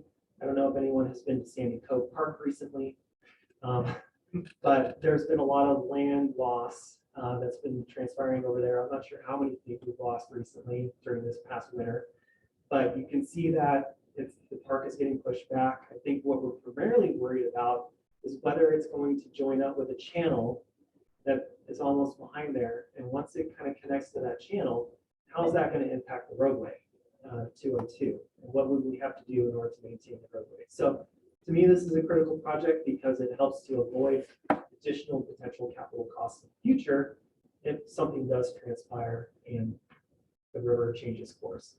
We talked a little bit about the urban forestry improvement program. I know, Bill, that it's not exactly here right now, but it's been, I think, a relatively important issue for council to address overall. Bill Bennett would talk about maybe the stunted growth of the trees that we have, especially within Snoqualmie Ridge 1, and how that they may, they're a bit diseased, for example, and how they may die out over the next 20 years. And it is a concern for us and something that we need to probably start replacing. And so our goal in the previous kind of cycle regarding the utility rates is to make sure that we have money set aside for a urban forestry improvement program that would help us to replace those streets.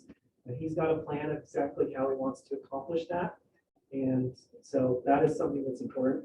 Another, I think, good thing that we really need to emphasize, or at least be enthusiastic about, is this potential Kimball Creek repairing and restoration project. There's a lot of potential synergies there with the Snoqualmie tribe.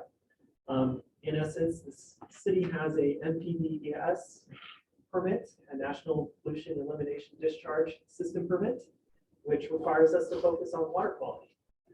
One of the ways that you can impact water quality is by removing invasive species around water courses, for example, creating shaded environments so that you can lower the temperature. And that has a huge environmental impact. And so one way to address that permit is potentially to do this repair and restoration project, but then also, given the interest the tribe might have, that could be a good connection point there. Funds important, significant improvements in the water reclamation facility. I can't talk about that. I have no idea. That's why we have Jeff here, thankfully, behind me for that piece. But there's a lot that's going to go into that. Yeah, there's going to be a lot of elements attached to that, so look out for that one. And then funds capital projects through proper funding mechanisms to handle the anticipated change in demand. Basically, what the mayor pro tem stated is absolutely correct, and these are just some of the projects where if we do anticipate changes in demand over time through sort of development that might happen, there are some projects that we'll have to do in order to accommodate that eventually. And so that's potentially some of these here. And as we have listed here, we have a sense of how much the developer should contribute to each and every one of these. So what is the basis for the utility CIP? You guys may have heard about the utility system plans. So there's a water system plan, a general sewer plan, and a stormwater management plan. It's required under the Washington Administrative Code and the NPDES permit. The goal of these plans is to evaluate existing demand data, project future demands. We have to analyze the existing system, determine if it meets minimum requirements mandated by regulatory agencies and the city's own policies and design criteria. And really, ultimately, the goal is to identify system improvements that resolve those existing system deficiencies and accommodate the future needs of the system, and to prepare a schedule of those systems. So what you're seeing in the utility CIP is basically directly in response to the utility system plans. We're not deviating from the utility system plans at all. It is a direct consequence of that and what all the analysis told us that we would need to potentially build over the next, or replace over the next 10-year period or so. And just to get into the utility rates just a little bit, the council adopted a 6-year utility rate schedule, as well as update the general facility charges in May of last year. Utility rates were designed to cover operating expenditures, capital expenditures, and debt service after accounting for TFCs, developer contributions, and other assumptions. There are plenty of assumptions that kind of go into those rate increases, and we'll have to revisit those as time goes on as well. You know, we're also having to incorporate inflation forecasts and stuff like that into that to figure out what we think the rates should be in order to cover our future expenditures. Also, we need to make sure, or through the utility rates, we're going to meet the city's desired financial policies regarding the debt coverage ratio. So we want to make sure that we can pay our debt each and every single year, and it's important to maintain a healthy ratio so we can accomplish that. But also, we need to make sure that we have operating reserves for each of the utilities too, just in case the revenue doesn't come in. We can then dig into those reserves a little bit to support us through those time periods. In addition, we worked last year towards ensuring the customer classes, such as the residential customer class, multifamily, and commercial customer classes, would pay their fair share of the cost to provide service. And you'll see that in a couple of tables that we bring up and why There are differences in the rates pretty much per customer class a little bit. So in terms of utility rates between 2022 and 2026, often what we talked about, and because it's the largest commercial class, is residential. So the average residential monthly bill between 2022 and 2026 is expected to go up roughly 3.07%. Right, and that's what we have incorporated to this part. However, multifamily, and given our concerns about affordability issues, as well as how much they were paying overall for the cost of actually servicing the multifamily, especially apartments and townhomes and things like that, their rates shouldn't actually change over this time period. And so that was certainly an important consideration for council during this last cycle. But then in addition to that, when we're thinking about commercial, and we'll make the distinction between low commercial and high commercial later at some other point. But in essence, it's actually what commercial would be paying over time is actually greater than residential in terms of those rate increases.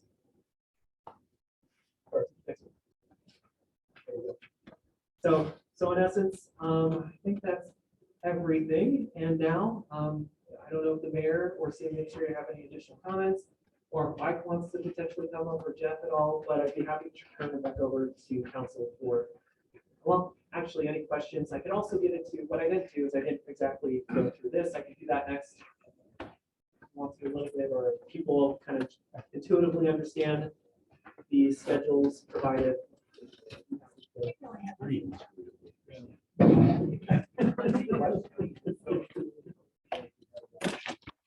So I believe these are exhibits 4A and 4B. Yeah. Yeah, they're in 11:17 format here, right? Yeah, but 4A, I think, isn't in our.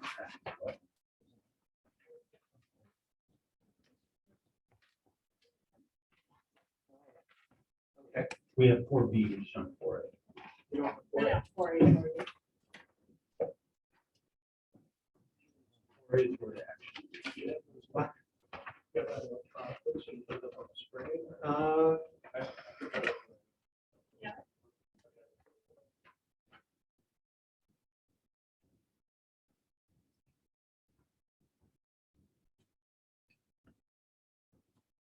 So I apologize for the confusion, everyone.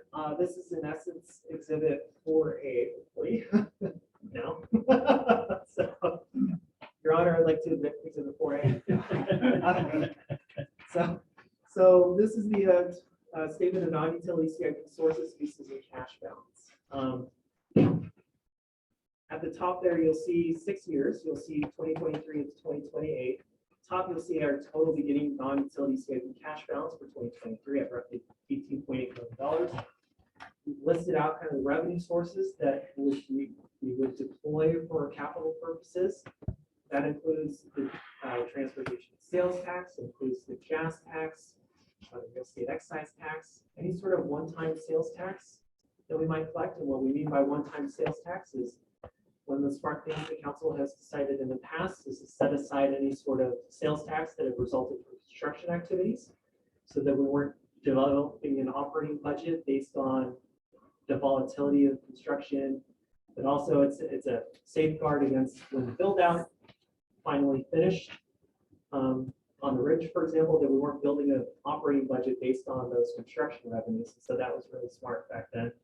In addition to that, council has allocated 3 of the 9% of the utility tax for both the combined utilities, which is water, sewer, and stormwater, as well as the solid waste as well for capital purposes. And so you'll see that included there. We've got other grants or other appropriations that would include things like the $5 million from the state in that line. And then also there's a King County Parks levy too, which it's probably 2 or 3 years old at this point now. Probably come up with renewal for 2026 or something like that. But we receive $130,000 from King County to deploy for any sort of park capital needs. You'll see donations, and then you'll see something I have flagged red. A red flag is always a fun conversation, isn't it? So this, in essence, is a operating or a transfer from government type operating. We showed you the fund balance, right, when we provided the fiscal outlook within that kind of operating bucket for overall. And I believe we start the start of a roughly, I have that with me right now, roughly maybe $5 to $6 million or so that we have in fund balance right now, or we anticipate by the end of 2022 for within the operating section. And so in essence, what this would do is this would transfer money from that bucket into this bucket to support any sort of capital uses that we might want to make. That is a policy decision that council will have to make. And it's a pretty big one. There are trade-offs involved. You could retain that right within your operating section, within your operating bucket, for example, and that might support us if there are any sort of maybe cash flow issues over time, or we could deploy that money for, say, one-time uses here in the utilities, or not utilities, the non-utility CIP. And then below that, you'll see our estimated uses with all the categories that. So on that operating transfer, I just want to say it back just to make sure that I understood here.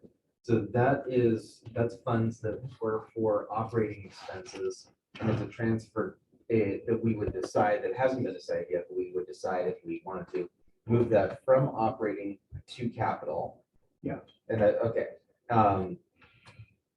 And so the question then would be, do we have enough fund balance in operating for us to justify doing this? So if we didn't do this, then we basically have money sitting as a fund balance in operating that just doesn't need to be there because we have enough fund balance in operating without this. Did that make sense? Yeah. Did I say that right? If you recall the previous presentation where you had that large table, imagine adding 2.5 million under the expenditures, right? In essence, and then you can see what the impact is, right, to your fund balance overall, and that's going to diminish everything by 2.5 million. Yeah, if I could add maybe another perspective to that answer. If you remember on the operating fund chart that he showed us a little while ago in the financial projection, if you went to the bottom of that chart, it showed fund balances, and it broke that out between that's set aside for rainy day. I can't remember if that's the terminology used. And then there was sort of some left over after that. At the end of this year, the amount that was there that was excess to the rainy day fund was 4 million.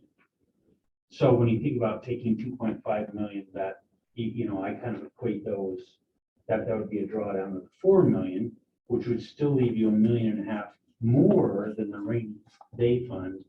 So, you know, that's where my mind first went is, okay, that matches up. I saw that money being available over in operating. Thank you. But I wanted to just, I have two things to bring up. Maybe I'll just bring one up and then wait to take my turn for the second one. But I wanted to ask you, when I just sort of look at this chart and try to understand it, I think it might be more useful to folks if you go down and look in the yellow section, or tell you what, let's look in the orange section. Both my comments apply both to the yellow and the orange section, because in these areas, there's a total cost of the project, and then there's the amount that we will have to fund. So the assumption in all of these projects is someone else is funding part of this.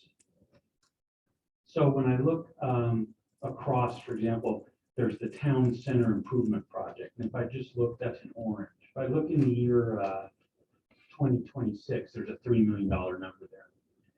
But if I go up and I look in the revenue section, we didn't put the 3 million in there. So there's sort of a mismatch here, I think. So what I think might be useful to us is, see, there's two competing things on this chart. They want to show us the total project cost, but they don't want to put in a bunch of revenues that they've never, you know, they have no idea. I mean, it's a dream. We're going to go chase them. So, but my thought is maybe, so what we've done here is we've put the amounts of the total project in the chart. And then over on the left, we put city portion in parentheses and we name the city portion. My suggestion is, why don't we flip that? Why don't we put the city portion out in the charts? And then why don't we put the total cost in parentheses? So now we can kind of match up revenues, and that way in the revenues, they're just putting revenues they know about. And but then on the expenses, saying they're telling us, well, here's what you'd be setting aside. So we can kind of think about, do we have the sources to pay our part? I think that might be a more useful way to do this. So maybe think about that and Could I see if that just makes any explain sense. Yeah. what I did, I guess? So this should be we're anticipating the total cost of the project. Here. So basically, of the $3 million that you cited, for example, the city is going to contribute to a portion of that. Whatever the city isn't contributing to a portion of is actually incorporated into that grants or other appropriations line. Oh, so if I look at the total 6.7 for that row, you're saying, That is the total cost of that project. so if we take that and we subtract out the city portion of 3.2, you're Yeah. saying the other 3.5 is in fact in revenues up there somewhere. Yeah. Oh, okay. Mhm. All right, I'll have to sort of think about that. Yeah. The other point I wanted to make is just, when I look at this, first off, this is just a fantastic presentation, great job.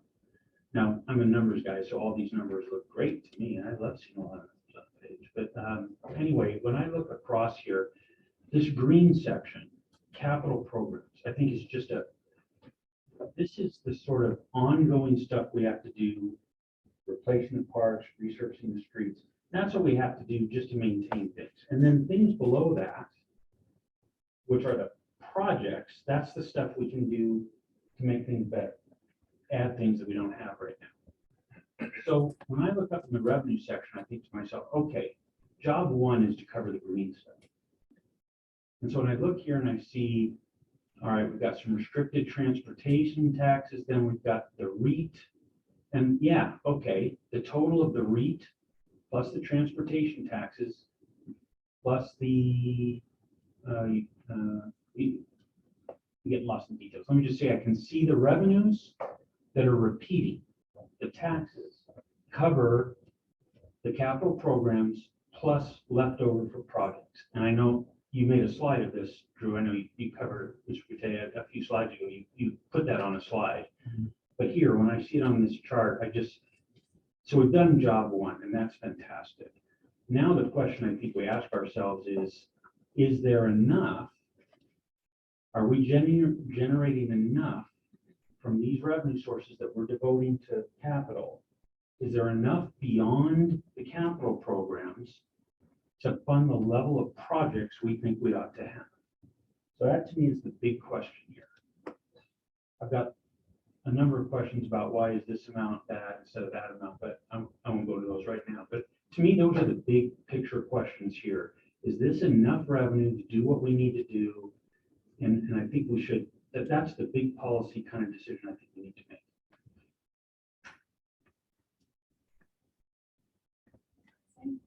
Just a quick question, because I don't know if I picked up on it or you said it, and I just didn't catch. Year on year for the taxes, what percentage are you using of the increase each year? So depends. So if you think about the sales tax, we talked about the sales tax as a part of the operating forecast. And so it's using the Key County Economic Development forecast for that.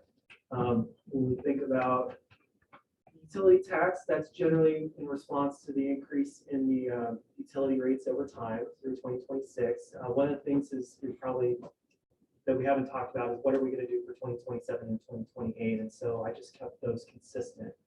Obviously that could change. When we think about the real estate excise tax, I had a chart at the end of your fiscal forecast presentation that actually talked about the real estate excise tax a little bit and how much substantially more we've collected than at any point in the past. When we're thinking about that, what the inflation factor for that is what we're anticipating for the Case-Shiller index, basically, which is standard kind of measurement out there that King County has produced, right, overall. So we're applying that. But the reason why it's 1.45 million as opposed to maybe what Robert forecasted in the past, which was 1.2, is I said, well, okay, why don't we take an average over time, for example, maybe the 6-year period, which came out at about 1.7. And because we want to make sure that we're not getting a little too, there are portions of the tax that you can say definitely are stable. So we're always going to receive a portion of real estate excise tax, but there's going to be some volatility at the end there. Are we going to get 2 million in 1 year, or is it going to be 1.5? So what I did is I took the average and subtracted one standard deviation, which is a pretty common measure of volatility, in the marketplace or something like that. And that usually came out about 1.45 and then applied the inflation factors to that. So. So- Sorry, I know that's. No, long-winded. that's all, I actually understood a lot of that. And it's one of Councilor Mayhew's favorite terms is standard deviation. I love it too. So We can encumber that. with the purposes. Yes, I knew it was coming. So, No, I've been told never to use standard deviation in talking to you guys, so I appreciate the opportunity. I'm just trying to get an understanding of, conservative forecasting, because if anything, the last 5 years have shown us is we can't predict anything. But you have to forecast. There's no way around it. So that's what I was just trying to get at, is what we're doing to make sure that we're, maybe got to forecast something, but let's be very careful about what we are anticipating, because revenue could drop off at any time with something someone wants to throw at us. One more concern that I would like to have alleviated is if we did fund, let's just pretend we decide we're going to fund the whole CIP as presented. I'd imagine that some of these things would have ongoing operating costs once we have done them. For example, I'm sure that a ladder truck probably isn't just you buy it and it's perfect forever. I would imagine that there's some sort of maintenance costs. Have those already been factored into the projected operating costs, or are they just not significant enough to have changed those predictions a lot? That is a absolutely fantastic question. I think right on the spot there. We haven't reached that stage yet, so there's a lot more work that we have to do internally. When you're thinking about a ladder truck, one of the concerns is we will have to eventually replace that. You're thinking about a $1.5 million ladder truck, and if you want to replace that in 20 years, you know exactly how much money you should be setting aside right in order to replace that ladder truck, and that would be a part of our replacement schedule moving forward. That comes out of the fire department budget, which is paid for through the operating funds that you see there. So there's a lot of these interconnections that we haven't quite exactly kind of built in right overall to the system. But in terms of the operating costs, one thing that we haven't, like I said, we're still working with the Monet painting right now, is in the past, we've included these single page CIP sheets that typically have a row for operating costs right overall. And so the goal is with the CIP document is to produce something right that would incorporate those estimates of operating costs, so that you know exactly what the anticipated operating cost of something like that is. When we think about park projects, maybe adding on to our park system, they are going to generate additional landscaping costs right overall for the city that we will have to budget for within our operating funds. And so it is a massive consideration. It's just something that we haven't been able necessarily to get to here. I interpret it to mean car equipment is not in the fleet management. So the additional equipment that's requested, the additional ladder truck, for example, would be in addition to our current number of vehicles, right? So once we buy it, it ought to go into the fleet management. Right, and then it's funded through that cycle, right? Yeah. But the numbers presented earlier today don't incorporate. No. Right.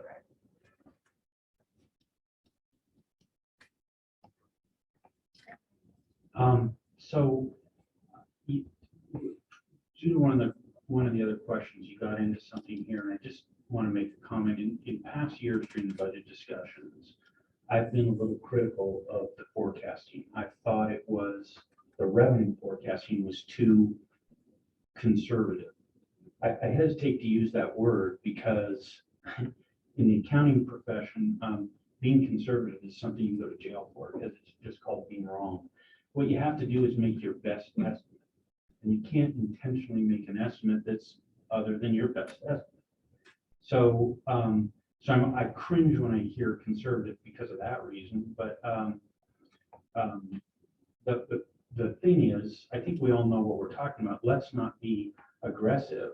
Let's not assume we're going to get 2 million, plan to spend it, and then get $1.5 million and wonder, oh, how are we paying salaries?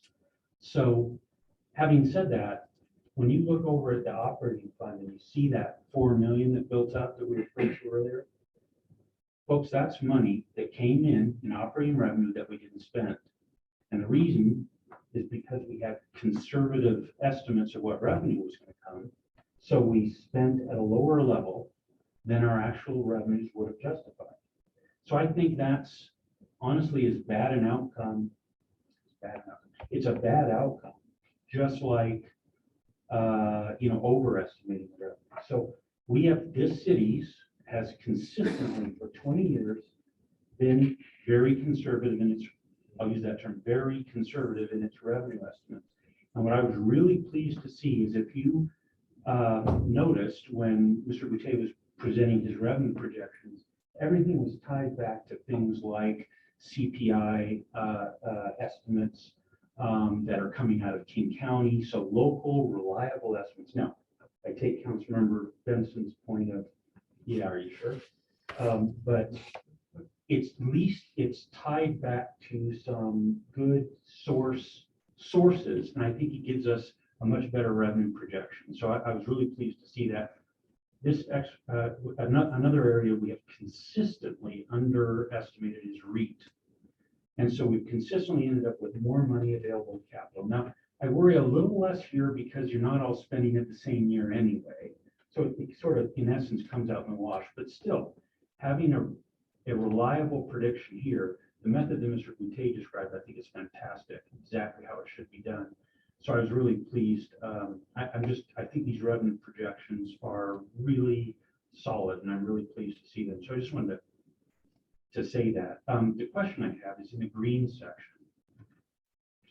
Over the last few years, I've seen a lot of what to me look like very differing estimates for a few of these programs. And I'm very concerned about whether we have good numbers for this. So let me give you the example. So there's something entirely new coming here, so I want to learn about it. But in the past, we've budgeted 250 to 300,000 a year for playground replacement program.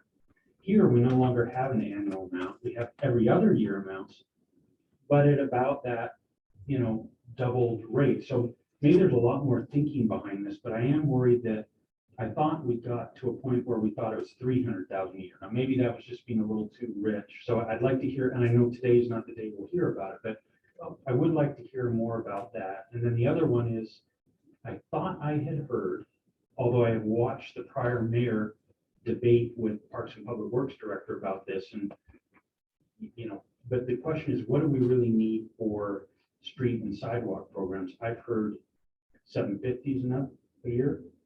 I've heard no, it needs to be 1.25 million a year. So I've heard numbers kind of very differing, and then so here we look here, and I see a number around 750, but I think in the last round we were over 1 million. So I'm just kind of curious. Again, doesn't have to be answered today, but I'm just curious about, are we really solid on these amounts for these programs? Because I think we all want to make sure that these programs are properly funded, and then we see what we've got left for projects. I think that's a fantastic question. In essence, what we're doing and what we're working towards is developing the proper information in order to support these estimates. So when you hear things like we're going back through a pavement condition report, right, for example, that will help us to assess what streets we need to do. And they have models basically for costing out these things. So what you do tend to see here is placeholders right now, just to kind of put something together for the most part. Like I suggested, it's a Monet right now for the most part, but we will certainly be going back, working diligently with the Parks and Public Works Department to develop the appropriate costs and net estimates for each and everything. I mentioned earlier about a playground replacement schedule. What does that look like? Not every playground is the same size, right? Overall. So that will help us to kind of sort out, is this really a $100,000 playground replacement or $600,000 playground replacement? And then based on that schedule, so you will start to see varying amounts. But as of right now, a lot of what I've tried to do here is just kind of plug in some placeholders, roughly, hopefully over the 6-year period, roughly that amount, right? For the most part, just to give us something to work with, right, as we kind of present the CIP. So as we move through this process and get to a CIP that's actually being presented, hey, here's the one we actually want to have you guys adopt, this will have been sort of refined quite a bit, is Right. the message, Yes. right? Yeah. Okay, Yeah. got it. We need to make sure that we have those conversations internally, and we've done the best that we can over the past 3 weeks in order to kind of produce something like this. But those conversations. There's a lot of thousands of decision points that are made before we even recommend something to the mayor, for example, that we need to make sure that we kind of coalesce around and get through.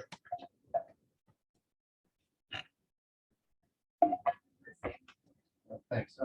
Just having been through this a couple times, and maybe it's because of my history, I always look at numbers in superscript and subscript, so it's always, when I review building codes, there's always something hidden in the numbers. And so I wanted to just make sure the council is aware that, that subscript number 2 indicates that the cash balance is, it's preliminary. So that's got to be established. And it's subject to change. So remember that when we start, that the number of the top is a movable number. I'm curious, I'll start with the ladder truck. Prior to purchasing a ladder fire truck, city needs to examine the capacity or size of the fire station to accommodate the additional vehicle. How real is that? Not a problem. You don't make it fit. The old station may have been a problem, but we have. Why do you have to take truck guy? Oh, wait. Yeah. And then the last one, which is which is one that I don't want to get into a conversation. I know the mayor wants to get into it at some point, but I'm reminding myself of where we got to on discussions around the community center expansion, where it was, I think 3 years ago was $6 million, and then a couple years ago was $10 million. Now it's $15 million, and now we have the caveat of that, we contribute to another government or organization with then construct the improvement. I'm curious about what that means. And so I think without getting into that conversation, I want to absolutely give those involved a chance to develop that sort of response and what that would mean and what the plan is. And those sorts of things. Can I just talk about that? You go ahead first. Oh, I was just going to say that footnote not only includes the community center, but also the Meadowbrook Trail project. So when we're thinking about the Meadowbrook Trail, that would be some sort of contribution likely to maybe North Bend or the Meadowbrook Farm Preservation Board in order to finish that. When we're thinking about the community center expansion project, this is kind of an idea of what we've done before in terms of constructing the community center is a lease buyback arrangement, in essence, I believe, with the YMCA. And so we're likely proposing something similar with that, and we'll have to work that out. And so that's in essence what we're referring to when we discuss that with them. We haven't made the sausage yet. I get it. Right. Let's keep our options open. And the 15 million, that's what we were looking at when we stopped working on the project in 2019, because then COVID happened in 2020, and most of our grant funding. So I'm not sure that the city would give the 15 million, or would have that we fully fund it. There's other grants. Yep. The King County Parks Levy includes aquatics now. Yeah, there's we're working with the school district. There's all the different types of grants that we would work on. So Totally understand, Mayor. That's why I wanted to bring it up. It's fungible, the right phrase, number. It's a fungible number. Number. But encumbered? No, it's not encumbered. It's not encumbered. But it's so we got some flexibility there.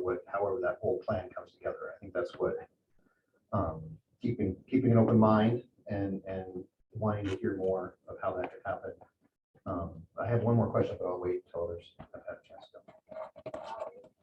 Well, it's kind of following on, I interpret this as written, is a proposal to take $15 million out of the fund balance and fund the community center next year. And even if it's, I think we ought to have discussions about grants and everything else. Okay, given lead time for those discussions, given lead time for construction, given lead time for material, it's not happening next year, guys. So I'm just suggesting we may want to maybe shift it a year to give us time to have that conversation. As I'm heading into 2023, the numbers need to be more in the funded category than in the unfunded category, because we need to start working on those things now and make them happen yet. So I guess more thought needs to go into positioning that community center. Look, there's not lead time to do it next year. It'd be great. sure.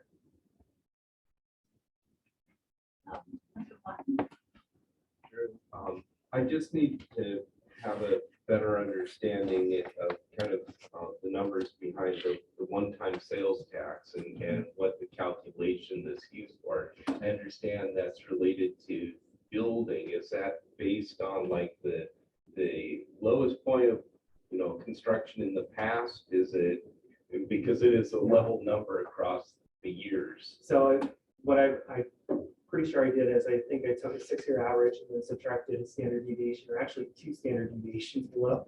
Okay, so, Right. so it's on the lower end. It is on the lower end, yeah, yeah. Thank you. I didn't want to put you on the spot. Thank you.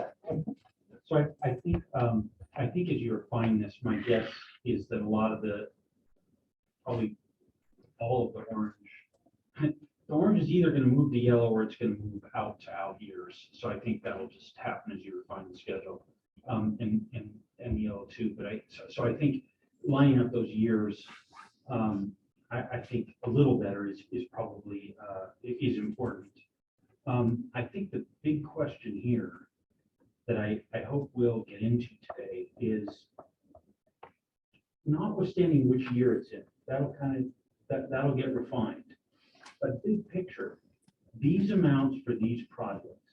So if we just kind of go to the total column, we just think about the total sources we have over this period, and the total projects, and then the individual projects that are listed here. By the way, this isn't every project. These are the big projects, right? So do we buy this? So for example, we were just talking about the community center. Are we bought in to setting aside 15 million of our sources for that purpose? Because if we can give on these big projects, if we can say, well, that one, maybe, this one over here, I've got a question about rehab projects, Parkway rehab project, I'll bring it up in a minute, but if there's any particular project that has questions around it, I think let's surface that today and find out, hey, is there a bunch of us that have a question, or is there just one of us and 6 of us right now, let's go? If we can get a sense of that, then I think that really allows the mayor and staff to really put this together with a pretty good idea of what we're likely to vote for. We may have questions about specific timings, et cetera, as we go through the details, but big picture, is this about right, or are there some big things that are missing, something like that? So I think I'm hopeful that as the next few minutes, as we go through this discussion, I myself, I'll bring up a few minutes. There's a few of these that I have questions about, but the big stuff I think looks about right to me, give or take, whichever year or so on. But maybe we can kind of surface that with each other now. But in particular, that one that you asked me, would I be comfortable committing $15 million from city funds? I think there needs to be discussion with our partner. She gave up on you. There needs to be discussion with our partner organization there of what kind of mutual contributions there, as well as let's go back after those grants we had before, maybe some other additional grants. There's external money we can go after to bring that $15 million significantly down as far as the city contribution. That makes sense, but just one thing to think about is if we don't, so we have to decide what amount to earmark. So let's say we don't earmark 15 million. So then when the mayor goes out and tries to line up, so by the way, this project, my own guess, I'm getting, someone who knows more than me is going to tell me I'm full of it all the time. But my guess is it's not 15 million to get this done. My guess is it's north of 15 million. So I think that we're probably going to have to chunk in 15 million to get it done. And we're going to have to be looking for somewhere up to 5 million from other folks to get it done. That's, that's my rough guess of this based on what I've known so far. So here's the point. As the mayor goes out to talk to those partners, the conversation is going to be, hey, the city's willing to contribute X, but we need to close the gap to the total. Do you want to participate? Will you participate? Here's, let's have that discussion. If she doesn't have that 15 million set aside by us, then she's having a different conversation. And, say we only you didn't say this, but just to be silly, if we only put $1 million aside, then she's saying, I got to find another 15 million for me. That's a very different conversation she's having, and probably a lot less successful. So my thought is, and that sort of makes sense, 15 million, but if not, then maybe if there's one of these, you say, well, I'm not for the 15 million, but maybe I'm for X money, you know, maybe help us kind of triangulate on something we could all coalesce around. Councilor Benson? Yeah, maybe you can explain what I'm not understanding. My understanding is that this money's been collected over a long period of time with the intent to put it toward a big capital improvement project. And as I understand it, the consensus seems to be that that needs to be a community center with a pool. So I'm not sure where it comes into us making that decision. It feels like that decision has been made over the last 10, 15 years in the collection of those funds toward a capital. So then what is it? Just this slush fund that we've been putting together for a decade and a half or more? Well, in the last conversation. Councilor Holloway? Sorry. Lean in. And I kind of want us to go back to that last conversation. In the last conversation, we had identified some ending fund balances that we wanted to pull together to focus in on this. It was something less than 15. I thought it's either 4 or 8 or somewhere around. 468, something like that. Yeah, 468 that we had specifically earmarked to say, we want to do that for the community center. Now, it was funds we took from other fund balances, not from capital funds or whatever, and we focused in on it. Okay?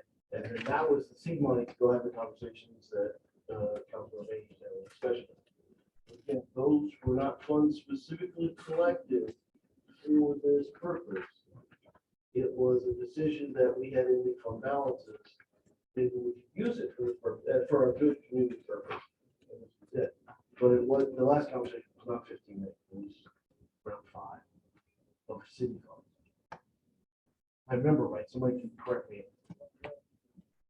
Five, These are I the think num- 5 these are the and number Councilor Matting. Don't blame it on me. Instead of getting stuck on that one, should we, are there other, I guess, projects, whatever you have questions on, we should, want to identify some questions that we can bring back or make discussions, as for the sake. I have exactly those things. Something else. We'll spend plenty of time on that. 2 items. One, I want to just make sure I understand the idea of the city portion and how it gets applied, because I'm still not quite understanding, and not to talk about the project, but to use it as an example, the Parkway. It's going to cost us 6.4 to do it, but the city portion is only 1.4. Why is it 6.4 in our 2023 allocation? Is that because the money's coming back? The extra money coming in is coming through us to pay for it? Is that why? Or is it, and similar to the other projects there, where they don't, like the next one, is riverfront land acquisition. It says the city portion is 320,000, but the total is 1.6. I'm just trying to understand why isn't it 1 point, why isn't it 3 the other way around? Why isn't it, like Councilor Mayhew had mentioned, why isn't it saying 1.6 as being the total cost and only 320 is appropriated here? I think what I'm trying to do is I'm trying to show the inflow of money into the city, in essence, with this. Project overall for the Parkway is 6.4 million, city's portion is 1.4. And so within that line that says grants or other appropriations above, I included the $5 million coming from the state. Okay. Now, it might be likely that the city is actually going to be doing that, or having to go out and get the bids, right? Yeah, that's the question I'm really getting to. Is it because the city is doing the actual work? Right. The bids, managing it? the That's what I'm project, trying all to that sort show. of thing. Okay. Yeah, and maybe that's not the case. If that's not the case, and if the city is giving the state the 1.4 million, right, then I would actually reduce the grants or other appropriations by 5 million up there. And then I would take that Snoqualmie Parkway Rehabilitation Project line. Yeah, that would. again, I'm just trying to, and I guess there is no answer yet because we don't know those things. So we're Yeah. just you're carrying the larger number in there just to Right. make sure that if it did have to So happen. I guess that way, there's an that's what it was. assumption I'm making that we are going to be the ones actually overseeing that project here. Okay, I think I'm starting to get it now. The second question is something that would be great to have it come back. Is related to the street surfacing and sidewalk, all the programs. I'd love to look back the last few years of what we did allocate. I was trying to pull it up, and I didn't find that while we were here, but it would be good to know what did we allocate in from, say, 2019 to 2022? So we can determine if those are still adequately funded through the capital program.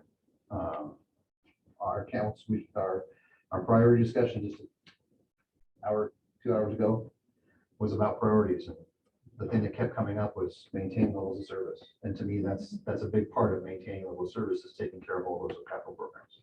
So I'd rather make sure we have those adequately funded and move forward with those and then address the rest of the stuff. So you could find out what we were at previously. Don't you want the current cost of wind? Well, current cost, yes, but based upon if what we had attributed to streets and sidewalks was $1 million the last few years, and it's only 700,000 for this coming year, that's a drop in service level to me. And I would say, okay, we need to bump that back up. It's only going to be more expensive to maintain our streets and sidewalks and playgrounds and trails over year to year, which I understand the increases. But if 2023 is starting already at a deficit from what was funded in 2020, 2021, 2022, I'd like to know that so we can have that conversation. I just don't have it in front of me. I don't know where to find it. I think just to maybe add on to that, what we need to hopefully accomplish with the CIP is this kind of plan, do, check, act. Some cases we tend to maybe finish some of the planning, but then we struggle sometimes with the doing and then coming back and reassessing, okay, if we spent $1 million right on resurfacing our streets, how did our pavement condition index change as a result of that?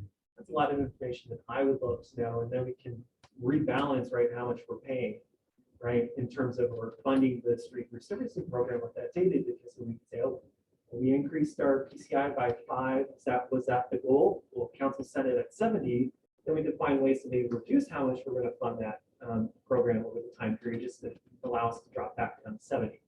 So it's going to be important to make sure that we're fully staffed, especially with the engineering side of the house, right, for the most part, so we can kind of complete what we say we're going to do. And I think that's probably been a struggle for us, especially during this pandemic. But that information, if we can do that, would be extremely valuable for us in terms of setting these, the actual cost that we think annually for these programs. Yeah, so I guess, does that answer it? Yes, let's talk about it some more, understand what the allocations were previously, and then how we apply Just it. adding on to it. No, I know you're adding on to it because you're 100% correct. If we don't have the engineers, to manage the projects. We don't have or we have to farm that out at a premium. It doesn't make a whole. It's kind of like we just busted our numbers from the very beginning. And so as we get into conversations, we'll have to get into conversations around staffing, right, overall, to complete this, and probably a large topic for Mike to get involved with.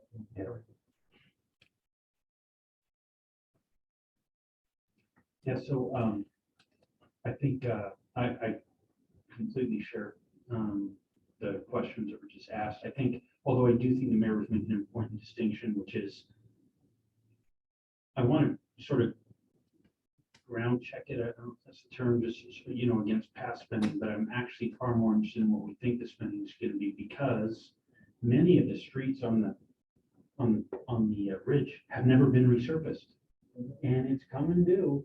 So I'm more interested in what we're going to have to spend than what we did, because I fear it may be going up, and I think we're going to dial in on what the cost is that we really need.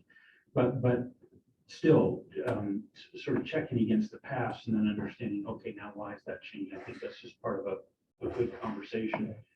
I think especially with these programs, I'm really hoping that the Parks and Public Works Committee will really go into detail, with our Parks and Public Works Department to really, particularly on these capital programs, to really get comfortable with that and kind of report back. I think that's something the rest of us would really kind of rely on the committee to really get into and then sort of report back to us. I would find that really useful. The one I wanted to bring up, Ms. Rute, or Mayor, I'm not sure who to ask, is the Snoqualmie Parkway project. It's my understanding, maybe I'm wrong, but that if in fact the WashDOT takes on this, accepts this as a program, and they do it by June 30th of this year, they do it in this cycle, that likely the 5 million that was appropriated by the legislature would go to them. And therefore, we would actually be relieved of all the responsibility on that. In other words, we wouldn't have to spend the 1.4 million. And so, yeah, I know the first thing this spring, hopefully, we actually got under contract, we're gonna have to do a lot of, fixing of the I don't know, the crack seal, yeah, to get it to that point. But I'm just wondering, is it possible that that 1.4 million is not in fact going to have to be spent by us? Or, yeah, we don't know. Okay. Yeah, we don't know yet. We'll be in conversations with WashDOT about converting over, so that could be part of the conversation. If I can jump in, that does bring up a good question though, regarding the crack seal. That's not an inexpensive activity, given the condition of what it turned into with the seal and how the weather really just ripped the shreds out of all of that. It's got to be redone again this year. That's going to be on us. It's under 100K. So it was 270,000 on the last budget. We retained the material. Okay. Mr. Shavers has a comment. Yeah, please do.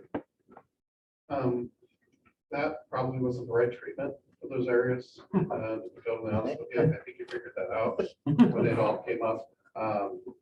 When payment gets to that state, you're better off taking it out, replacing it, than you are trying to glue it back together. Depending on where this project winds up and what the repair is recommended to be, we may want to go out and crack seal if we're doing an overlay. That's step one. But it's my understanding that no one's ever even gone out there and poured it to find out what's going on and why that asphalt's in that condition in the really, really bad areas. There's 3 really bad areas. And that's one thing that Jeff and I are championing, is to get out there, get those core samples and have a geologist, a geo guy look at it and tell us whether or not we have to do a full depth reconstruction in those areas or not. Okay. So 6 million is kind of a guess. We'll see what it works out to be. Joe would probably do that. Joe, you have a little project. If I could just Do suggest, that for geology. what's probably obvious, but there's no need to go volunteer 1.4 million to WashDOT. We could just say, here you go. Bye. Unless they say, okay, we'll get to it in 2027. But we already know they're subject to state law that says they have to prioritize it by PM. So we know they'll get to it soon. Any other questions? That's what we got. I seem to recall that one of the desires for, or one of the desired outcomes for our meeting today was to essentially get more or less a thumbs down, thumbs up from the council, not necessarily literally, these are the amounts, not a vote or anything, but just kind of general sense on them. So I just want to put out my 2 cents that I am supportive of more or less these projects. When they come forward, it could be like, the Riverwalk project is going to be $20 million. I'll go, well, that's not what it said, So I'm not saying that I'm 100% committed, but generally I'm pretty supportive of this. And on the community center expansion project, I like the idea of giving the mayor some latitude to, and the administration some latitude to bargain with whatever partners could be working with us on that. But if you come back with some little kitty splash pool and that's $15 million, I mean, I think maybe that wasn't worth it.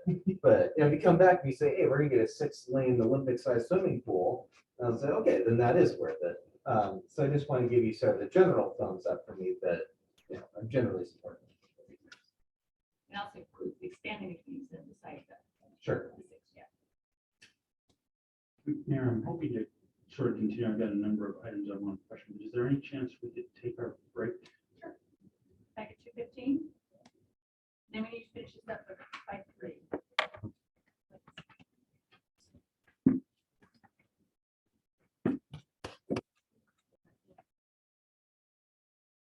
All right, we're back from our break, and we're going to continue discussion of the capital improvement plan.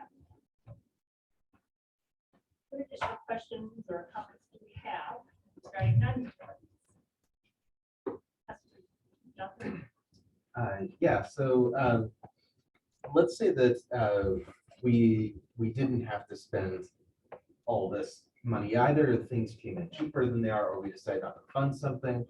However significant the amount is, if we had something left over, then there could be other priorities that are not currently on the non-utility CIP that we might be interested in. And I was wondering if that was a topic of discussion the council was interested in having, of, you know, what other things that are not on here might we be interested in doing? Okay, I'm seeing head nods. Okay.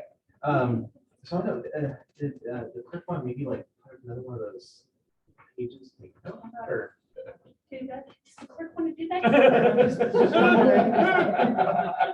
What the best ways to do that? Walked right into that one. Yeah, would you please put another page up there? I'm going to.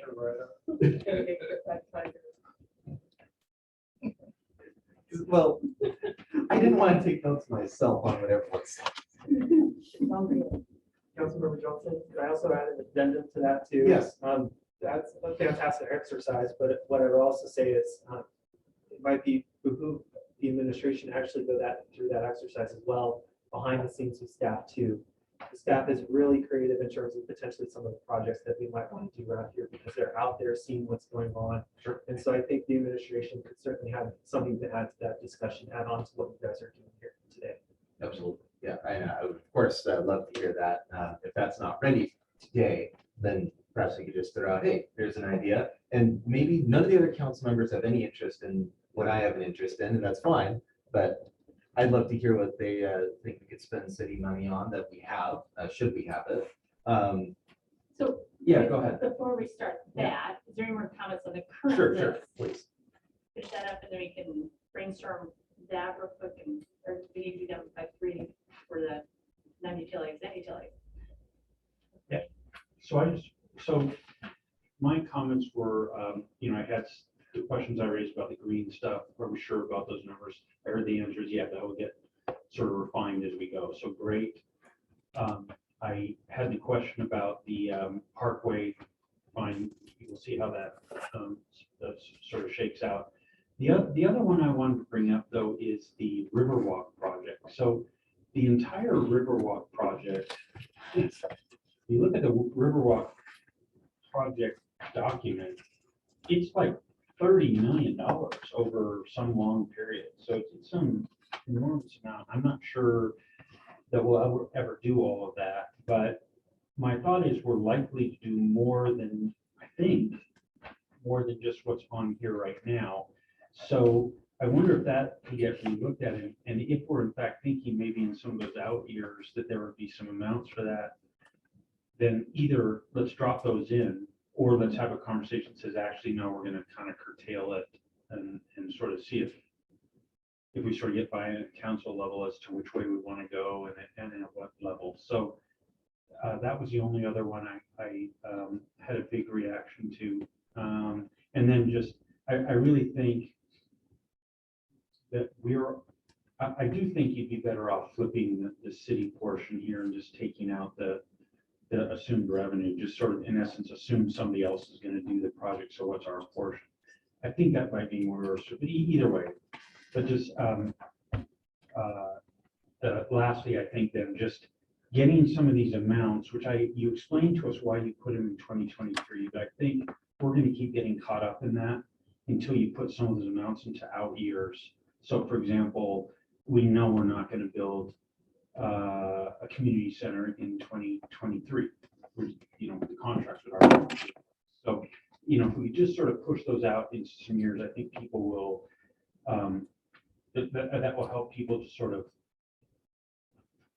you not get distracted by something that it implies we're planning to do it that year when that's not at all what I think you're suggesting. So So that's what I had. The green stuff, fix the years. And when I say fix, just a better estimate of the years. Do that Parkway thing and then look at whether we should have more amounts on the Riverwalk project in the out years. Those were my comments. Councilor One. To follow up to Mayor Pro Tem Mayhew's comments on the Riverwalk, I was I joined the EDC as Nancy was leaving the city, and the idea behind the Riverwalk is it's a 20-year project, and it was only going to be paid through outside sources, mostly buying up the houses along that trail, but to find outside sources so that it wasn't a burden on the city. So, I mean, if that helps as far as color to the Riverwalk program. Yellow, orange, whatever. Oh, yellow. Orange, orange, orange. No, but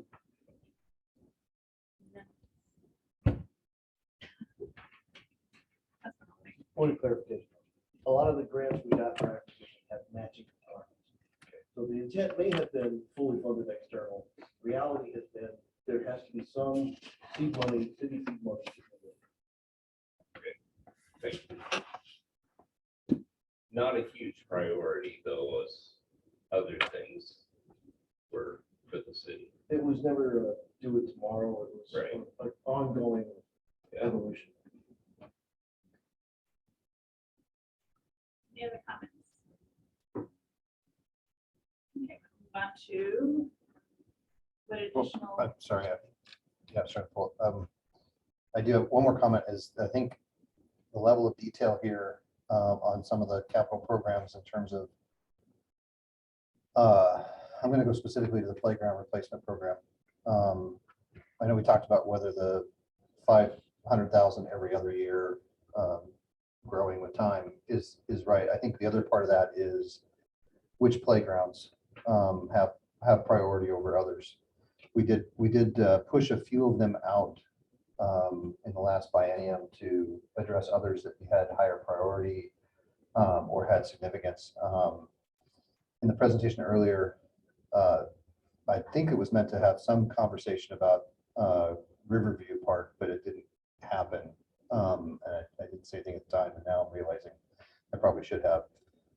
So that playground replacement program probably needs a little more detailed discussion in which ones are coming up and which ones have, from a priority standpoint, that might change the dollars that get allocated based upon which ones are which. So that would be that's the only other comment I have.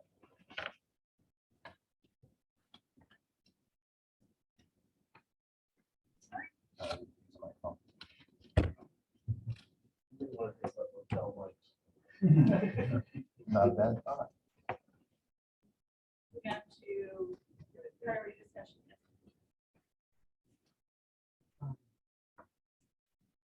Sure. First. Yeah.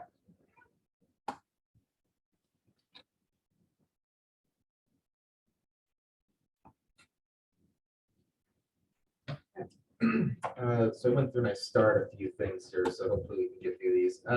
These aren't in any particular order, but here are just some things that are kind of on my wish list that maybe someday we could get to. One thing would be a park and ride of some sort. Be awesome we could have one down kind of near the highway somewhere. That's on my list for Metro. Oh, great. By I-90.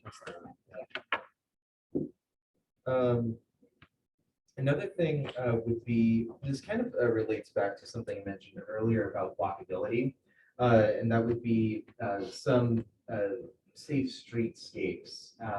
And one of the things that goes into that is traffic calming things. So when people are driving, I know that for myself, I try to follow speed limits as much as I can. I'm not always successful. Sometimes I drive the speed that I think is safe based on the lay of the land, how big the radius of curvature is. That kind of tells me how fast I can take a turn.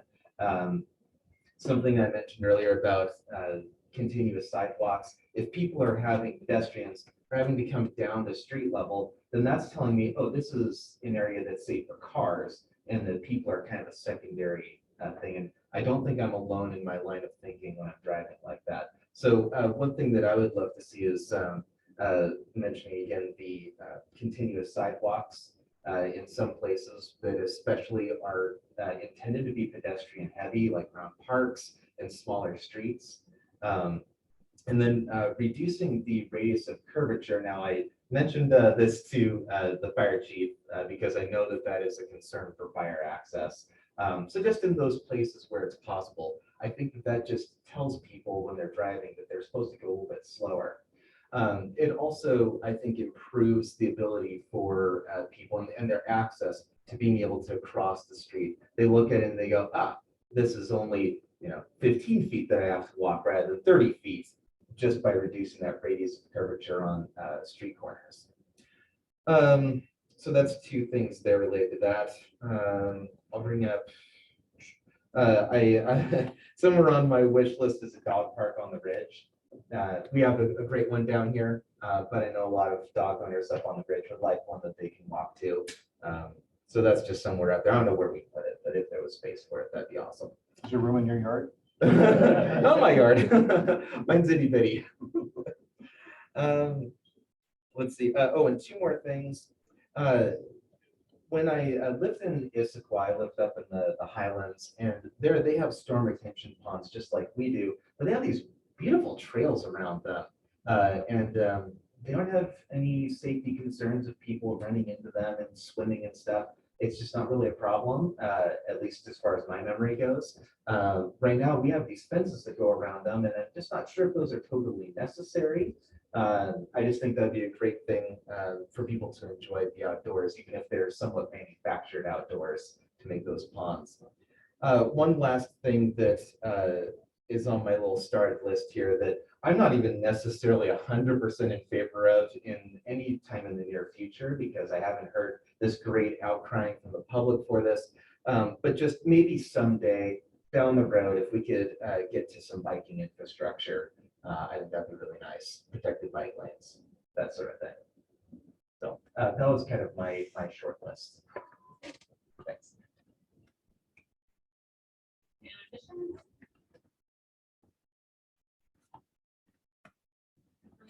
I'll throw a couple out there. And one of them relates to just what you were just talking about is on the south side of the parkway, the sidewalk has an abrupt termination. And I know that's something that I think it's been in the discussion about extending and completing that. I'd love to see that moved up sooner rather than later, if that is an item on the list of improvements. Where? Along the parkway, headed the south side, no, down near the bottom by Better Way, between Better Way and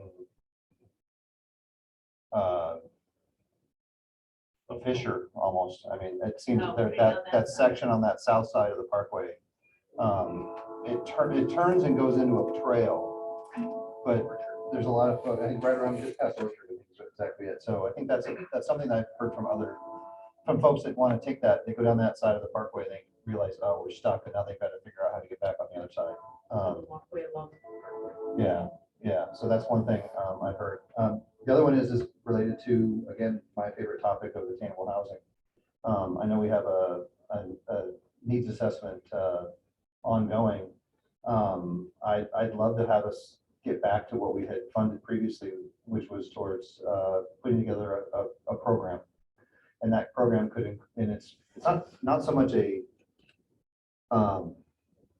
specific bill, but it's a incentives, zoning, offer tax exemptions, those sorts of things, to bring some of this attainable housing developers to Snoqualmie to provide incentives for them to do projects here. So I think the chair of community development. exactly. Take that up and look at that. You're getting money on it. We can put words to it. We can put words to it though. I think that's an important thing. So I'll stop there. Yeah, I was going to say, so I'll just add on a little bit, attainable housing. I think, I know that over the last couple of years, we've passed the tax that we were allowed or encouraged to pass by the legislature, so it was actually a trade-off where the taxes are coming to us instead of going to the state, as opposed to a tax increase. But there's now some tax money flowing, and there's some other money that we have from other taxes, as well as some other money that is in fund balance altogether, which really is usable for attainable housing type purposes. It's also useful for other purposes to help people with housing, but it could be used for capital purposes as well. And I know we're looking into that. I know staff has that on the agenda to look into.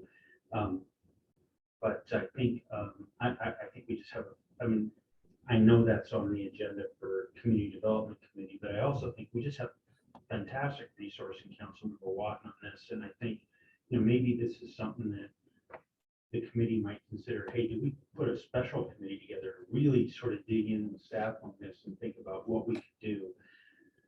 All of which is a way of saying, we look, maybe as we look out over 6 years, we might commit capital money that the city has, both that's in those restricted funds, as well as possibly even more, if we could sort of focus in on what we might want to do in the area of attainable housing. So I'd love to see that looked into for the capital budget. I don't see that probably happening in the next year or two, maybe, but certainly over the next 6 years, I think we might want to look at doing something in that area. So I'd love to see that on the list. If not this year, then, soon. I think you'll see that pushed this year from the committee, or I love an ad hoc committee is always a great thing. So I'll be definitely behind that. I think the housing inventory that's happening, that Yeah, will we did really show us where our, the missing middle and also the affordable housing numbers that we actually need, so. And Watt's retirement plan too. Well, just to add, if I may, we talk about this, if it's within the next 6 years, staff needs to be hired at the city of Snoqualmie now. Those are the kind of folks that need places to live. If we've got applicants turning down possibilities for employment because they can't afford to live in the community that we have, then we've got a problem now, not in 6 years. So it's not something that, it's really not something I think anybody should be comfortable kicking down the road a little ways. It really needs to be moved up in priority all the way. But the survey needs to come back first. When is the expected time to get that back? I'm sorry, what's the expected time frame for The housing. the housing needs study should be complete later this year. I think it will formally deliver to the council by the end of the year, for sure.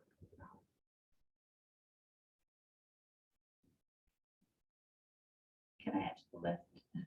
So on 384th, there was a comment,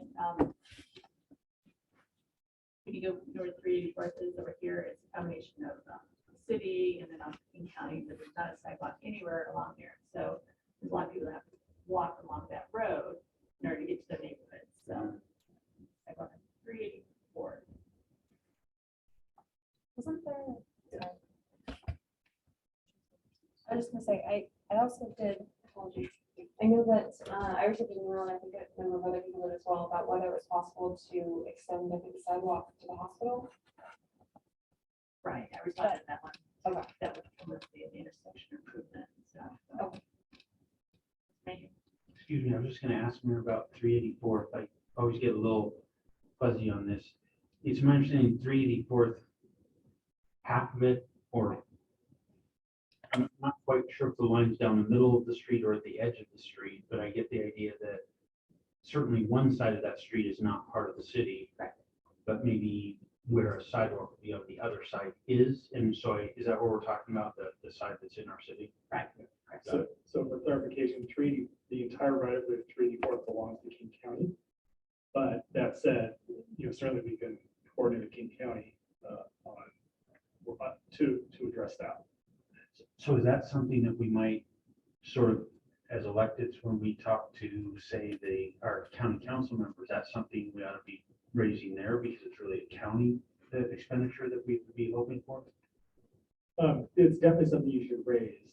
The opportunity always exists of course, for partnerships with the county, because I don't know where that would or would not lie on the county's priority list, especially recognizing King County roads funding is critical to them, and not in a good way. So, they may certainly be amenable to a partnership with us to make a facility like that happen, even though we don't strictly speaking on the road. And there's ways we could even, adjust the boundary of the road, because there's other road facilities where we do own half the road and the county owns the other half, where we own the road. And then, you get to the far edge of the right of way, and then you're in unincorporated King County. So there's other things to look at there. Councilor Vincent? I think the city needs more tennis courts and pickleball courts. There's a desperate lack of them. We have 11 in the city and 6 of them belong to the high school. And so to get more tennis and pickleball facilities would be really good for the city, I think. Especially considering that pickleball is now the state sport. Well, since Councilmember Johnson's putting the dog park at his house, we could put the pickleball in your house. We got some room. Can we get a curling ring while we're at it? Dad, I'd rather have the bike park. Well, an updated, wasn't there some talk about updating the mountain biking trail? Yeah. Area Yeah, over by- As I recall, biking is not the state sport.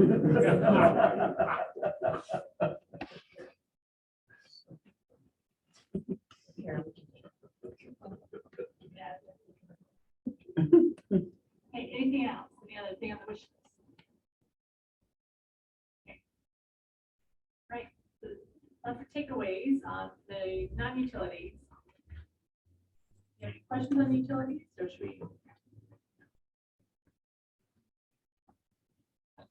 If I could just mention the utilities, I know we have some new council members just in the last few months, but we just went through an update of the utilities CIP late last year. So this information is very recent. I think, of course, we need to go through it as we go through the budget process.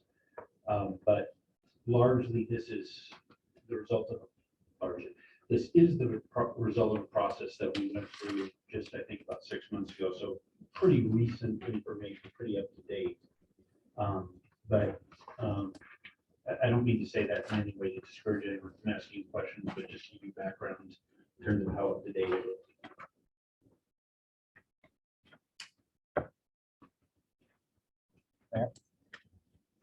Just want to follow up on that with the utility CIP related to my asking about, trying to remind myself of where the street tree improvement program was. And I would encourage, if we have the opportunity to accelerate that, that we would.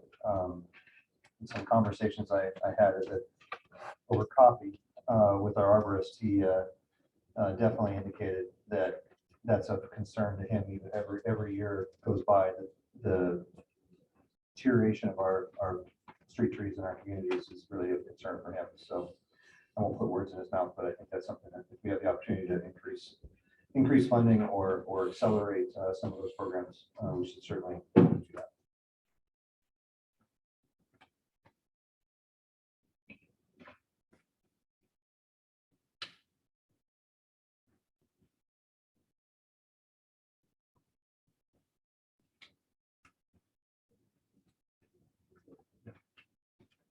All right. I mean, if we don't do these, like, what's the consequence? Like, let's say, we don't do the, any of them. I mean, are these optional? I guess is my question. Because we're on the utility CIP, right? Yeah. Yes, yeah, yeah. So like, are these optional, or can we take some of these off the list? Well, what I would say is there's probably quite a few here that are, well, Jeff can certainly come up, but you don't want assets to go obsolete, right? So some of these are approaching the end of their useful life overall with the city. Chair, can I speak to? Yes. Yeah, Public Works Committee. Okay, so again, as we said before, you have the comp plan, which defines what growth we have and need to do. That is taken into consideration, as well as the life expectancy of these facilities supporting utilities. That rolls into the plan. So this is really what is needed to maintain service and to get services to the level that we expect as far as growth.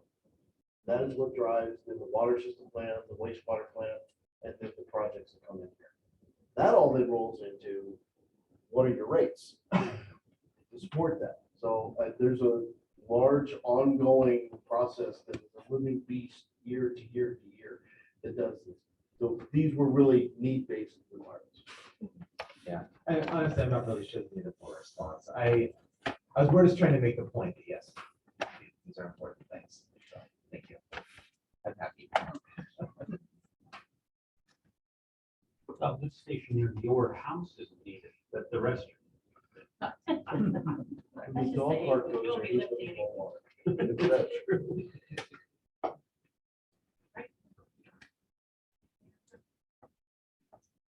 You might be ahead of schedule. So let's move on to biannual budget calendar.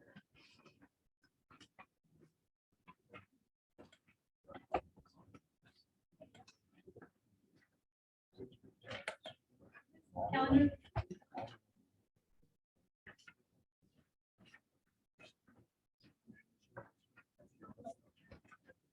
Bring that up, please.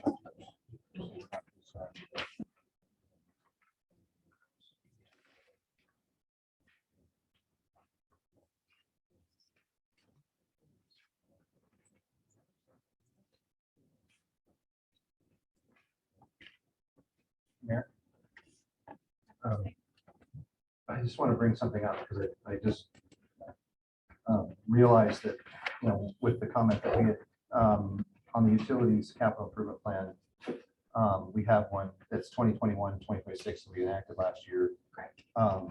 Now we have one that's set for 2023 to 2028, and they are different. I think it's important for council to get an understanding that those are different documents now, and what's in the most recent one, in most cases, doesn't align in really any way with the previous one that I can tell with these projects, because I've got they're not sorted the same way, but I just want to get an understanding of where revisions are being proposed. So I think part of this is some of the projects that we've completed during these past 2 years have been removed, right, from the updated CIP. I think historically, we've got 2 years of additional experience. Some of the cost estimates are refined, but there have been other sort of regulations that have come into play where we need to then spend our time to addressing some of those. So Jeff has prepared kind of a CIP that includes whatever sort of regulatory issues that are arising over the past 2 years that we then need to also consider. Some of these projects, we talked about the water reclamation facility phase 3. That's a combination of 4 projects that you would have seen in the previous CIP document, just because that's how we presented the design contract right to you. And so then as a result of that, those projects have been consolidated into one. And so there's a lot, it's like an accordion. It's, we're pushing air through it and it's expanding and contracting basically, but we're just trying to catch up to all that we've talked to you about over these past 2 years. And that's kind of what's presented in this document here. Halloween. Okay, so I'm going to leave again. There are certain items that need to be configuration controlled. That when you bring it to the council, it's solid until you want to make a revision, and we note that revision and note what revision it is. And from there on, that conversation happens on that new revision. Intermediate things, guys, it confuses us. This is part-time work for us. So please, I'm asking, let's be more rigorous of when we make these changes of these important things like the CIP, like any of the plans we talked about. Make it very blatant when we're making those changes and we're changing the conversation, please.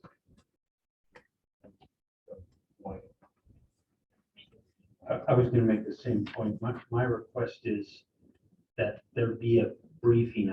I would hope that it would be something that Parks and Public Works Committee would take on, but I would plan to attend it when I saw it on the agenda.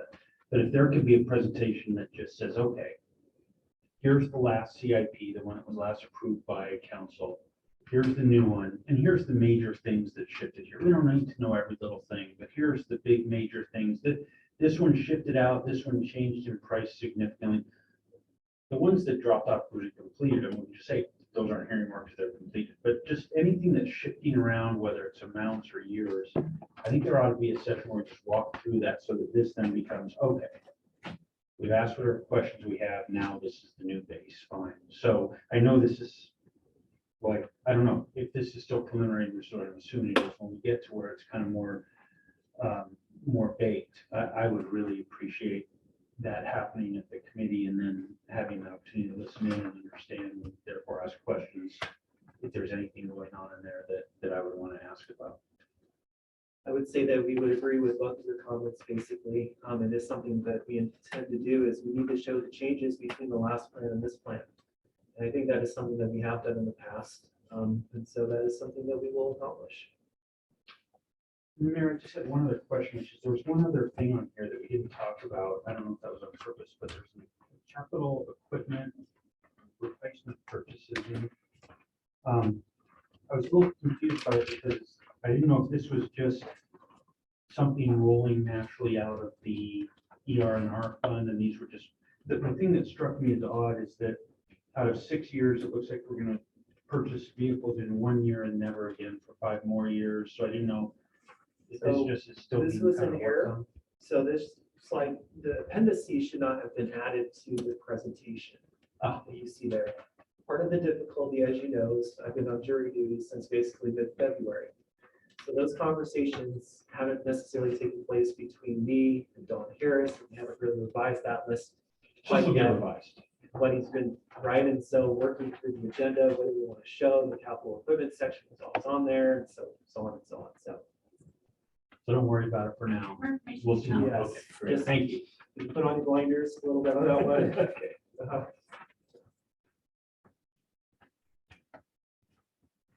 Moving on to the budget calendar.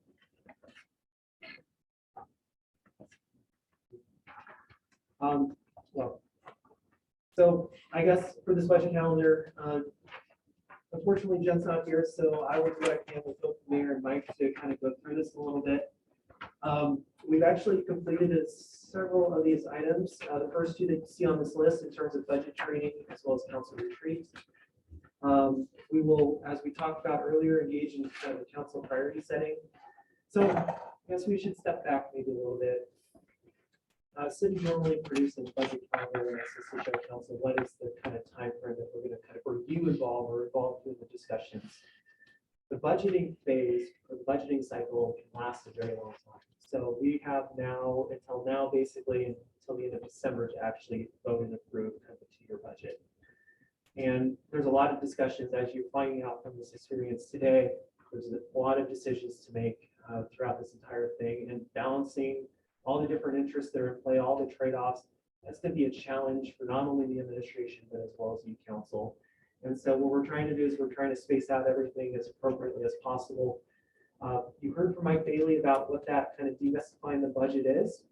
Gave you about 50 slides or so, right? It's a very complex kind of subject area for the most part. And so in essence, for a lot of that conversation, we're trying to plan it out appropriately for what you see here. And it's also based on MSRC, right? There's certain deadlines that we have to meet as part of the budget process. And there's not a whole nother calendar that is for internal. So there's a lot of work that has to be done in order to bring something forward on April 11th, for instance, right? The priorities and for, approving the final budget calendar. So there's just a lot of work that Already, our discussion that you guys have here, we're having between the administration back here 20 to 30 hours to try to formulate something that is, feasible for you guys as well as the mayor here. So there's a lot that goes on behind the scenes in addition to what we're producing up front too. And so as a part of that, we've kind of discussed, especially early on, going through this kind of council priority setting process, and we mentioned that. So you'll see a date there for April the 11th. Jen, I believe, has talked a little bit about, but also Mike Bailey about actually going through our financial policies. That is one of the goals, I think, for the finance department is to actually refresh and update our financial policies. It's been a while since we have been through those. And we talked a little bit, it provides us with the framework in which the city should operate. One thing that Mike Bailey said is that the council's not setting the priorities, then it opens up a vacuum for staff to have to step into that. Right, and then you're basically allowing staff to make those decisions. And so oftentimes that's a very scary place for us to live in over here for the most part. And so we really do need your assistance when it comes to setting those financial policies to help kind of lays the groundwork for how we're going to approach issues like we discussed today, which is what do we do with maybe an excess cash over and above our reserve levels? Where should that go, right? And that will help us to kind of define that moving forward. Talked about touring the capital project sites. I'm guessing behind me, Mike is excited. I wish I could go along with you guys. I do find this stuff exciting too. So that will be a great opportunity. Okay, thank you. We talked a bit about the CIP as well. You'll see a lot of CIP deliberations as a part of this. As I stated, around July the 25th, we would hopefully have passed the final CIP as part of that. But as you can see, there's a long time frame between we get from here to there.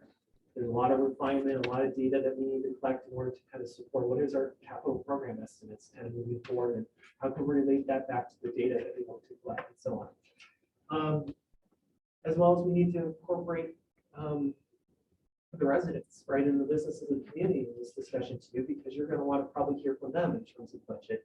And so you'll see some open houses regarding the CIP, for example, where they can potentially participate and provide you guys, the council members here, with comments about what they're seeking and so on. And a great opportunity to learn from anyone that's interested to come in. And then as we kind of proceed forward, I guess moving towards September is when we start getting into the operating budget discussion. So at the same time that we're coming to you with the CIP and having those conversations with the council, we'll be behind the scenes working with the departments to get their expenditure requests, figure out what those look like, making sure that we're budgeting appropriately for personnel. If you recall a chart from earlier, we didn't exactly talk about it, but 60% of our operating budget is pretty much salaries and wages. And so making sure that all those kind of things are taken care of. Councilmember Johnson brought up the fact that our capital projects and programs can have an impact on our operating budget. So making sure that we're putting money aside in that operating budget in order to accommodate when those capital projects are built will be really critical. We need to make sure that we can flush all that out as much as possible. We only talked about a certain segment, right, of the operating budget, but we have to get into utilities, and that relates to the utility plan, but also we discuss the operating expenditures and so on, as well as our internal services. And so there's a lot of work behind the scenes that go on to that. That's a little bit behind the scenes, probably too much in the weeds. But then when it comes to council, we will start having discussions.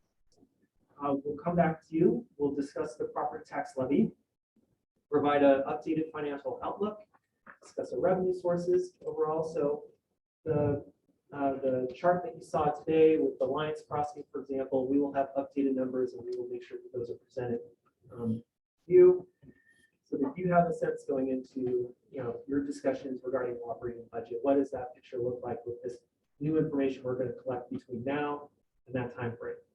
Talked a little bit about the Fed funds rate, for example. They're planning to build in, I think, 7.25%, right, for example, and how is that going to impact inflation over time, which will adjust our forecasts, right, for that. So that's going to be a critical component, is just having that history in place and what is the market price for that and so on. But then, so then we'll bring the departments up front.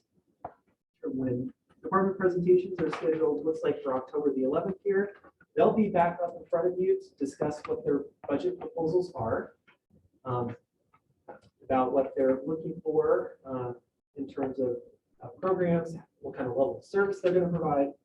Thursday, October the 11th. Part of the presentations. And then we are going to involve the communities as a part of this discussion as well.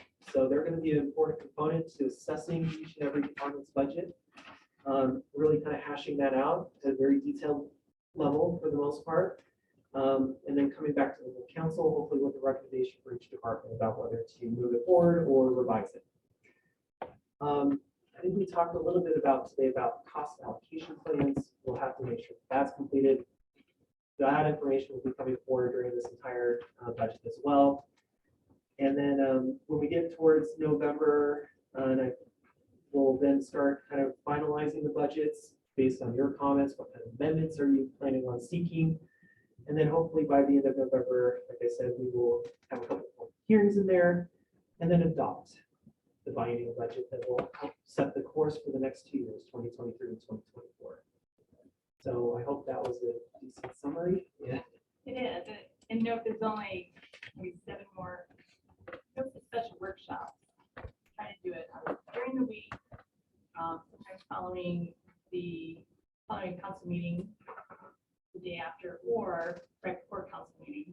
And a lot of the work is actually done during some council meetings and also during a lot of council committees. So we have 7 more outside council committee or council meeting workshops, which isn't that bad as compared to, I think when you read it 17 such workshops. So also add on to that, we're looking, I think, to change potentially the end product overall for the city. So often we've done a lot of presentations for council. I think we're hoping to produce a full budget document for council to start off so that you have a lot of good material to work with that describes the departments, but also gets into some of the obviously the financials as well, and what we're kind of proposing. So we're looking forward to producing kind of like a preliminary mayor's budget document to kind of go along with whatever we're going to present in terms of departments, so that you have one kind of collective piece of material, right, to work through and look through and read, for example, to inform your decisions kind of moving forward. And we'll have discussions about, I guess, what that kind of looks like as well. That will also help the public and help them understand now, as well as in the new biennium, exactly what we're doing as a city overall over the next 2 years too. 9 more budget workshops. So.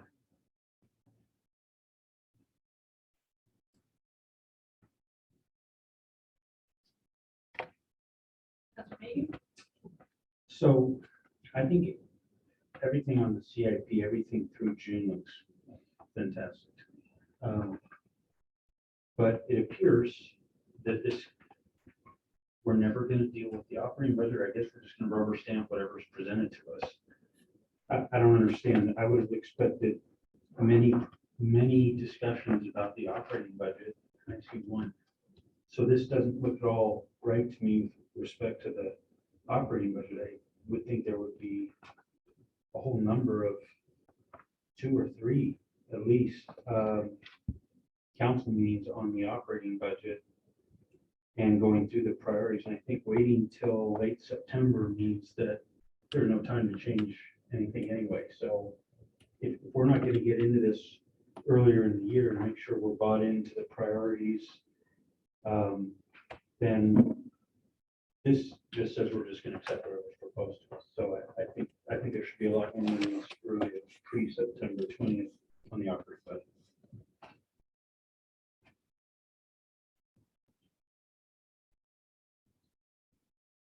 So we start in October. There's, I don't know, there's numerous sessions. So we talk about the planning.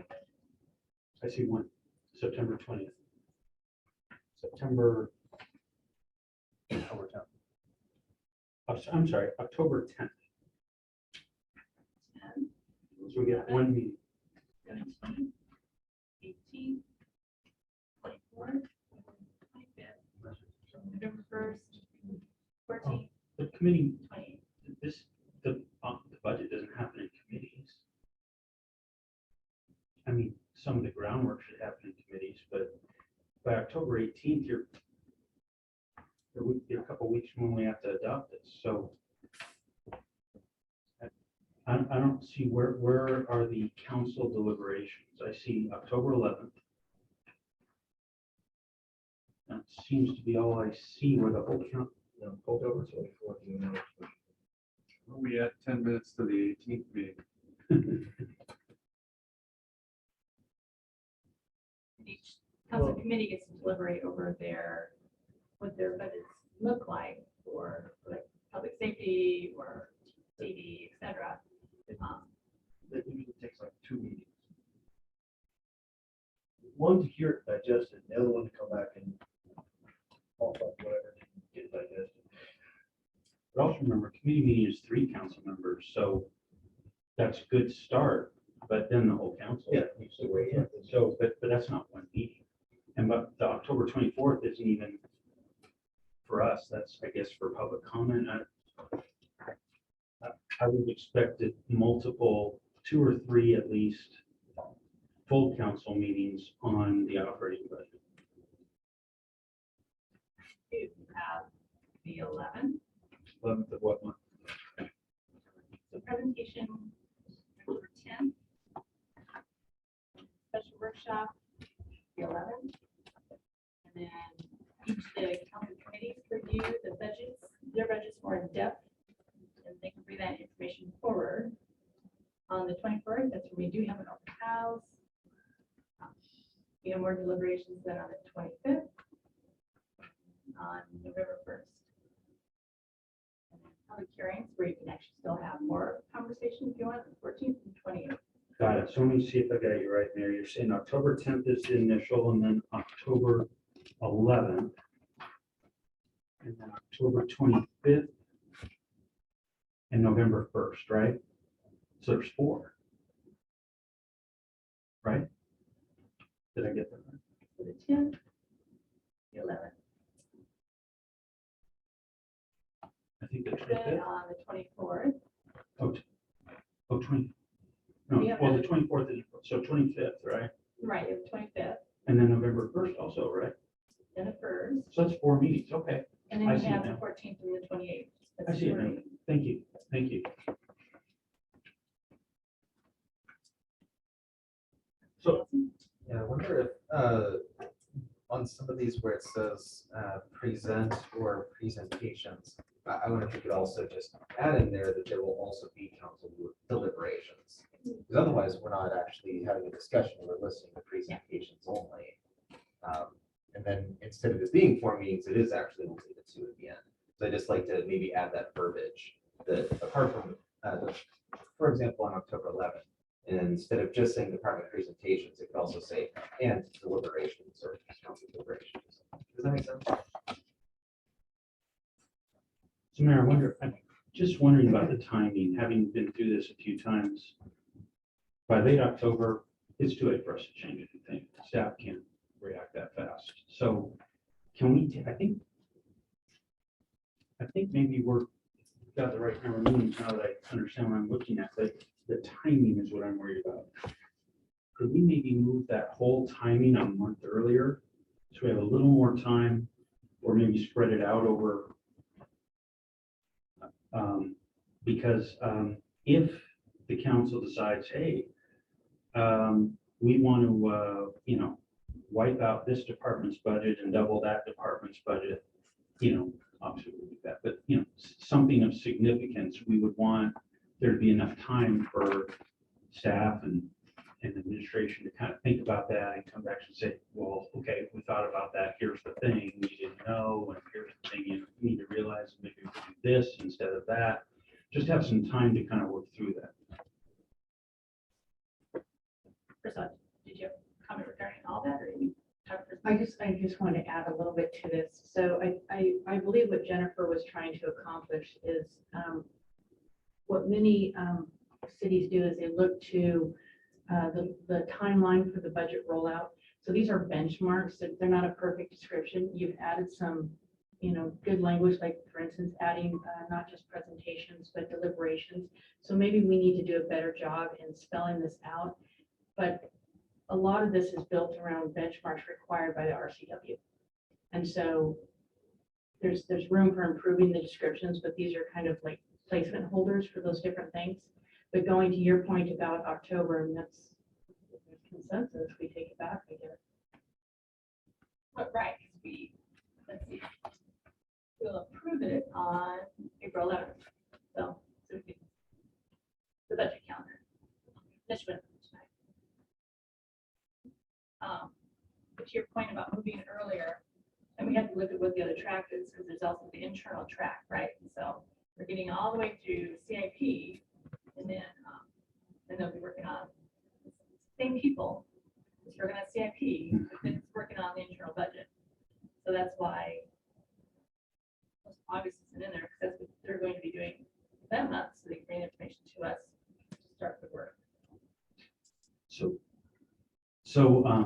I think that's a really good point, Mayor. To be honest, my thought was, it seemed like there were more CIP meetings than necessary, but I'm not objecting to them, but I almost wonder if we're, based on what I heard today, it seemed like there's questions about details in that, but it didn't sound like there were some fundamental differences on CIP. So I'm hopeful that that won't be so tough. I mean, there's gonna be oversight and detailed questions, but anyway, so maybe that's something that could be cut back. I think as regard this notion that this is set by, just to be clear, no one says we can't start working on budgets earlier in the year. What they say is you have to the state requires us to finish by certain dates.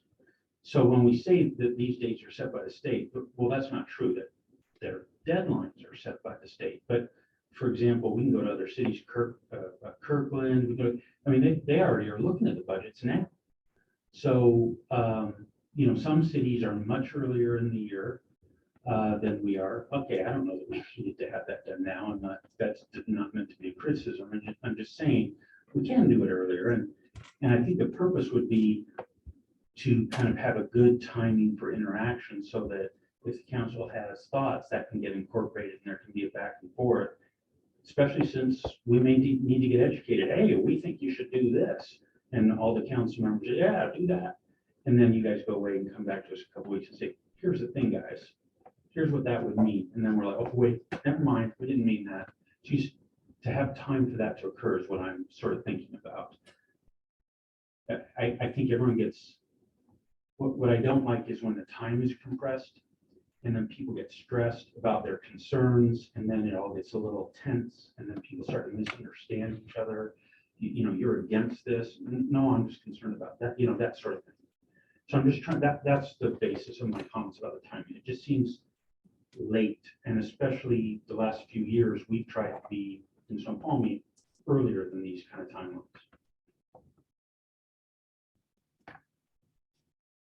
Sure.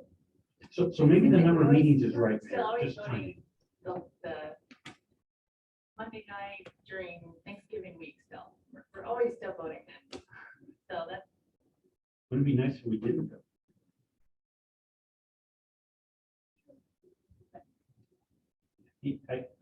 I feel like, Mayor, correct me if I'm wrong, I feel like I'm sort of preaching to the choir because I think you like the idea of getting some of this earlier. I think that's why the CIP is earlier, and so I'm supportive of that. And by the way, we don't have to wait till the last minute to approve the budget. We can be done with it earlier, but I'd rather have us in that kind of a mode than scrunched up against the timeline. That's what I'm pushing for. Yeah.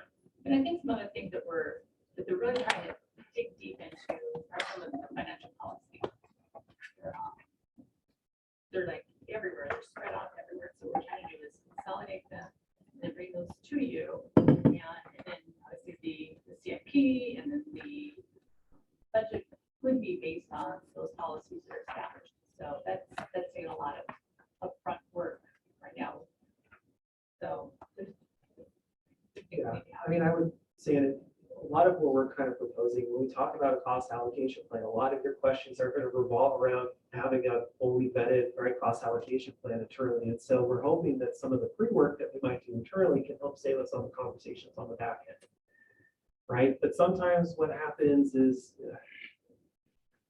everyone's attention and time is limited, right, for the most part. So the more that we spend time in front of councils, the less time that we tend to spend back here. And so what we want is a balance between the two, right? So you guys get the information that you need, but then we're also making sure that we can dot the I's across the T's back here. And so there's a bit of a balance. Some cities might have minimized the number of discussions with council, but at least you know that work that you would normally ask about is actually happening right behind the scenes, and that you will get something that has been fully checked and analyzed appropriately before it does come to you. And so it's a bit of a chicken or the egg question, I think, with this a little bit. And so that's just kind of what we have to do, is to balance, and having a full budget document will hopefully prevent some of the presentations that we might request or need, right, that we've done previously. And how do we want to do things differently, kind of moving forward with the experiences that we've had in the past? I think we're trying to maybe incorporate some of that into year two. So, I mean, 10,000-foot view, we're trying to accomplish three things. We're trying to get the CPI done, we're trying to get the financial policies done, and we're trying to adopt a budget. Which is a little like trying to change a tire on I-90 going 90 miles an hour down the freeway. But we think we're going to be able to do it. And, I think we're hesitating a little bit because, the author of this document is not in the room. And, give us a chance to maybe go back and talk with the interim finance director, and maybe we can put together a little bit different calendar, a little bit different agenda. But the bottom line is that we think we're going to be able to accomplish all three of those things between now and the end of the year. I don't know what other council members think they should weigh in, but I would just say that sounds great. I think having heard this discussion, it sort of boils down into my mind is, if we could, so the 4 meetings, I think makes sense once I understood them. If they could start a month earlier, so they're spread out a little more, I think that would relieve my remaining concern, but I don't know if anyone else shares that concern. So, and obviously you guys haven't had a chance to look at it and see whether that would actually be an issue or not, but that's right, I think in the end where my thoughts are, and I'll let others comment. Howie? It's 2 comments, and I ask forgiveness to begin with. Because I'm working on the person.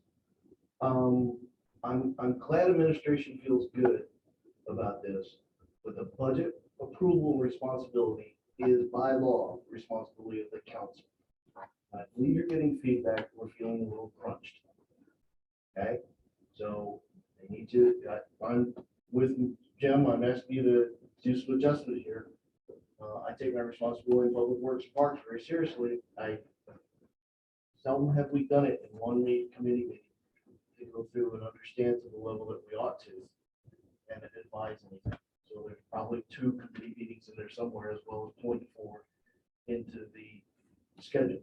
Pulling late in the schedule, you're assuming whatever you bring forward is good, and we're going to say yes. That's typically sometimes not what happens.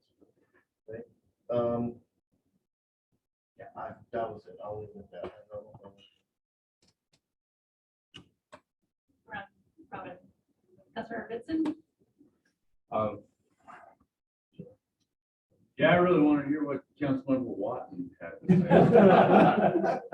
say. I would concur with both Councilmember Mayhew and Councilmember Holloway that if we have it in September, that'll give us enough time to digest what we need to digest. And the sooner we can put that to rest, the better.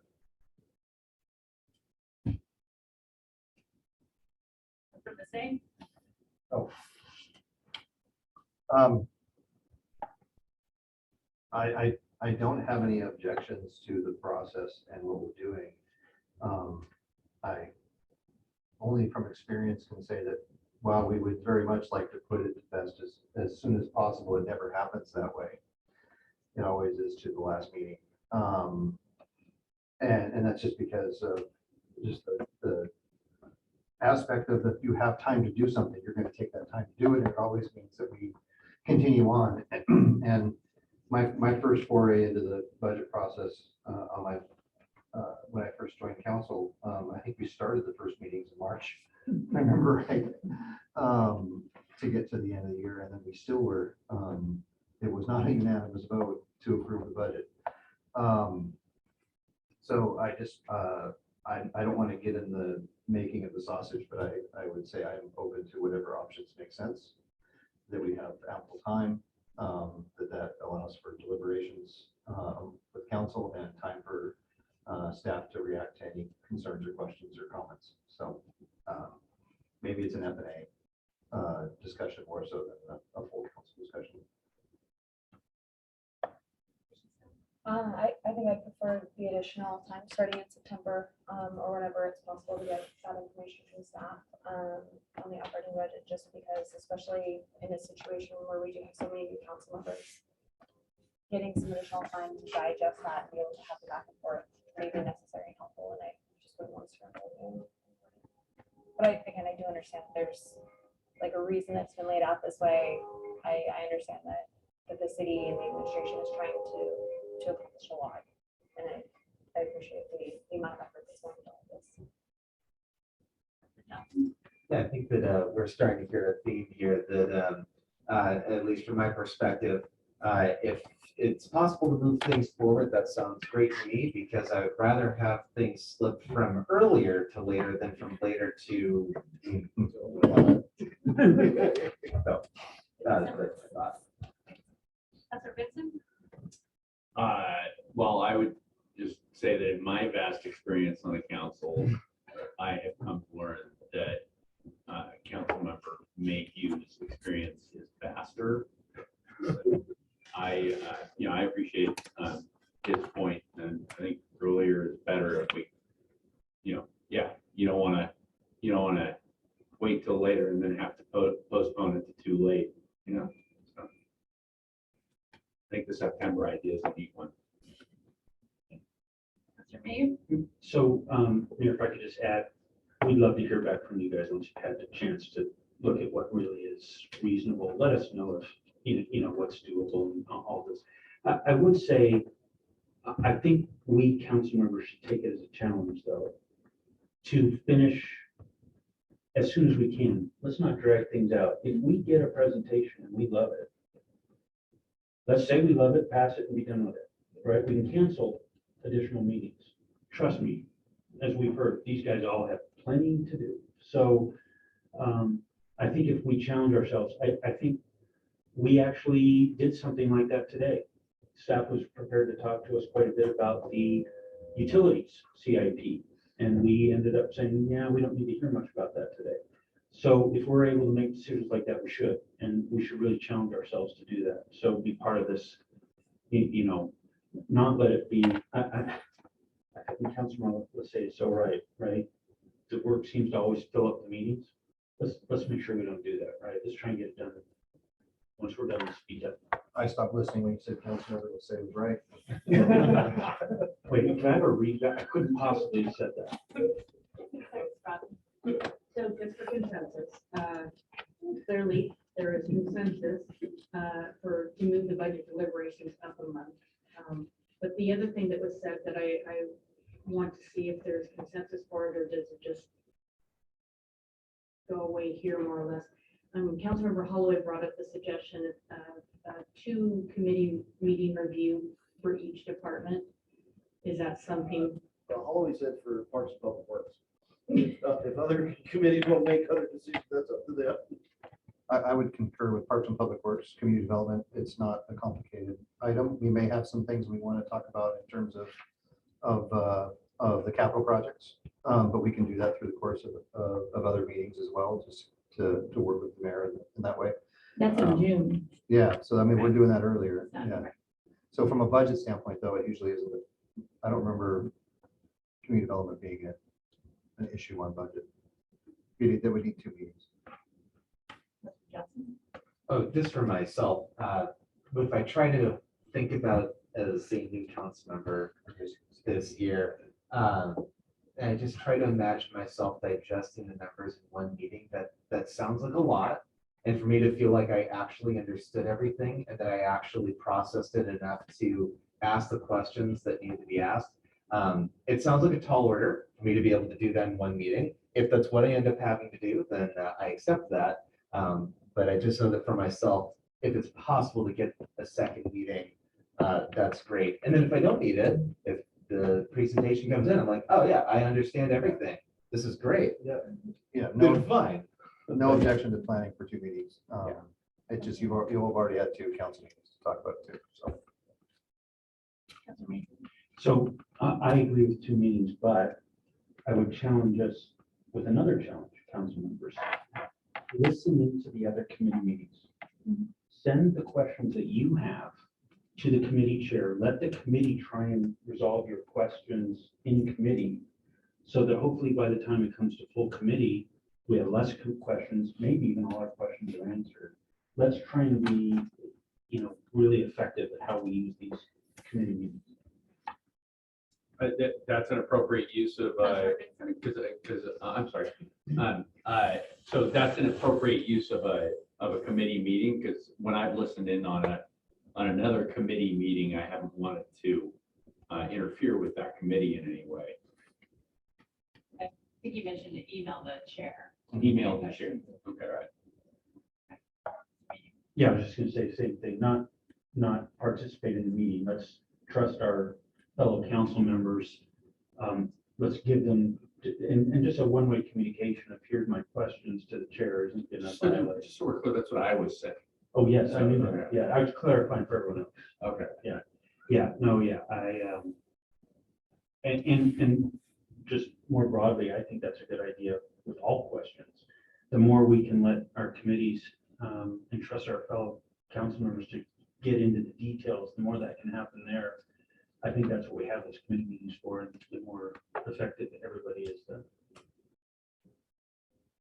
Although I know Mr. Boutte loves getting questions on the spot in a meeting that he hasn't thought of before.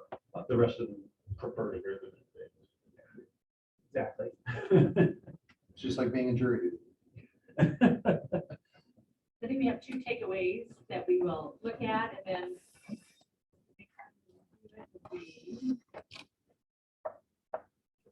April 11th, special budget workshop, which will be right before our regular council meeting. Then I do have a question on those. If we are unable to attend on a certain date or a budget workshop is taking place, would we just listen to the video and whatnot after, or would we best wait for the live? Right, you can watch it later. Would you be open, or maybe you don't know this today, maybe you could consider whether you'd be open to, if you knew that some of us had conflicts on certain dates now, if you knew that now, would you be willing to sort of look at possibly other dates? Maybe let us know. And if you are, maybe let us know how to give you feedback about dates we might have difficulty with, and then you can see if anything can be done. Okay, if you can look at the dates and then email our city clerk, because there's only one of you missing, then we're gonna still meet with the rest of the six, right? If there's multiple, then we'll look at another date.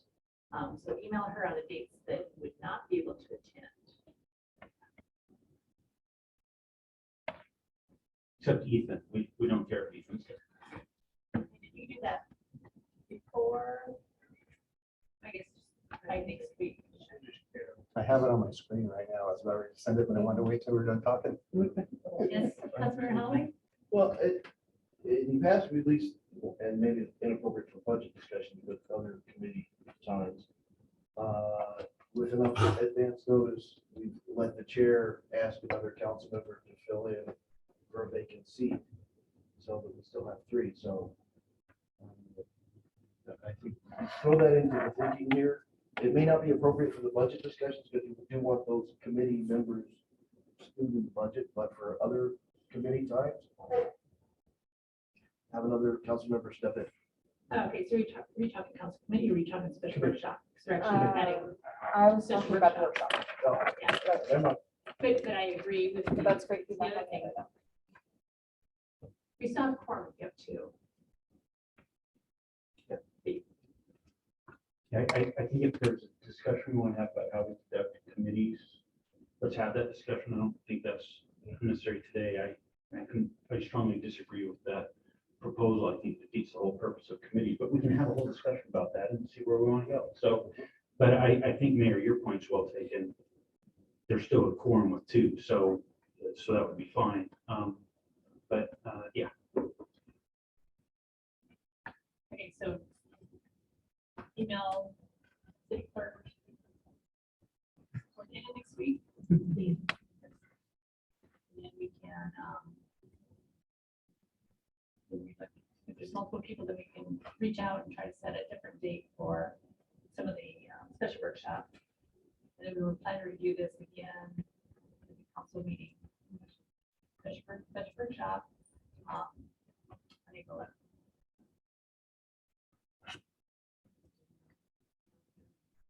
Right, I guess that's not what they, right, I guess the special budget workshop would be the council priority setting, and then at the council meeting, we do the budget calendar through the final. Let's take that together. Right. Any other comments regarding the budget calendar? Right. Drew, you did an awesome job on the CIP, the financial outlook, your presentation for the overall department, and the budget calendar. Thank you. So I'd say there's no guidance on that yet, but there's always opportunity later. And I'm sure the team chiefs are very jealous about how much time I've had in front of me. So thank you. And the HR director too. Yes. Thing of Butte. So that's the last item on our agenda. Is there any other comments or discussions, or should we wrap up? Mr. Johnson? I just wanted to say that I really appreciate this time in person with all of you folks. I feel like I've gotten to know our fellow council members, and we built a stronger working relationship together in these last day and a half than in our previous meetings all put together, at least from my perspective. So I really like being here. I'm glad to be in person with y'all. Strongly disagree. Yeah, I just wanted to say, a little bit behind the curtain, just to tell you, Councilman Johnson and I met with Mayor and Mr. Sauerwein and others to set the agenda a few times. But was our involvement. All of these presentations, this was pulled together under the mayor's leadership, under Mr. Sauerwein's leadership, and with a fantastic team. I mean, I think we've all seen what a fantastic team we have. And I just want to say thank you, Mayor, Mr. Sauerwein. Thank you for what was a great retreat. I think this really helped us move along. Thank you. I think overall, thank you other directors for your presentations, and you put a lot of thought into it, into your leadership to each of your groups. We have a lot of thank yous for Deb, for Nicole, Mike, Drew, Dana, Carson, and Jim Ferguson. I know. Yeah, just make sure you get everyone. Andy's in the back. Our sponsors. Andy. There's a lot of time that went into this. So thank you for pulling everything together. And I think it was a really good conversation. We went through a lot in just a shortened council retreat. Normally this is like 2 full days. So thanks for the discussion and helping set some priorities and good overview of the CIP and also on the budget calendar. So we did a lot of work. So thank you. Yes. Thank you.